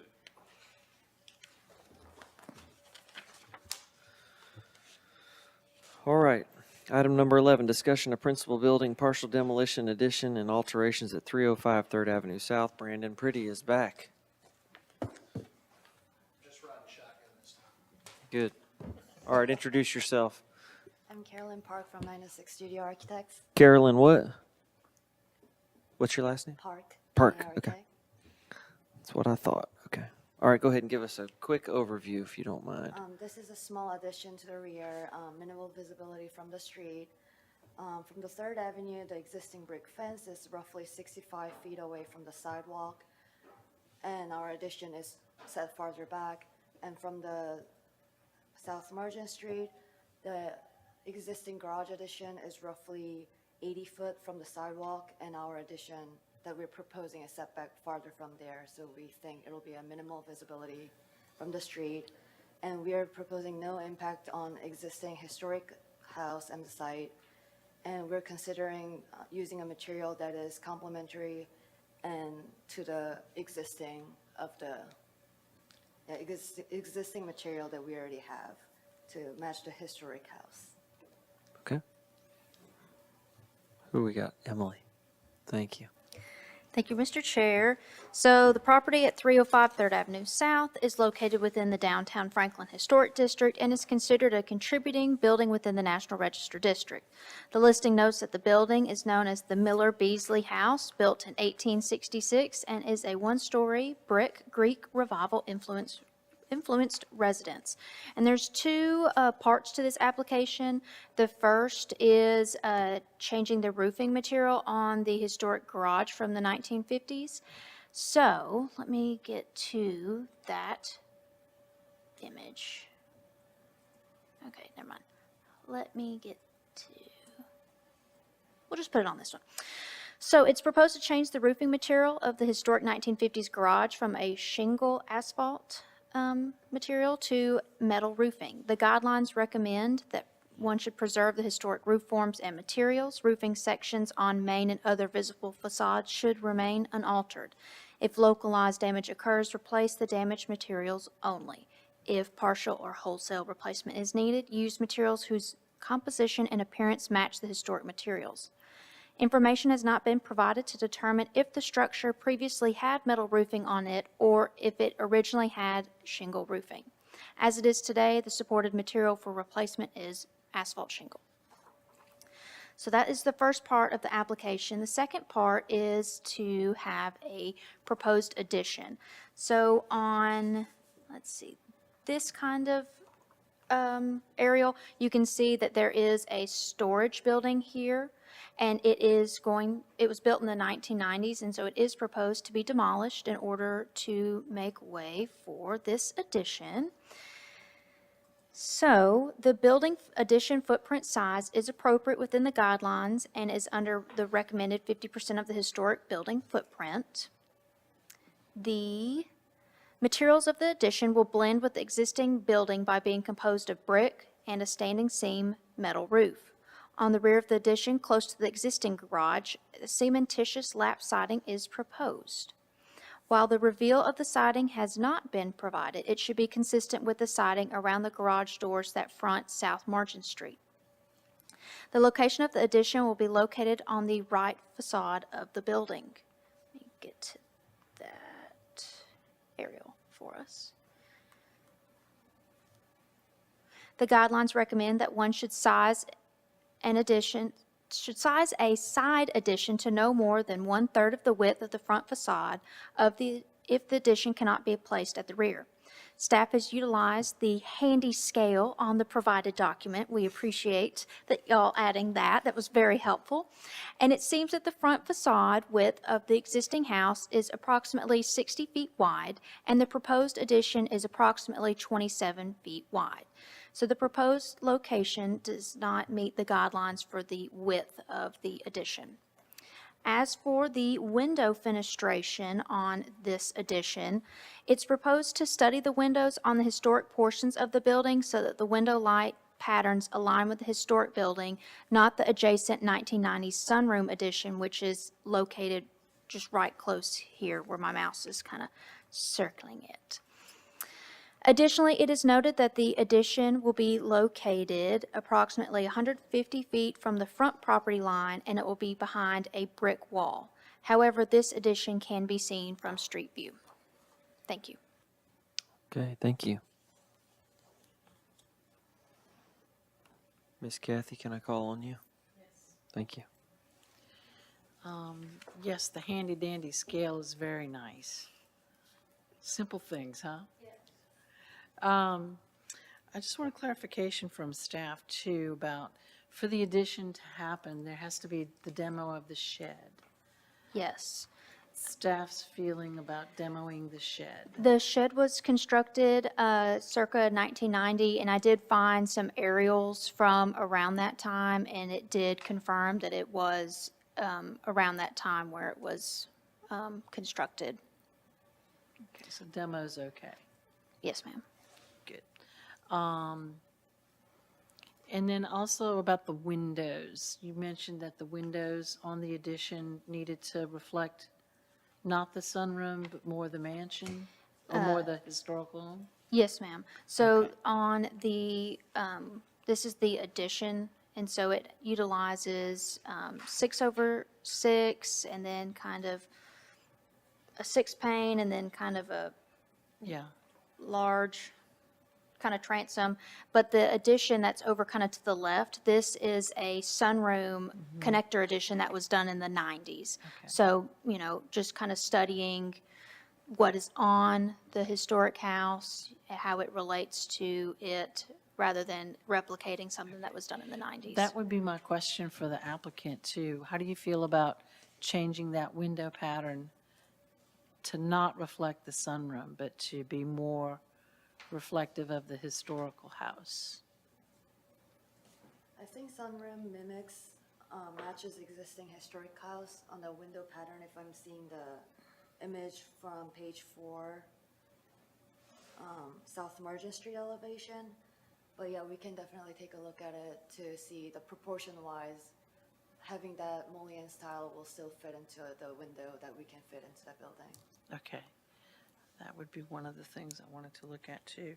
And then about the roofing material, it is currently asphalt on the garage, right? The existing garage. And you're looking to change that to metal. Is that to match? Match the existing building. and The existing historical home? historic Yes, that's a Okay. metal building. In color as well? Just to keep a consistent look of it. Okay. I'm not quite sure if I would support going to metal because our guidelines say to keep it what it is. If there was some significant way or image of something, I mean, was it always asphalt? Do you have any way of finding that out? We've not been able to find any information on that. Okay. I mean, we do know that section is. 1950s. Yeah. It's older, which would make me think it had a metal roof, because the rest of it does. It's kind of a one-off, which is why it felt logical to bring that back as well. I think it's on the Sanborn map. I'm wondering, was that a kitchen house? Can you tell anything historic about the interior? I mean, you can see the wood, and it's like 2-inch frame, so that's about it. There's nothing. It's a shell space. There's nothing in, or well, what we put in there, there's not as much that you can see in there, if I remember correctly. Are the walls brick or frame? I think they were framed. Yeah. So it's a wooden structure and not a brick structure. At least 1920s. So if you were to change it to metal, you would need to find some sort of photograph or consult a Sanborn map or something that would indicate maybe it was once metal, which I think is what you would, Commissioner Lassiter was hinting to. If it was a brick kitchen house, it may have had a metal roof way back when.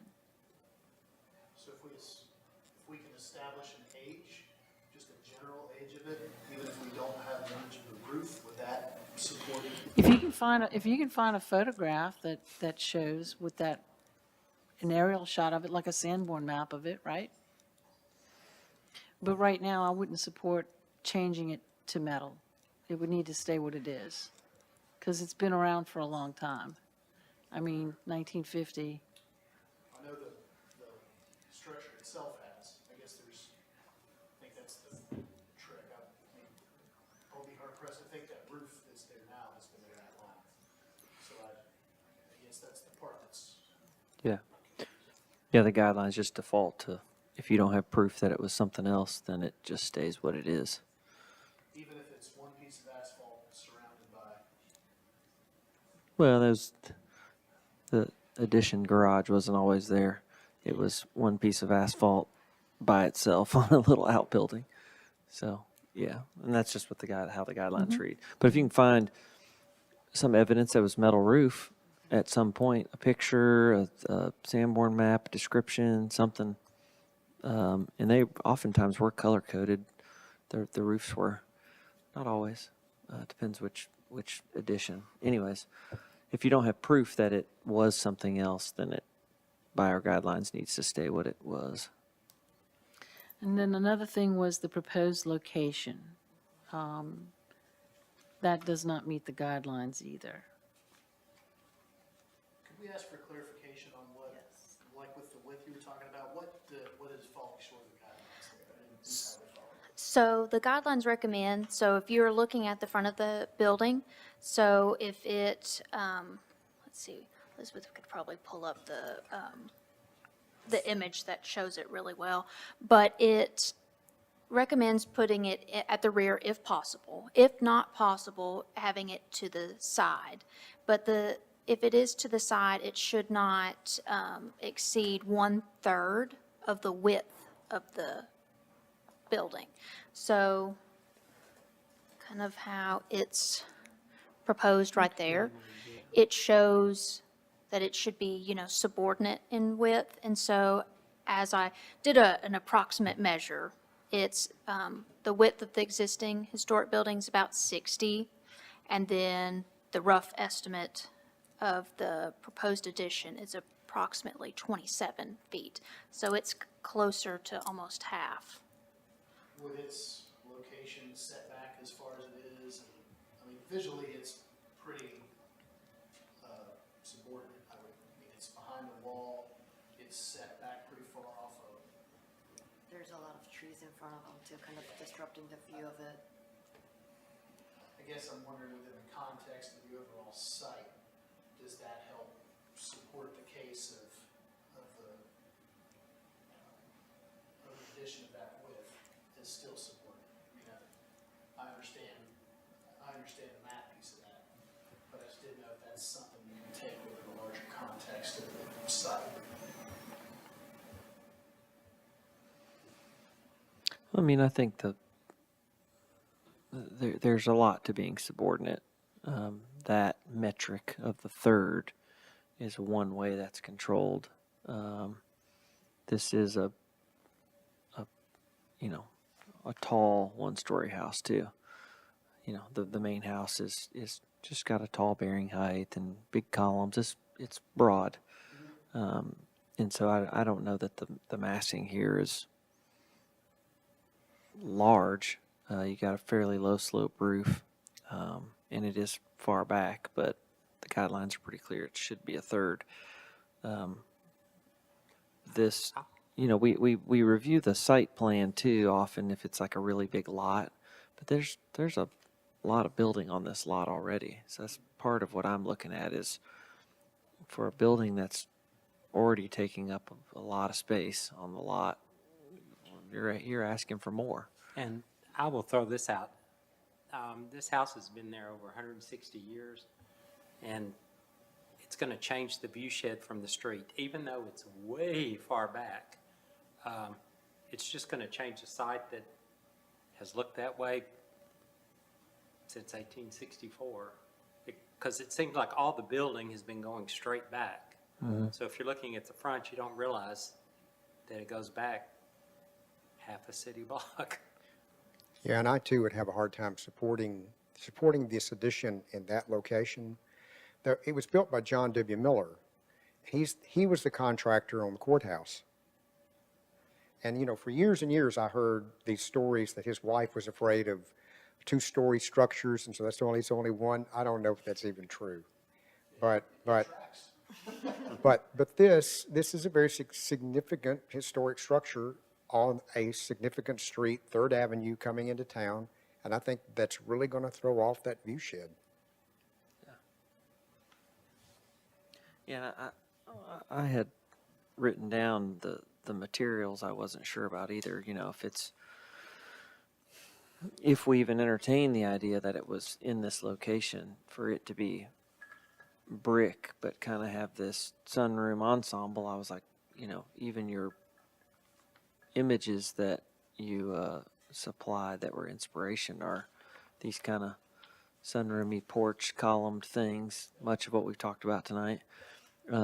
So it's putting a lot of pressure on the lot, and we talked about another project earlier tonight, that it's a gateway to, it's kind of a demarcation of, we've entered a zone, and this is the spot. Cross the bridge, and it's like I've arrived all of a sudden. Do you think it would feel more appropriate, because we had actually looked at some previous iterations of doing that with more, like that middle image there where you got it's more trim and siding and hardy, to kind of create a clear demarcation between the original brick house versus an addition that was pretty clearly. Well, I think that would be lighter feeling. I'm still not sure it's in the right spot on the site. But looking at your site plan, I don't know that there's, like I said, the lot's been so built out. And we're still, from a square foot, we're meeting the guidelines from the square foot, right? Absolutely, yes. Well, yeah, but how much of this house is OG here? So, from the site plan, it shows that the existing footprint is all kind of in this blue area. The red portions All are- that blue was built from the get-go? I haven't done I all, understand that's all within the 50 years, because that's how we're counting it, right? Okay. When you look at the historic house. Yeah. So it's not all, like, it wasn't all built in 18, Sure. 60, 1880, but Sure. it's all within that Sure. historic time frame. Yeah, I understand that. In another 50 years, all of this will be historic, and they're gonna 50% it again. And well, they might be you. If there's no room, then we won't be. Yeah. I think to me, it's not appropriate from what you see from the front elevation. You know, that's why they're calling for an addition to be 1/3 of the width of the front elevation. So when I look at that, trying to find the drawing, when I look at schematic page 007, and it's got the front elevation of the home, and it shows that addition. It's behind a brick wall, a brick fence. But and whether your question before was, do we stylize it up even more? To me, that's no, because it's still too much in the view shed, like Bob and Brian were talking about, where it really detracts from the historical front elevation of the home. So to me, it seems like it's just one more piece of property, one more addition that doesn't need to happen to this site if you can't hide it behind the house major. But I guess in looking at the site, I mean, if I'm understanding right, I don't think there would be an addition that would be acceptable. Correct. Because. It can't so hide he can't- behind the house. He can't add on to his house, is what you're telling me. Or at least he can't, well, let me understand, if we were within that third, would that be acceptable? That would be something for us to consider, yes. That's why we have that guideline, yes.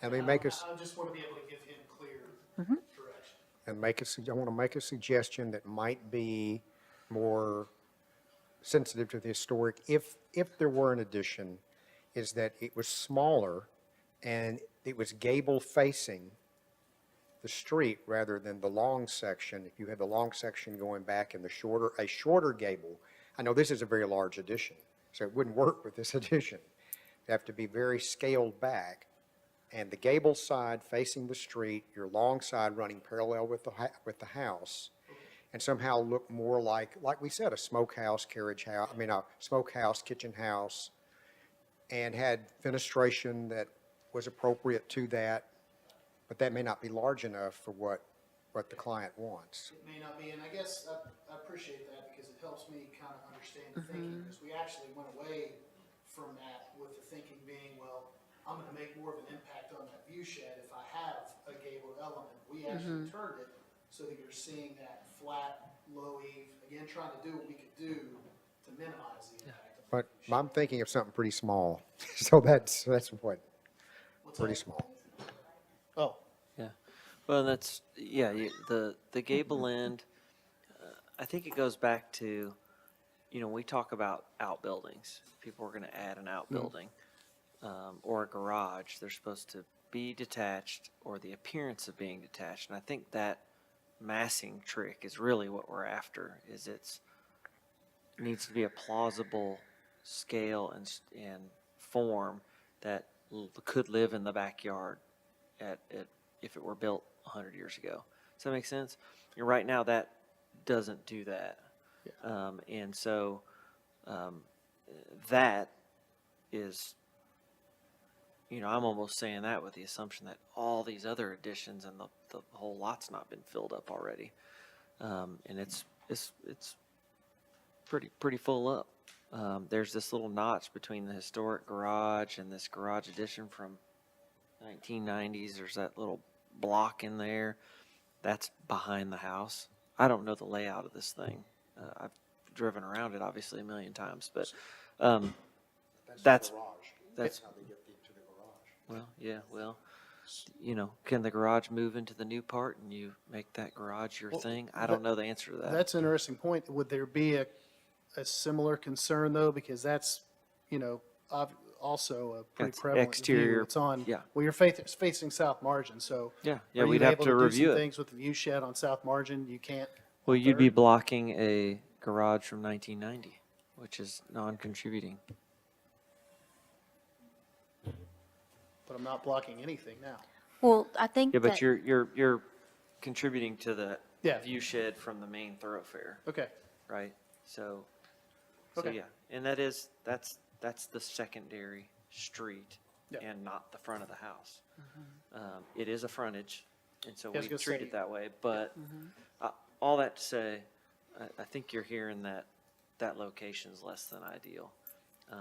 If you really want to pursue that location, it needs to probably fall on that third and need to look like Yep. it's a plausible form that would have historically been there, like a smokehouse or Yep. a carriage house or something.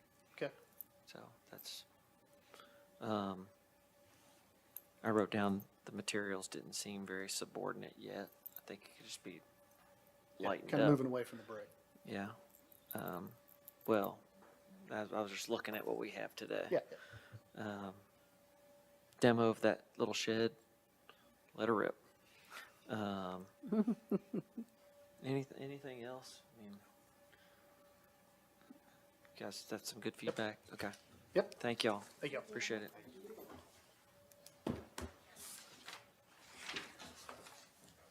All right, I think last for tonight, since we rescheduled number 13, number 12, discussion of new construction hotel parking structure, refuse locations, partial demolition of 9 and 10, buildings 9 and 10 at 230 Franklin Road, the factory.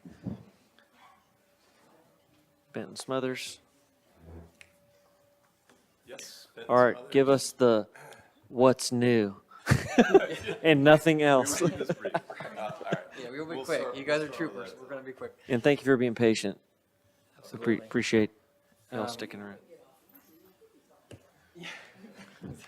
We would never.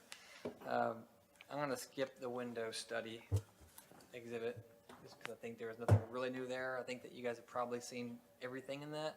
You might have even seen this, and so if you guys have any issues or anything that you want to talk about, we can go through that, but otherwise I'll put it to the side. So the window study, I'll stop right there real quick.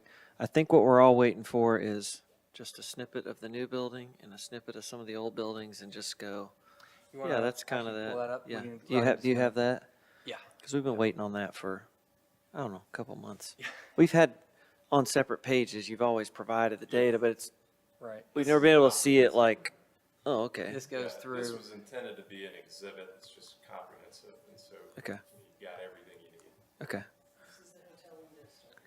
Yeah, hotel windows in comparison with, Right. is that right? I know clicker's With not working anything terribly on there, site, but- you know, there's all kinds of stuff, but.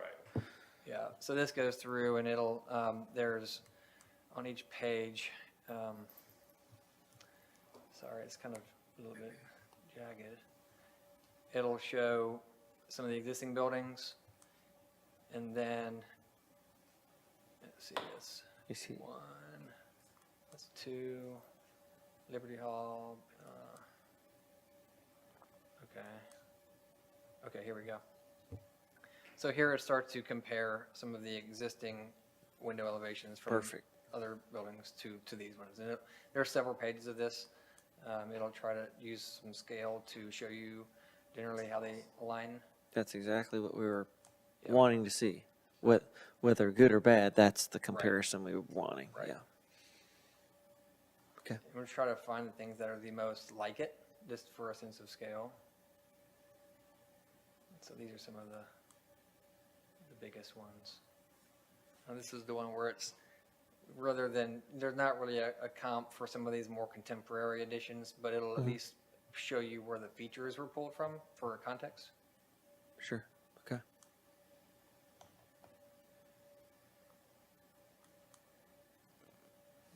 Okay. Okay. All right, move on to the next thing for us. can I add one comment? Yes, ma'am. I just have one comment about the window. For like, let's see, like this elevation, would it be possible to have the window measurements for this, just so that we can have further clarification to fully understand if it is, Dimension them. yes. All right. Yeah, we absolutely have those. Okay, Thank you. Perfect. What we did here was we have the measurements of the panes themselves, and so it's a modular window, and so we're sticking to those grids, and so we're just making sure that that's staying true. But we can definitely do that. Okay. All right, let's go to pool deck window study. That'll Pool not sure, it deck. might be easier for you just if you know where. So it wasn't building 9 and pool here we deck? go. Is that the? This one's really quick. Last meeting, there was a question about, or an interest rather, in how we construct that demising wall. And so here we have some more information on that. So I'm going to go to the next one where it becomes really clear. Here we go. And so this is the wall that's in between the Building 8 pedestrian alley and the pool. And it's a combination of 2x2, I think it's 2x2, 2x6s, modular lumber to give it that board and batten look that echoes the existing board and batten, but it still gives it some transparency and some sort of lightness that you can tell something's happening inside of it. Okay. So And those are wood. it is wood. Okay, thank you. I see timber, and I was like, okay, yeah, timber's wood. Right. So that provides privacy and some ventilation. Right. Yeah, the idea is we wanted it to resemble the existing building, kind of echo it, but still it's a different thing, right? So as you walk through it, you'll still have that same kind of rhythm of materials, but it's still outdoors on the other side of it, right? And so you want to be able to hear water or see some greenery from some landscaping that might be kind of popping up through the crack as you kind of walk in. It'll kind of Okay. change. I have a quick question. Yes. For that. Would that be a painted wood?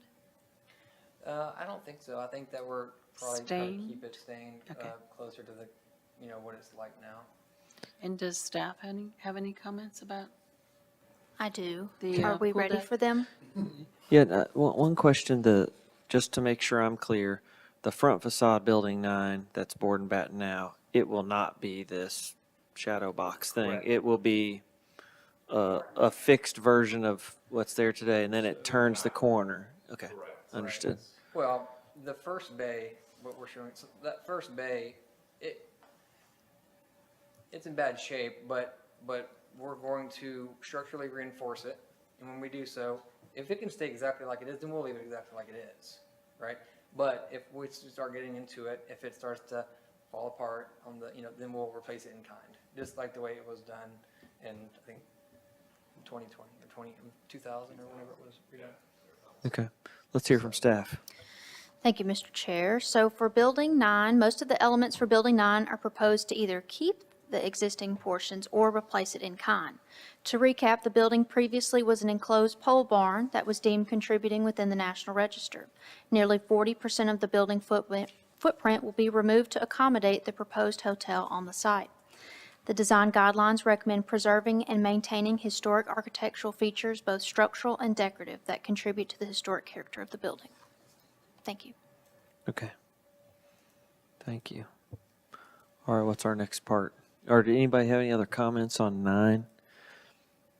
Anything new on this roof? I'm seeing this exploded view. It's still open air trellis and existing roof, it says. Nothing new on that from last week. Okay.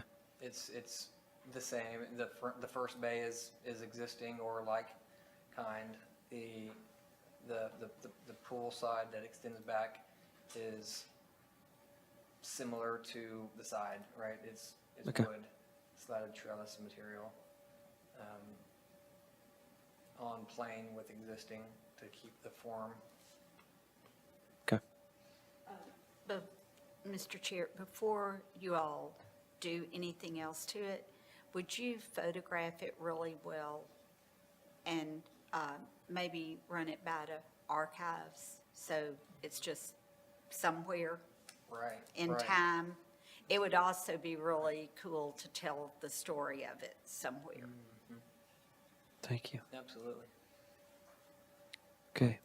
Here, nothing else. Let's go to this building 10, a mechanical. Actually, can we go to the Marquee real fast? This one's gonna be quicker, I think. Marquee and north facade, okay. Marquee, first facade, yep.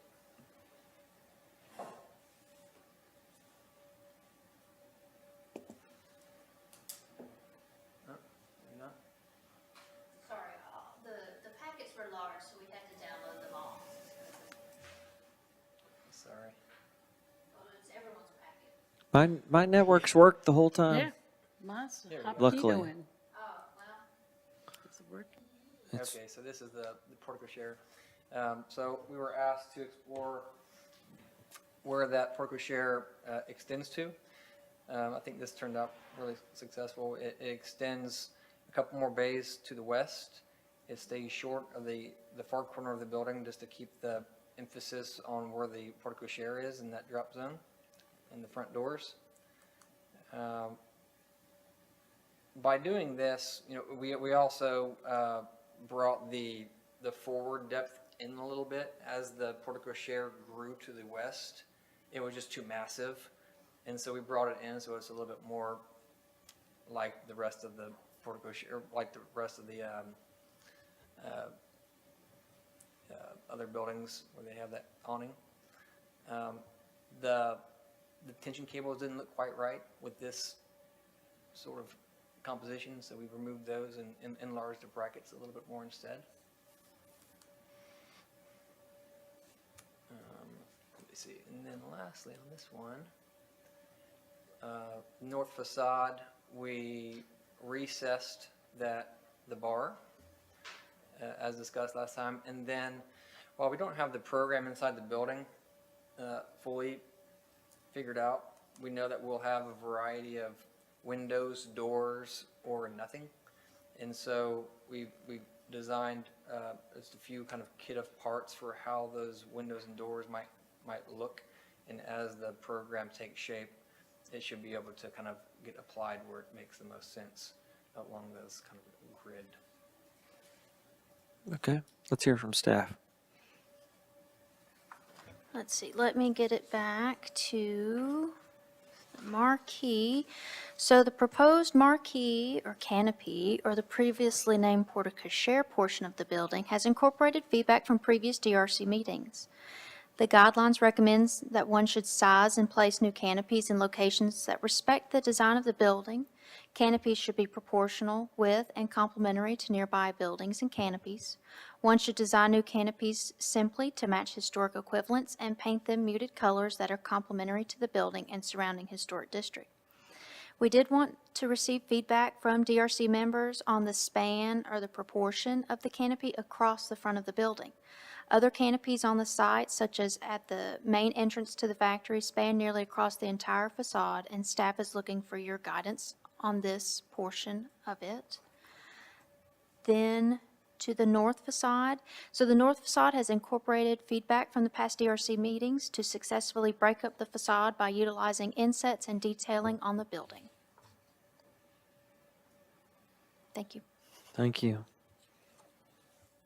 Anybody want to go first? Or I can go first again. So the portico share, let's start at that. You're just calling it marquee, not because it's a sign, but because that's another name for a canopy, right? I don't know why they called it marquee. What's that roof going to be? The corrugated metal. Corrugated metal, okay. Yeah, as soon as it becomes asymmetrical, if it's standing seam, your seams don't hit because it's not at a 45, and I was like, oh, that's no bueno. If it's this corrugated, which we do see, and I think we have approved out there, I think that's probably not a concern. I don't have a lot of feedback on the width. I think I liked it better when it was symmetrical and shorter, but you know, it's not about what I like. I don't think it's guideline-wise, it speaks to that either way.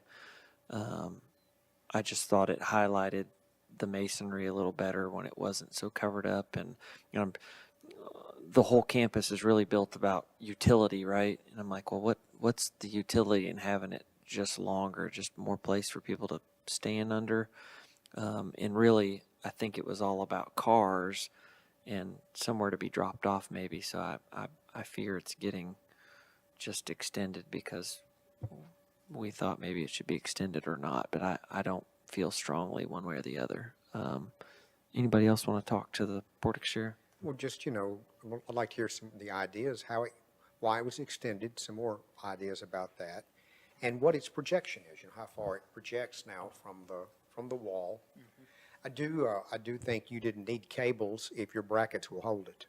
I mean, that's redundant. Right. So anyway, Well, the reason was just because we were asked to explore that, and so that's the reason. Anything, Bob? I don't mind it extended out. I still like it to where it's not all the way to the end, so you at least know everything's going in that right direction. Right. To an entrance. Right. So, looks good to me. so how does it work for you? I mean, are you happy with this? Is this fine? Yeah, and I like it, and I think that whether it goes to the end or it pulls back again, I like the general, no, I like it being shallower personally, just because there's no cars out front, right? And so then it just becomes a structural kind of odd depth to me. You know, there are aspects of this that probably are practical, right? With the sun is facing south, and so in the summertime it probably is useful. But I think that it can be just as successful pulled in like it was before. Okay. Well, I think having it weighted more to the right side leads you to the entrance as well, which is frankly part of the idea. Okay. Mary? I probably like it if it were centered, but if it's more practical this way, I don't have an issue. Kathy? Yeah, I'm happy it doesn't go all the way across the whole thing, but it does, I like the depth because it reads pedestrian and not vehicular, so I think that was smart. You know, it's unfortunate, we've got 7 windows, so it's kind of tough where do you stop and start it, so, you know, if a pair supports you enough to not cover, then that's fine. If there were 3, you know, it could go either way, but I think it needs to be 4 or 5, and you've got it on 5. So, again, it offers shade. You know, one would question, why didn't they take it all the way in? But I like it not going to the end. The way it looks is just, I don't know if you would call it quirkiness, but it works. So either it needs to go where it's at or even shorter, but I like where it's at. I think when we toured the many times, one of the things we all talked about was, you know, there's all these like weird pipes and just junk all over the building. But if you took it all off, we'd all go, what'd they do to this place? Right. And that's why it's like all the weirdness is all the things that are sort of endearing to us because, you know, we try to keep our houses and civic buildings and everything very tidy and neat and cleaned up. And this is just furry. And it needs to be. So yeah, it's like, it's just, it's furry and it's supposed to be, to be here. It's supposed to be. I really, looking at these right now, it was a journey to get here for everybody, but I feel like we're here. It's a great feeling to know that this fits in with the factory site. So let's talk about the north facade. I think I understand what you're saying, the kit of parts, you know, where will doors and windows be? Not sure yet, but I think massing wise, the step backs, the roof things that you've done have been helpful. It doesn't look like one big long expanse. It looks like 2 buildings with a little connector now, and that comes off a little bit better. Any thoughts, anybody on that? Just what's the material being used for the exterior, for the skin? The white area will be brick, and the connector piece will be metal. What color brick? It'll be a red, something complementary of the factory. Mary? Mr. Chair, I think it would be good to bring that with you when you come to the regular meeting. A We haven't sample? selected the exact brick yet, but we can actually, we will absolutely bring that for review. Yeah, we get to that point for a COA, we'd want to know. Yes, ma'am. And then also bringing the metal for this building. I know we've suggested that several times, but having that just so it's a actual, like an architectural metal, so that everyone can see that it's not corrugated, that it is a, architectural significant piece to the building. Okay. Anybody else on this one? Yes, ma'am, Kathy. Yeah, Mr. Chair, it might be, when I'm looking at this perspective right here too, the upper windows do read like a clear story from the main factory hall. My question is HVAC. It's all internal, all condensers and units are on the roof. There's no window unit Correct. attached to each of these. So what we see here is a clean, Right. actual image of the hotel. Okay, Right. I appreciate that. Okay. Anything else? See the next thing? That's next. All right, where we want to go next, gentlemen? Building 10 and mechanical. Here we go. There's a nice segue. There we go. How you like that, huh? Right. She's brilliant. Where we were going.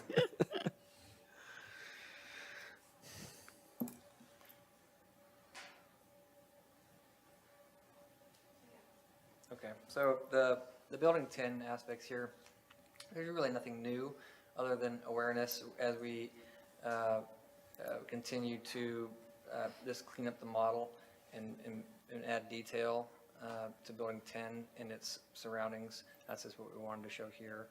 And so we're showing how the existing building fits into to the hotel. This, while we know you guys aren't interested in the inside, this will just kind of illustrate how that building will sort of kind of jut through with glass and openings above to kind of make sure that it maintains its uniqueness and awareness that it's something separate from the building, right? Equipment, mechanical. And so we have started to put equipment sizing onto the building. So we will have some large DOAS units. We are placing them in the middle of our flat roofs so that they're as inconspicuous as possible, but they are still tall. These are the clean air, the fresh air intakes. In the middle here is just over 9 feet tall. The parapet is, I believe that's over 6 feet tall. So it is sticking up above the parapet. And so there's some studies in here that show how the sight lines are affected by that. So you won't see it at all from the front. You'll see it peeking over the parapet from about 300 feet away. By then, you shouldn't be able to tell what it is. You'll just be able to see a little clip of it. We're proposing to leave it this way. Instead of adding separate screen walls, because by the time you add clearance requirements around this DOAS equipment, you're going to see the screen walls more than you will see the unit itself. And so everything that we've looked at so far in all the previous drawings have all had the DOAS units shown here. And so it's, as you look at different images through all these packages, and if you look closely, you can see a little sliver in some areas showing that DOAS. Here are just some images with arrows that pointed out. You can't see it at all from the I was gonna say, I pedestrian don't think alley. anybody can discern it. You know, Right. nobody's gonna go, ooh, I can see a Right, sliver. a sliver, right. Right, Okay. so. Staff? Thank you, Mr. Chair. So I'll start with Building 10, and so we did want to thank the applicant for including more information on how it's going to be incorporated into the building. That's very helpful. For the mechanical equipment, the equipment will protrude 3 feet 3 inches past the parapet of the cube portion of the building.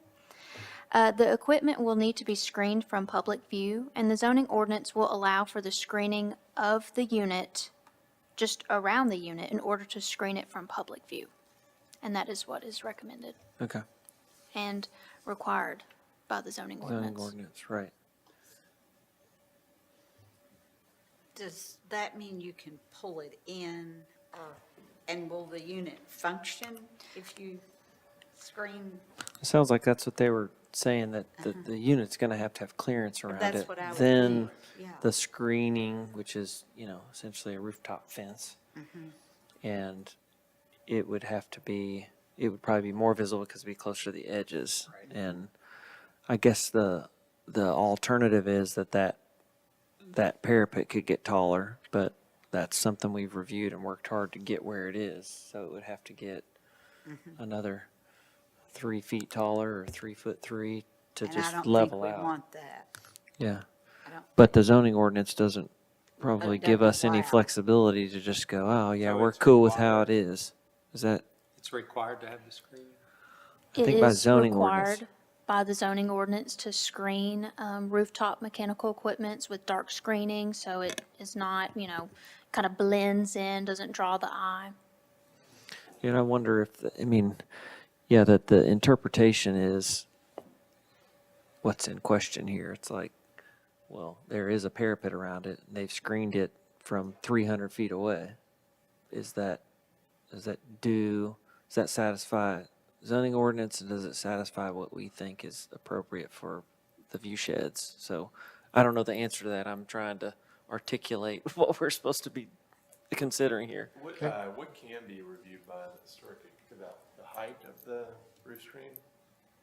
So I believe that the zoning ordinance just states that it just needs to be screened, so it doesn't have a specific height called out. Yeah. So as So we long might as have it's, some discretion. Yeah, and the reason why I asked, because we looked at this with Two Hands in Building 13, and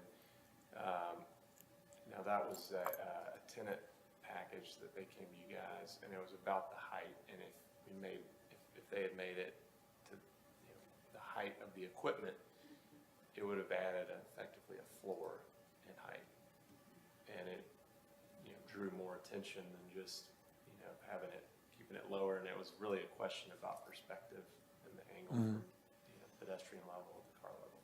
And in reality, there are mechanical elements that you can see all over the factory, as far as mechanical units on the building. So on the screening, it has to totally be screened by zoning. It can't just partially, it has to totally be screened from view. so it could be, like a little screening just around the unit. It doesn't have to be the whole surround of the cube portion. It's up to the commission. I will say about the Two Hands one, the reason why it did come to the commission, it potentially could have been reviewed administratively by staff, but since it was on the corner and it faced Liberty Pike, staff. Much lower, too. Right, and so it was highly visible, so that's why it came to the commission for y'all's review and decision. Yeah, not, if we have discretion on this to interpret it, I feel like that we don't have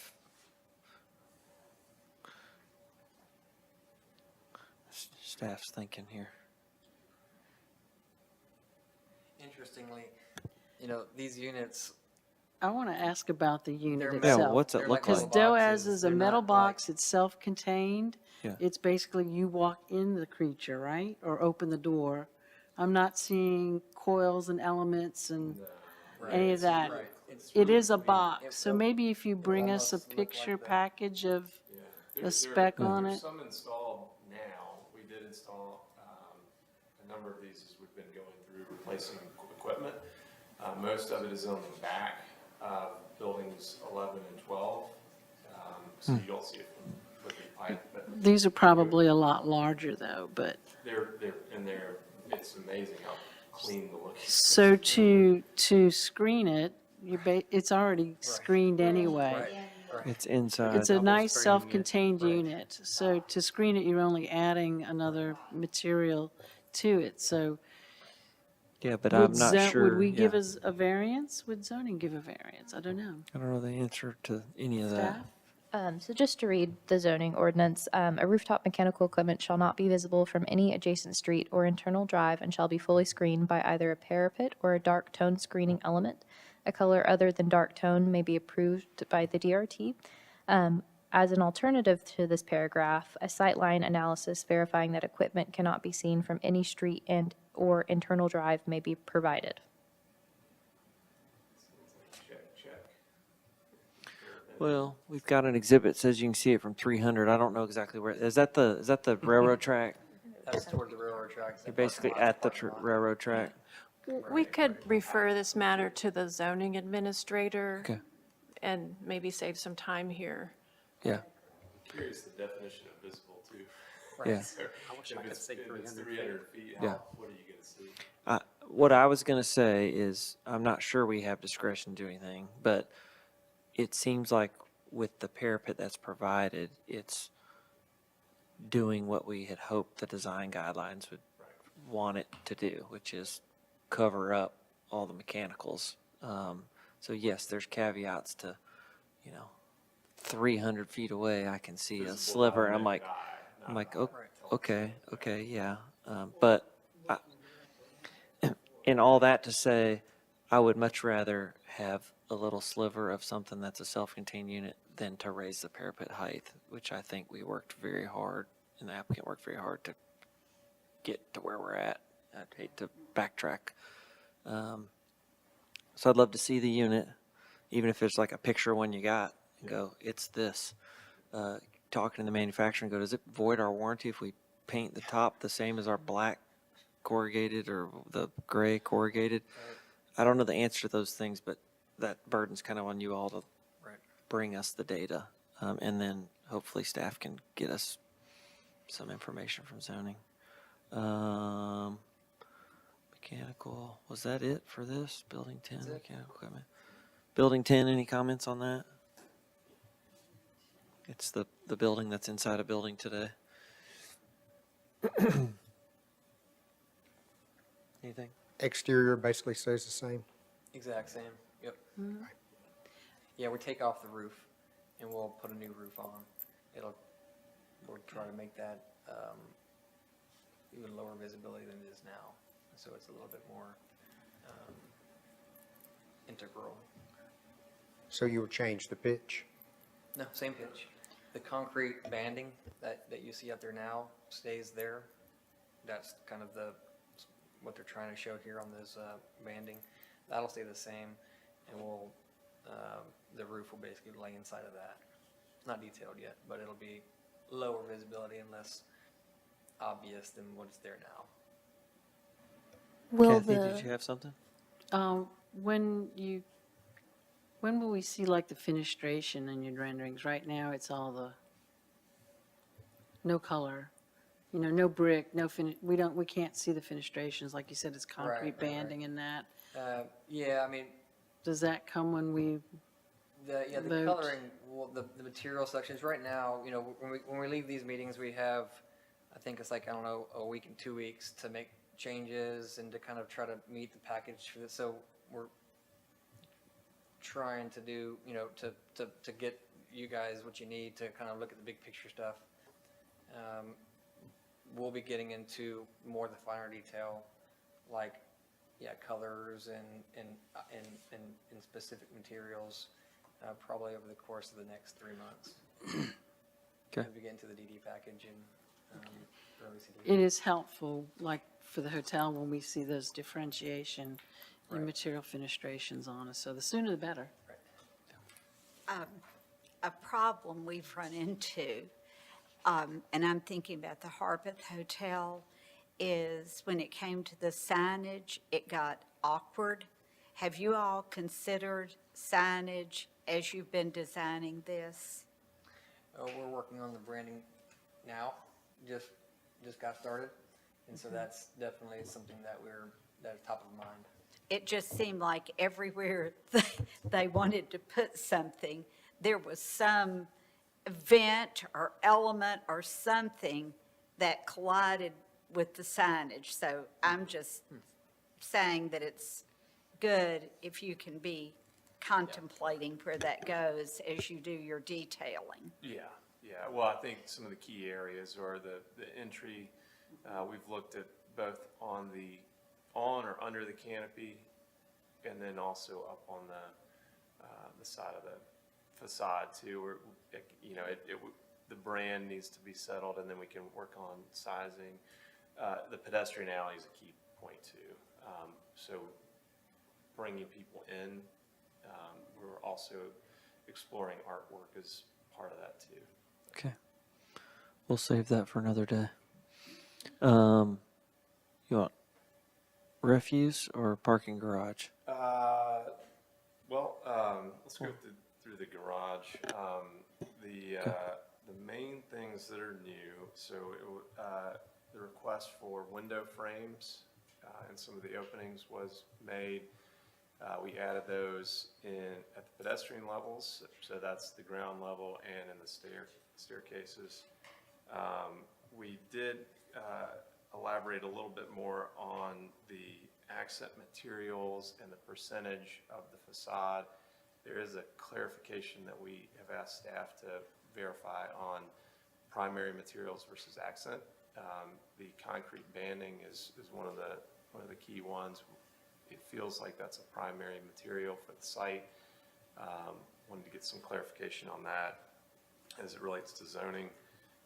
And then we did want to explore the thin cast brick, thin brick a little bit more. So this is an option we want to ask for approval. So we could do the thin, or we could do conventional brick. Our preference right now is the thin, and that's for safety, speed, cleanliness, durability over time. But you know, it's a tight site. We've got obviously the historic buildings we're working around, and then it's an open center, so we have to work around that.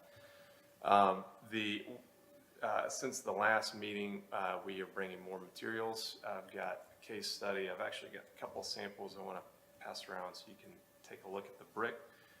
We've got some photography of those against the buildings in a few places. I've also got some imagery of a cast panel in here so you can see how the joints look. And then there's some joint details that came from Centric, 3/4 inch joint. And then there's some more imagery of some of the downtown garages, for example, so you can compare the control joints in a conventional facade brick for those garages versus the same joint we're proposing. There's another elevation that we also have where we're laying out the control joints in the proposed garage facade. And the significant part of that is that we are able to naturally break them on these concrete bands. So if you recall, the concrete bands became part of the topic when it was requested by the DRC to make this look a little bit more like it's a building with a garage that was placed in the building. So we drew inspiration from Building 2 specifically that has the concrete banding, and that made it look more like a building, but it also allowed us to have these places for a control joint where we can, instead of trying to match the brick with a red joint, we can match the concrete brick banding, and it falls kind of in a natural place on the building. So anyway, these samples, if I can maybe pass these around, you can look at them. This is actual brick that is cast. It's new brick. It is then put in a rock tumbler to give it a little bit of some imperfections, and we put it against our buildings, and it's pretty remarkable. These are a couple of options we've kind of landed on. That's not saying that these are final selections, just to give you an idea of what we can do. Okay. Staff want to give us a report here while they pass those out? Absolutely. So we'll just keep it on this screen. So the parking structure has incorporated feedback from previous DRC meetings into the proposed design. The structure will be connected to buildings 3 and 5. Per the zoning ordinance, the parking structure's primary material is brick. The zoning ordinance limits accent materials to 25% of the net facade, which are proposed as architectural metals and concrete for this structure. The metal alone meets the accent material zoning requirement, but as proposed, the use of concrete banding that relates to the adjacent building 2 will push the percentage of the accent material over the minimum 25%, or excuse me, the maximum 25%.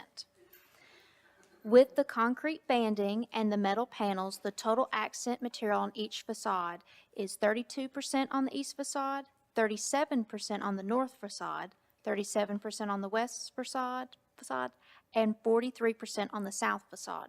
Current planning has indicated this heavy banding concept may not meet the vertical articulation standard in the zoning ordinance. When screening is utilized on the rooftops of buildings, typically the screening is adhered to the parapet and the metal paneling is not a part of the building wall and parapet. The structure will need to be studied in order to have the screening read like screening elsewhere at the factory. It is also not seen on the factory campus as window openings in the metal screening, but the proposal does effectively reduce the appearance of height with the change in materials to the dark metal.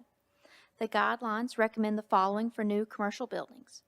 Use brick or masonry materials that are compatible in size, profile, and detailing with historic materials. Design roofs to be flattened, utilize parapets to be similar to surrounding historic commercial buildings. Use decorative details in a manner that is compatible to those on nearby historic buildings while avoiding direct replication. Incorporate traditional facade elements and traditional entry patterns. Design all facades to be compatible with the surrounding historic buildings. Design new windows to be compatible with the size, placement, rhythm, and relationship of solids to voids of those on nearby historic buildings. Maintain vertically proportioned windows with traditional spacing patterns and alignment created by upper story windows of nearby historic buildings. And align architectural features with the new building with those of nearby historic buildings, including floor to ceiling heights, cornice alignment, window and door heights, and foundations. As proposed, staff suggests that the elements of the concrete banding be restudied. As such, the bottom banding of Building 2, and I'll scroll to that so we can view it. So, here are the existing photos of Building 2. Thank y'all for providing those. Building 2 has a concrete element on the bottom of the building, and the proposed structure has brick on the bottom and then a concrete band. The concrete band detailing on Building 2 is located at the top of the windows, while on the proposed structure, the banding is at the bottom of the second-story windows. It is suggested to study the banding measurements and foundations on other historic buildings on the site so that the details are complementary. The utilization of the architectural metal features on the window openings on the first floor relate to the adjacent remaining wall of the building close to the new carousel building. However, measurements should be confirmed. Thank you. Okay. One last comment. Yes. Jared wanted me to let everyone know that it's recommended to have a preliminary meeting with Building and Neighborhood Services just to make sure that all of the requirements for parking structures are met for exhaust and structure, as he couldn't really comment on how it is today. So just wanted to let y'all know about that. Thank you. Okay, thank you. Brian, you want to start us? If you've got anything. Well, I guess the first question, I know this may be because we discussed the fenestration and with the metal grid pattern. So we see that on the first floor, and we don't see it on the second floor. Was there a reason for that decision Oh, yeah, the frame. in the parking garage? I'm just talking about the metal grids. Yeah. Well, it was, to, for lack of a better term, to keep it less busy. We thought focusing on more the pedestrian levels, which would include the stairs too, felt more comfortable. It drew less attention to the rest of the building. We drew some of this inspiration from some of the garages downtown too, which did something simpler. But yeah, that's essentially what it just felt right. I think it adds a lot. I think, as far as when you're viewing the building either as a pedestrian or as a motorist, I think that adds a lot to what the factory is. And the former building 4 that was demolished in its place, that one wall that's shored up, it's kind of the same height too, right? So it corresponds with that. There's actually going to would be an alley there.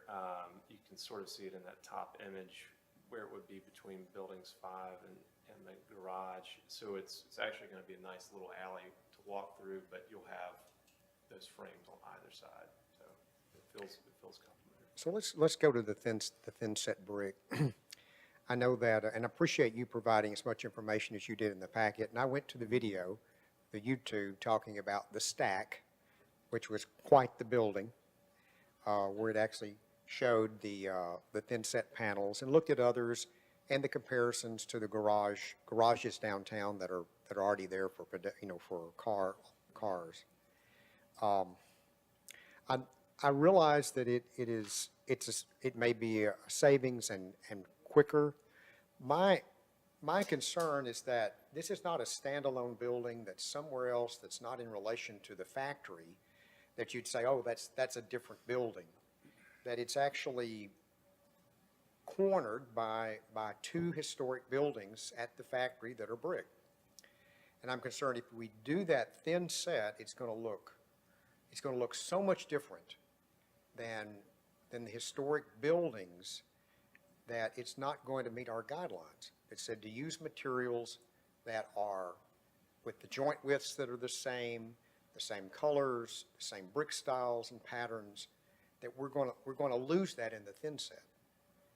Plus, I'm also concerned about establishing a precedent for it in the historic district. So that is my main concern. And it looks like if the accent material now is at 35% per facade, it'd be very hard to do the concrete banding and then somehow snug the panels into those concrete banding. So that's my main concern if it were somewhere else, but it's right up against the historic factory buildings. Well, what I would say to that is there really isn't one type of brick. There's not one type of joint. Even in the imagery in this package where we're comparing these samples, building 2 is different from building 3. The types of brick are really, you see a variety. You see different caulk joints. There you go. The typical tooled concave on the right, which is the more prominent building 2. Building 3 is less prominent. Some of these joints are on interior walls too, but you see variety. So even when we're picking a color, however you build it, you're going to see that there's still going to be, how do you match 90-year-old brick? And the point is that this is the same brick that we're going to be going through in either scenario. Really what this is about is means and methods of the installation. And the case study that I selected was one of, you can find a dozen or more around. the country in, both in, historic situations. Another one was Charleston we were looking at, but in a lot of municipal scenarios. One project that we were discussing before this with Andy that we've constantly used as a comp, and I thought about the garages there early on in this project, but we didn't revert back to them as we were getting into the materials. But the American Tobacco campus in Durham is on the National Register. It had 2 contemporary garages built there. They were done with thinset. I think that they were done at an older time. I think that from the quick images we were looking at, I think that what we're proposing is, I think it's much more congruous with what is there than what, I think that the way that this process has developed over the last 20 years has grown in a very nice way, and you can build these walls to correspond with the historic walls very nicely. I've been really impressed the more we've gotten into the research. You can hand trowel grout into the panels as well to give it a more authentic grout appearance, like that photo. So my question is to staff and zoning. So in the zoning ordinance, does it support thin-set brick? So the zoning ordinance does not comment on thin-set brick. It's more or less the guidelines that do comment about, if, using brick or masonry materials that are compatible in the size, profile, and detailing with the historic materials. So that's kind of the commission and DRC's charge to look at these fine details and determine on if it is appropriate or not. Yeah, and I don't know, maybe it's just the way my eye sees detail. Well, even in the images that have been supplied and that I saw actually at the stack and all these, my eyes can go directly to the width of those joints. And then when I look at the Franklin parking garage, they do have expansion joints, but they're much more subtle. I mean, in the places where they're able to put them, they're more hidden. So, I mean, that's just, I have a hard time with that material in the historic district. Well, that's where I do disagree with you on the joints. So we're talking about the same width. And the placement, now I think that there are different examples. These are tougher to see, but when you're walking in that alley on the left, they're very apparent. I think it's probably more the color than anything. It's the red caulk. The Second Avenue garage, they're very apparent and numerous. They're falling on windows, which is more typical, and so you see more of them, right? So what we're proposing, they're less because there's a different, the way that they're constructed, the seams fall in different places, but we can locate them in more naturally, occurring places with the design.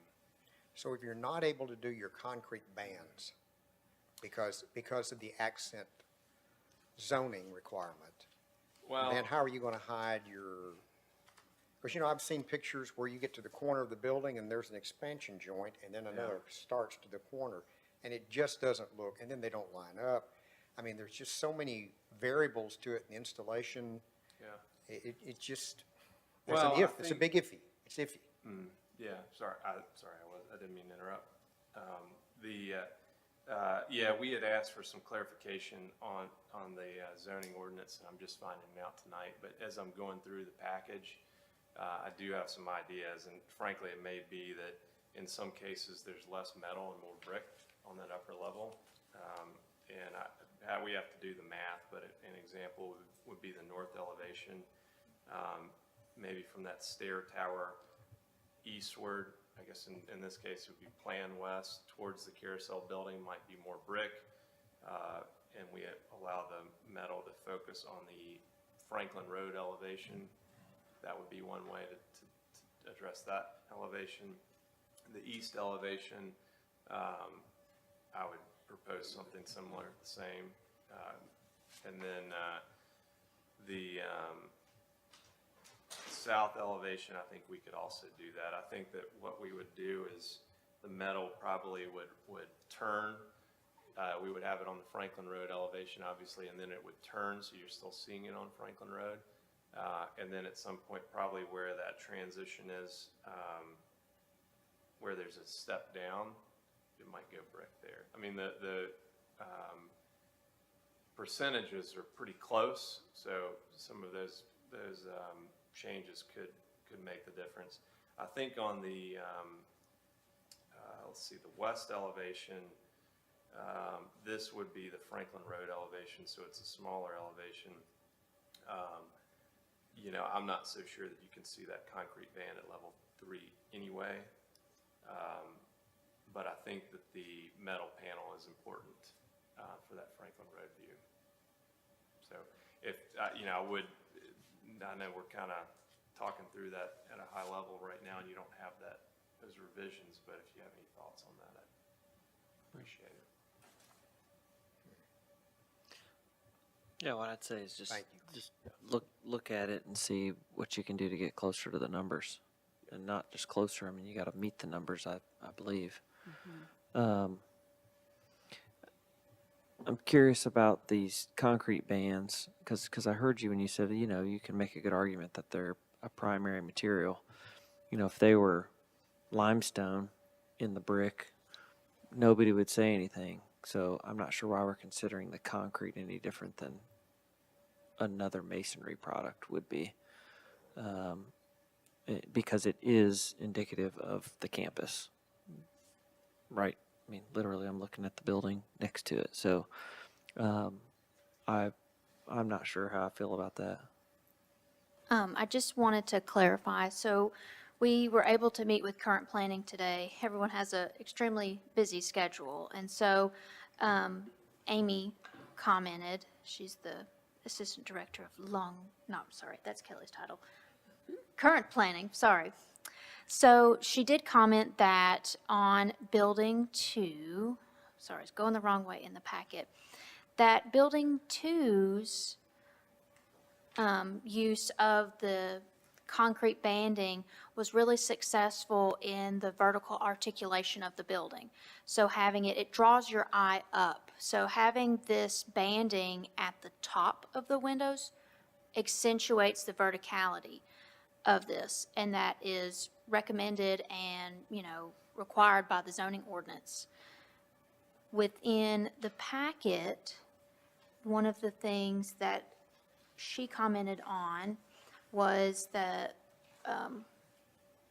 amount of like horizontal members. So with, let's see, let's get to a different elevation. So this elevation. So having it be, the banding is different, so it's the horizontal down here at the bottom.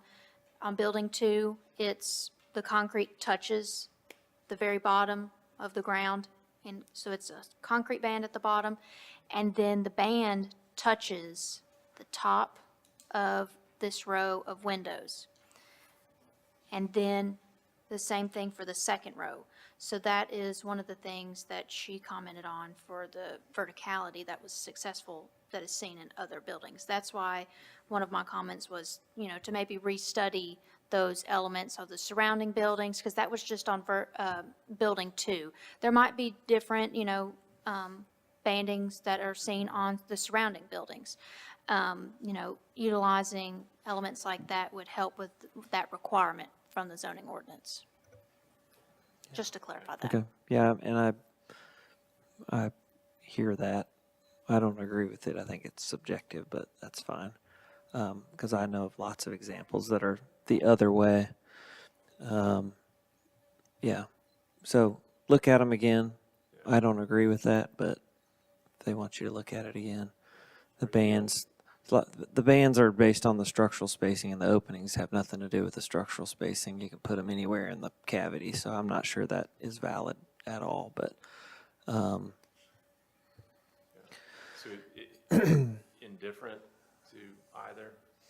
Yeah, I don't, like I said, I think the way you have the bands now makes it really look 3 stories tall. And if you start to lower them, then we're going to get a fat forehead real fast, and it's going to start feeling like a 4-story tall building because it is 4-story height, but it's not 4 stories tall. So you've cheated the eye by the things you've done, which are way more important to me than them touching the head of a window, which only happens in that building, and I can give you 50 examples of some that don't touch the top band. So like I said, I don't know how valid that concern is for me, and I don't see that anywhere in any guidelines, so I'm just, yeah, And I'm fine with Mr. that. Chair, our goal is to bring the building Yeah. down. The scale, the perceived scale and the actual Perceived, scale yes. down. And I'm not saying the other building not successful, it's just done differently, which is fine. And we started this whole thing predicated on, we want metal to be shown at the top from the view That's right. shed of Franklin Road. Yeah, So yeah. that's what our goal was. And we wanted the top to feel lighter, and the metal does that. I know there's some measurements and some metrics they would like you to hit. Again, I'm always fuzzy on how much discretion we have to do things above and beyond. You'll have to talk with staff on what those are and then ask us for the things we're able to comment on. I don't know what those are all the time, unfortunately. So I'm going to go back to the thin set brick. So are you saying that the way you have the concrete bands, that you could have the panels made that fits directly in between all, and we would never see the expansion joints? And is this the material you're talking about?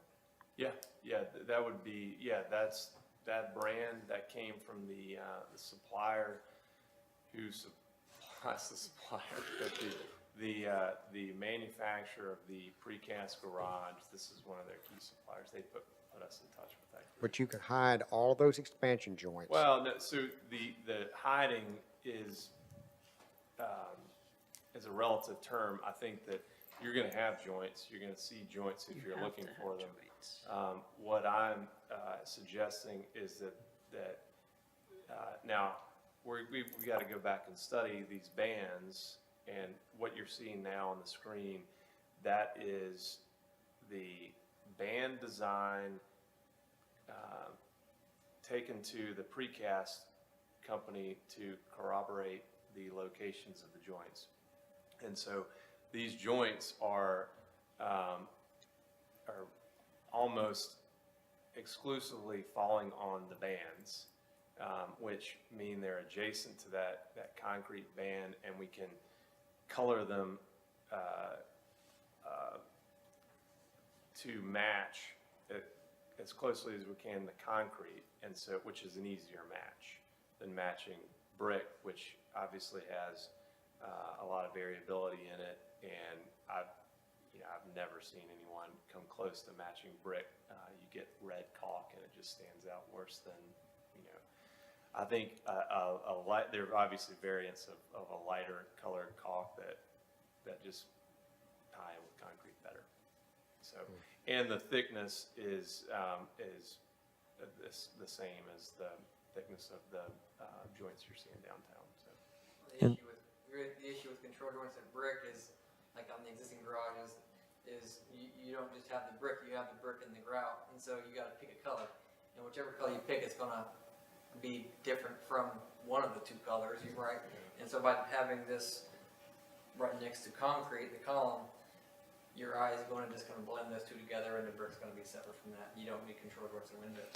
And if you use real bed depth brick, it's the exact same brick. It's just the full thickness. Yeah. So this is brick. It's brick, and it's created in the same way that brick is created, and the colors are based on where they bake it effectively. But this is made in conventional ways. The only change is they put it in a rock tumbler to beat it up a little bit in varying degrees depending on the samples you choose.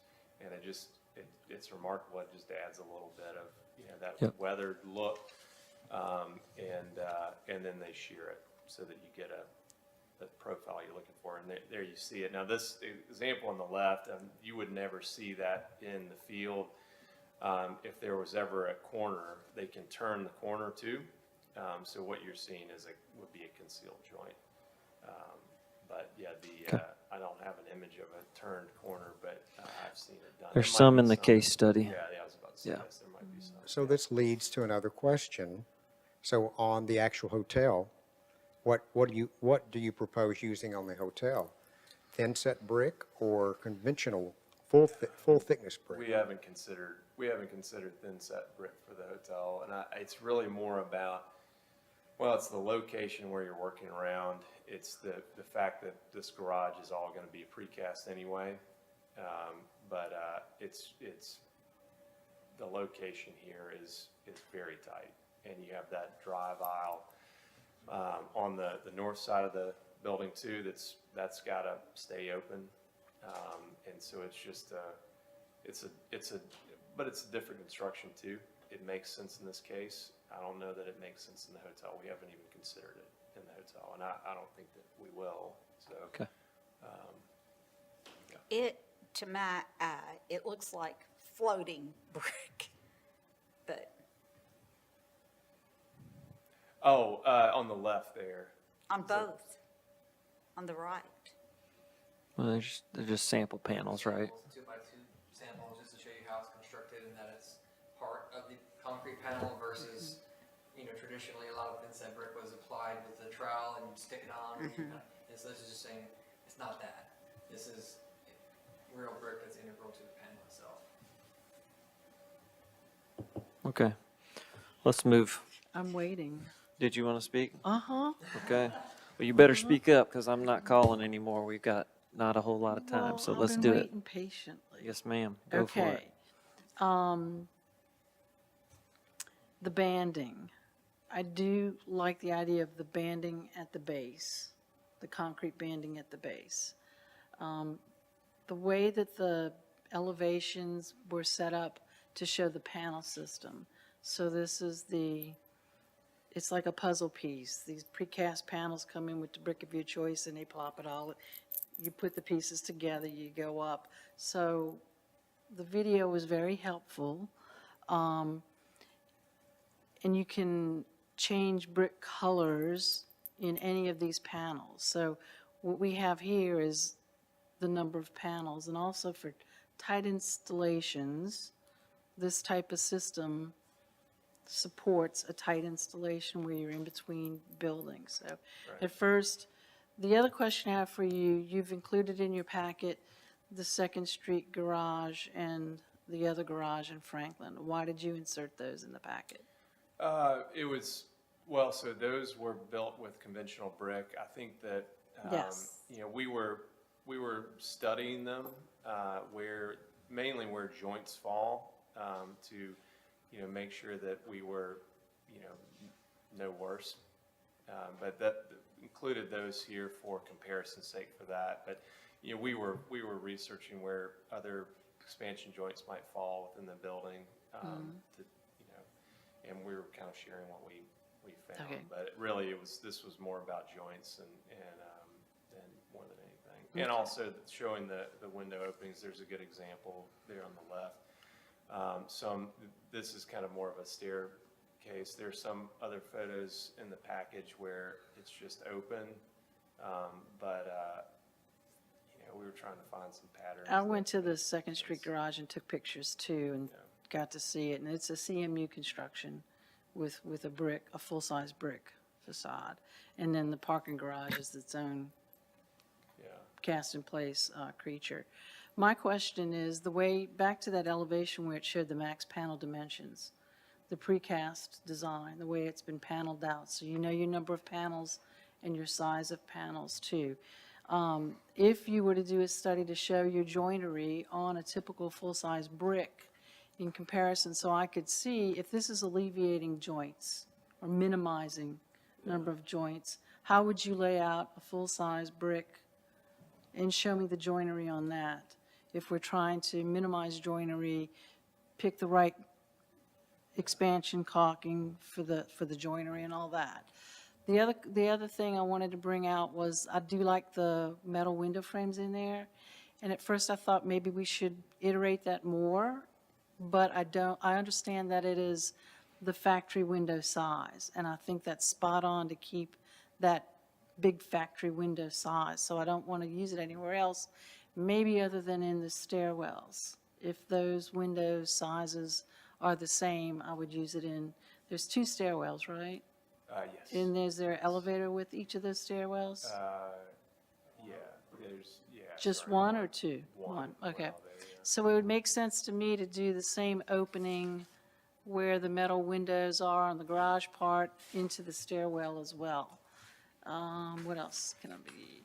Is the Mockingbird Theater still staying?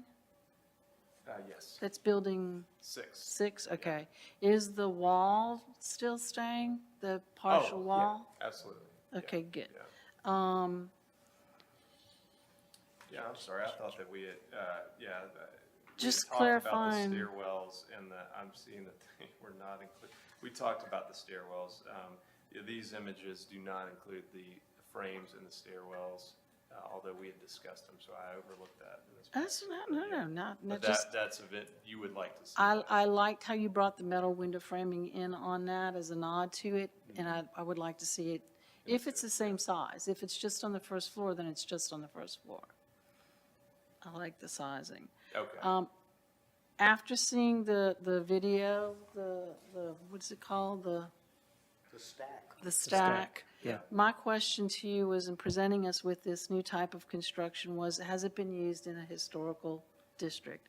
And yes, indeed, the stack is, but Dallas is a way big different town, and it offers the versatility of changing brick color to meet code for that big, long front elevation to give you that break in it. So while I think it's a great idea, I would still challenge you to use conventional brick, just because of the nature of this site and the proximity of the other existing brick elements. I'm not 100% sold on the thin set. To Mary's point about it looked kind of awkward, it reminds me sometimes of those fake old fireplaces you used to get in your house at Christmas time, and you'd pop that little puppy up with these little thin set panels. It's mostly about the way the grout is, whether it's flush, raked, the color of it, all of that. But when I see a thin set like this, even though it's a real brick, it's a full-size brick that they tumble and distress, burn and char and cook, and then they slice it into the thin set creature. It just changes the dynamic of it. And when I went down to the Second Street garage and took pictures and saw how it returned, this is the other thing to consider, is your returns into your windows. How do those edges meet? I'm sure they have another You can return proponent. those. Oh, They yeah. do. Oh, yeah. Or you can design your panel to be recessed, and then it fits within their panel systems, and if you're doing the concrete thing as well, too. Speaking about returns and jams and finishes out on the metal portion at the top, I know we've liked having that lightness of the metal, but how does that all finish out within the jam of that opening? Is it more metal? Is it concrete? What are those elements as well? And same thing with the second floor level as well. So I think that's about it. Okay, thank you. Okay. Yeah, I think we've said it before. The sure thing that everybody's comfortable with, I think, is real brick. And it's definitely a question. Everybody's just wondering. And it's tough. It's tough to convince them to use something that isn't used in our historic district. That's kind of the point, is we know that real brick will work, in that we've seen it, we're comfortable with it, we know how it works. And yes, we heard you that it's a constructability issue for you all, but that's part of the process, I guess. Yeah, and we'll look at the control joints in a conventional setting. I think that, you've got 30-foot spans here, so my hunch would be there would be more joints along the windows in a conventional setting. And then the last thing are the refuse. Yep, I just flipped over there. If everybody's ready, I don't want to. Everybody ready for Yes. refuse? It's Okay. site plan and showing those. Yeah, we've sized them so that they're specific to what we need. The one in the very back, next to the garage would be a compactor. And so it's sized big enough for that and just some interior work and clearance. And then the other one is for a couple of, number 2 there next to the hotel. That is for a couple of just regular sized dumpsters. The imagery there is kind of prototypical. The doors are showing swinging, but we would like the option to have sliding gates. I think that the sliding gates would be less susceptible to damage. So, And they stay closed when you close them. and they stay closed. What do they slide over each other? No, I think it slides in one direction was the intent. What? I think that, and then it's also temporarily open, so it would close. So I think in the case of this, you go to the site plan, the one next to the garage, I think it actually go either direction. We have that hashed out area to the right, but the idea is that could potentially go over to the sidewalk side, but I'm still confused at how they slide. that way it would kind of. Is there like a bar that hangs out past the refuse enclosure that it slides on? Well, I think it would be on wheels and kind of slide out, right? Okay, so just slide out to the side on wheels. Okay. I was thinking there's got to be something for it to ride on. We need to get a detail on that. We haven't studied that thoroughly. Okay. Is the idea. Okay. I need to understand that better. You were saying something about the compactor? Yeah, the compactor is in location 1 on the left. So that's in the back next to the garage. And that's the longer, takes up basically 2 spaces, north to south. And then there's a area to the right that's just hashed out for working clearance. Okay. Staff? So, the design of the refuse enclosure appear to match what was the previously approved refuse design. Location 1 will be located beside the proposed parking structure. Location 2 will be located to the right side of the rear wing of the proposed hotel building. Refuse number 1 will not be visible from the right-of-way, but refuse number 2 will be visible from Liberty Pike. Thank you. All right. Thoughts, anybody? I Yes, think ma'am. it's fine. Yeah. Matches the last ones. Yeah, I think it's It's back property. that's right. It's back of house. Well, yeah, there is no back of house, but it's back of house from the public right of way. But it's off of Major Street. Is there any, I mean, this is really not probably our business, but there's this kind of storm drain right next to it. Is that a good thing or a bad thing next to the dumpster? I don't know the answer to that. I'm seeing on this site plan, the little floor plan number 2, you'll see all the storm drainage. There's 2 catch basins there, and whatever comes out of the dumpsters is going in there. And I don't know if there's. The grade, well, I think, Yeah, I yeah, mean, I think this, everything generally slopes from north to south. So I'm not so sure exactly how It that catches goes that way. in there. Yeah. Yeah, I mean, there obviously would be a little bit of. In this, so the screening, you didn't have a drawing for the compactor, but specifically to that one, I'm just thinking the garage is going to have people up higher than probably anywhere else. So you can look down on this one. Sure. I don't know that plays into our thinking at all. I'm just thinking out loud, like, oh, you can like look down on this one. But I don't know that makes it a roofed thing or not, or if that ruins the functionality. Well, I mean, absorbing here. It's compactor, so it, Yeah. well, Has its own lid anyways. Yeah. Okay. Yeah. From the garage. Yeah. And there is a garage right next to one of the city garages, I mean, a Second dumpster Avenue. right next to the garage. Yeah. So Second Avenue one. I Yeah. walk by it all the time. Yeah, you do, yeah, and you can see it from Main Street. My thought about that is you're in a parking garage. When you park, you're walking to the exit, and you're getting out of it. It's not an apartment building. It's or an not a office. hangout, yeah. Yeah, so you're not looking at it for very long. It's all utilitarian. It's utilitarian. Yeah, understood, yeah. It really depends on what it's servicing. How smelly the Yeah. the potential is. I know this might not happen, it might happen, but everyone is going out to Hillsborough Park, Harlansdale Park for the sunsets. I keep feeling people are gonna take the top floor parking spots of this garage for sunset viewing.